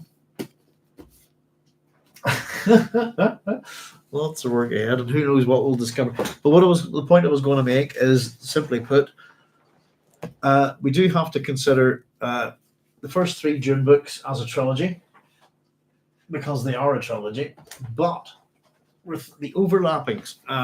So the first 2 books, arguably, so there's our first trilogy, if you like, but you can separate them into duologies. I think first 2 cover Paul, as much as we've got Leto being born. Next 2, Children of Dune and God Emperor, Leto, and then the final 2, Bene Gesserit books. Now, sometimes the way it was considered, and I do think that they're trilogies and duologies in that sense, and that the God Emperor was meant to be, if you think of Dune as being a bridging novel between Messiah and Dune, Messiah being a bridging novel between Dune, Children of Dune and Dune, God Emperor was kind of meant to be the line between, there would be 3 books on one side, 3 books on the other, with the God Emperor in the middle. Of course, we never got that last book, though we have 2 volumes of it from Brian Herbert and Kevin J. Anderson. The fact that they put it into 2 books kind of wrecked the whole symmetry of it for me, I feel. Didn't they used to pay by the word? Yeah, they did, actually. There's some quite horrendous sort of stuff about that. It's not that, how many pennies per word you got, or cents per word, for the magazine writers. That carried on even with things like the 2000 AD artists and writers, that had to sign away their rights to their work in order to get their paychecks cashed, this kind of thing. But yeah. Yes, indeed. But there you go, folks. It's 1:05. It's the 14th of June now. And I just, as I said, I'll not gush too much, but sense of achievement, and thank you all so much. I don't think anybody's done a June. Sorry, never mind June. I don't think anybody on YouTube has done a book club like this. Not that I knew how to do it anyway, but we're annotating the hell out of these books, and we're investigating them on a level that I think nobody else has done before. And I think it's fun. It's oddly enough, talking about Lord of the Rings there. Bojack, the line that I kind of love it and I hate it in many ways, but the line I hate the most from the Lord of the Rings is, he who breaks a thing to find out how it works has left the path of wisdom. It's basically describing reverse engineering, and it's not that we're doing that, but we are picking a thing apart to find out how it works, if you like,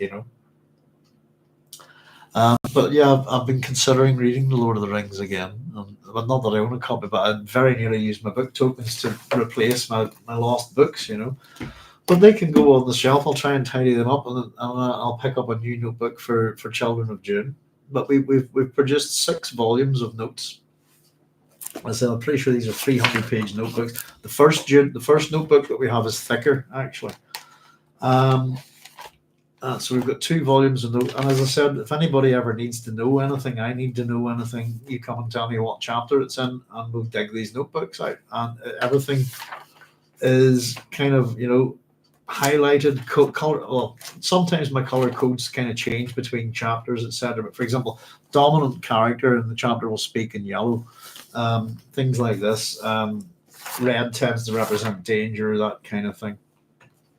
It's not always the same construction within how I use color, but it's consistent within each chapter, if you see what I mean, But yeah, it's this is our inversion, by the way, of Dune. This is the book where we're meant to, from Frank's point of view, we're meant to really consider Paul Atreides here. Our hero from the first book. As I like to point out, he is a hero. But it's sometimes people don't quite understand what a hero is. Um, and I think it's a question of removing that title from Paul Atreides and simply asking, what do you think of him as a character? What do you think of him as a man, as a human being? If you want to break it down to it, and we're not done with him yet, folks. That's the thing. And the myth and the legend of Paul Atreides will continue in the Children of Dune. And as I said, I think we're going to have a 9-year jump. I think somebody pointed out the other day to me. I think is it Leto and Ganima are 9 at the start of this, which is a bit younger than we're. Is that correct? Is that how old they are? Oh well, not worry about it just yet. We'll get there, but we will get another shift in time. And again, the thing that's been laid down subtly for us here within this book is the ecological changes that have occurred since June. We've got a fair sense of that, though it's we're about to find out we'll find out in Children of Dune through Leto the second that this is a problem. And that it's probably going to create the sense of environmental disaster will continue within Dune itself, but not really disaster, more of a sense of environmental problems. But ultimately, this stuff is how, as we follow this, the poor old Fremen. Ultimately, as we go all the way down these books, this planet will be destroyed, its people will be destroyed, all of it gone. And it is interesting. And the other thing I'll say about this is the character of Duncan Idaho being killed in the first book and then being brought back into this book is that whenever you undeaden your dead characters, if you see what I mean, it's a thing that happens quite a lot in literature these days, in movies and television, people coming back from the dead, left, right, and center. It often diminishes a character. It reduces any kind of sense of loss or or sacrifice that a character might have had. Sometimes, I think it's not the case with Duncan Idaho, and I think what we have is a, like most characters, a person who gets X amount of time within Dune, I think was quite popular amongst the readers. Again, this is one of these things that I didn't really want to, why does he brought back? The intent is there the whole time. Again, if we understand that these 3 books are in part conceived at the same time, to write such a dense, long story that moves back and forward in time, you need to know where it's going. It's it's a bit like The Exercise. If you're going to try and write a closed time loop story, you need to map it out to a ridiculous level because it has to fit perfectly. Otherwise, the whole thing doesn't work. That's why I should have bootstrap story, as I prefer to call it. But there we go. So that's us, folks. How long has this one been? We've been 4 hours and 10 minutes. I'm going to wrap up for the night, folks, and take it easy. I will be back soon. Maybe do a wee sci-fi Friday or something, but I won't be on next week because next week we have sort of anniversaries and stuff. Goodness gracious, I'll be married 10 years next week, and it's kind of the anniversary of everything bad that went wrong a couple of years ago with us as well. So it's kind of going to be a bittersweet kind of thing. But I'll be back soon enough, and in the meantime, I've still got a few emails to chuck. I've got one to chuck out to X-Ray Zulu. He's been sharing some stuff with me in relation to the H.P. Lovecraft, and I'll not pop it up tonight, but I'll keep it for our Sci-Fi Friday, if you like, and some really good stuff. We're talking a bit about is it Richard Stanley as well. Which is certainly, having watched a few of his, it is Richard Stanley, isn't it?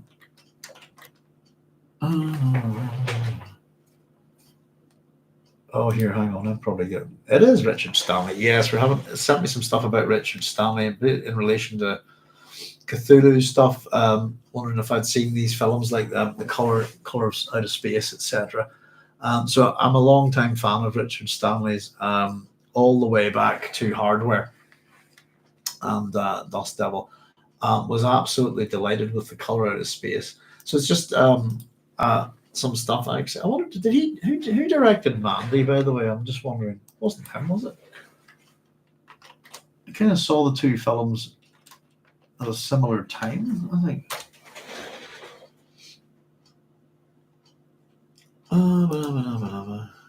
No, it's not the same director at all. I don't think we've seen Mandy. Panos Cosmatos. That was both Nicolas Cage films. Part of Nicolas Cage's kind of renaissance, if you like. It's, wouldn't mind having a wee chat about some of the Lovecraft stuff. I've read my first Ashton Clark Smith story as well, just to let you know I really, really enjoyed it. And I'm going to pile into that as well.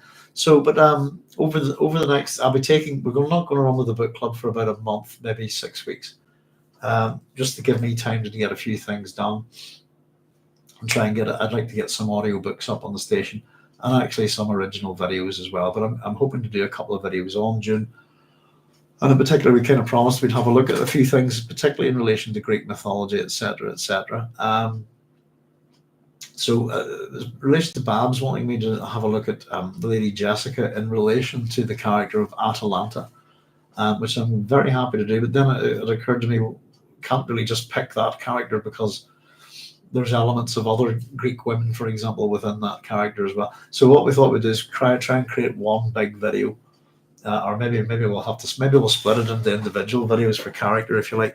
And we're going to do a video simply put on each and every character that is in Dune itself, who they're based on, from myth and from literature and from real life as well. The one for Paul Atreides would probably just take the whole episode itself, because he is based on so many different heroes, But the dominant ones I would always say would be Agamemnon, but in particular, for goodness sake, Orestes and Oedipus are, I'd say, the three major characters that overlay on top that are from myth, as well as King Arthur. Historically, we've got a bunch of characters as well, or personages that we should look at as well. And we go a bit funny describing the Atreides as mythical because they're not; they're historical. They're real. But we'll maybe have a wee chat about that as well. Just, I think possibly reading what Lord Raglan had said about euhemerists pissed me off a wee bit. It's such a generalizing statement that we theorize and crap. It depends on what your background is, Mr. Raglan.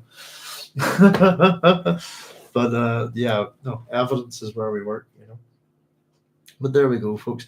I'm just rambling now. I'm a bit pooped. But sense of achievement. 2 books down, 4 to go. See if we can get through them all before I drop dead. Would be nice. I'll try and get some other stuff there. But thank you so much, everyone. I can't say it enough, to be honest. All of the comments, the questions, the help with language, because we've got multiple language speakers here in the room. People from different religious backgrounds, different cultural backgrounds. We're a little global audience here. And I also have to say, to everybody out at Jack Urutu for this year, finally, my PhD was completed in 2010. That's how old it is now. It's now 14 years old, and it's only just been published on jackurutu.com. Which I'm delighted about. And Sootpot was telling me that there's been a nice little bit of traffic around the PhD, and that they've got about 100 downloads already. And that has just delighted me. And as I said, it's free. There's no paywalls. It's a big, big book if you want to think of it that way, instead of a PhD. And I hope anybody who wants to have a read at it can, and work with it can enjoy it. And as I said, of course, it's in video form on the station here. But we're building up a hell of a collection of work on Dune here. As much as we call ourselves a sci-fi station, we're very much Dune focused these days, But there we go. So thank you very much, everybody. We're finished book 2, and we'll see you real soon for book 3. As Bojack Hart is saying, take care all and see you soon. Everybody look after yourselves, folks. Thank you so much again, as always. If anybody's got wee comments, throw them in the comments section. If you want to fire me an email or anything in relation to any of this stuff, sciencefictionstation@gmail.com is the address. And as we've said, if anybody's want to have a wee anything In relation to having a bit of a natter about just to have a bit of a chat with myself, you can chuck me an email and I'll let you know my Zoom, I have a Zoom personal room. That sounds quite good, doesn't it? Zoom personal room. So we've had a nice interaction with Soup. I hope to have another chat with him at some point soon. And really looking forward to having a wee natter with any of you if you wish. So there we go. I've got to go tuck the doggies into bed. It's been a weird night here tonight. But there you are, folks. So we've finished Dune Messiah. I'll wrap up now and just say thank you very much, everybody. Look after yourselves no matter where you are. Take care, and we'll see you real soon. Thanks very much. It's been a privilege. All the best.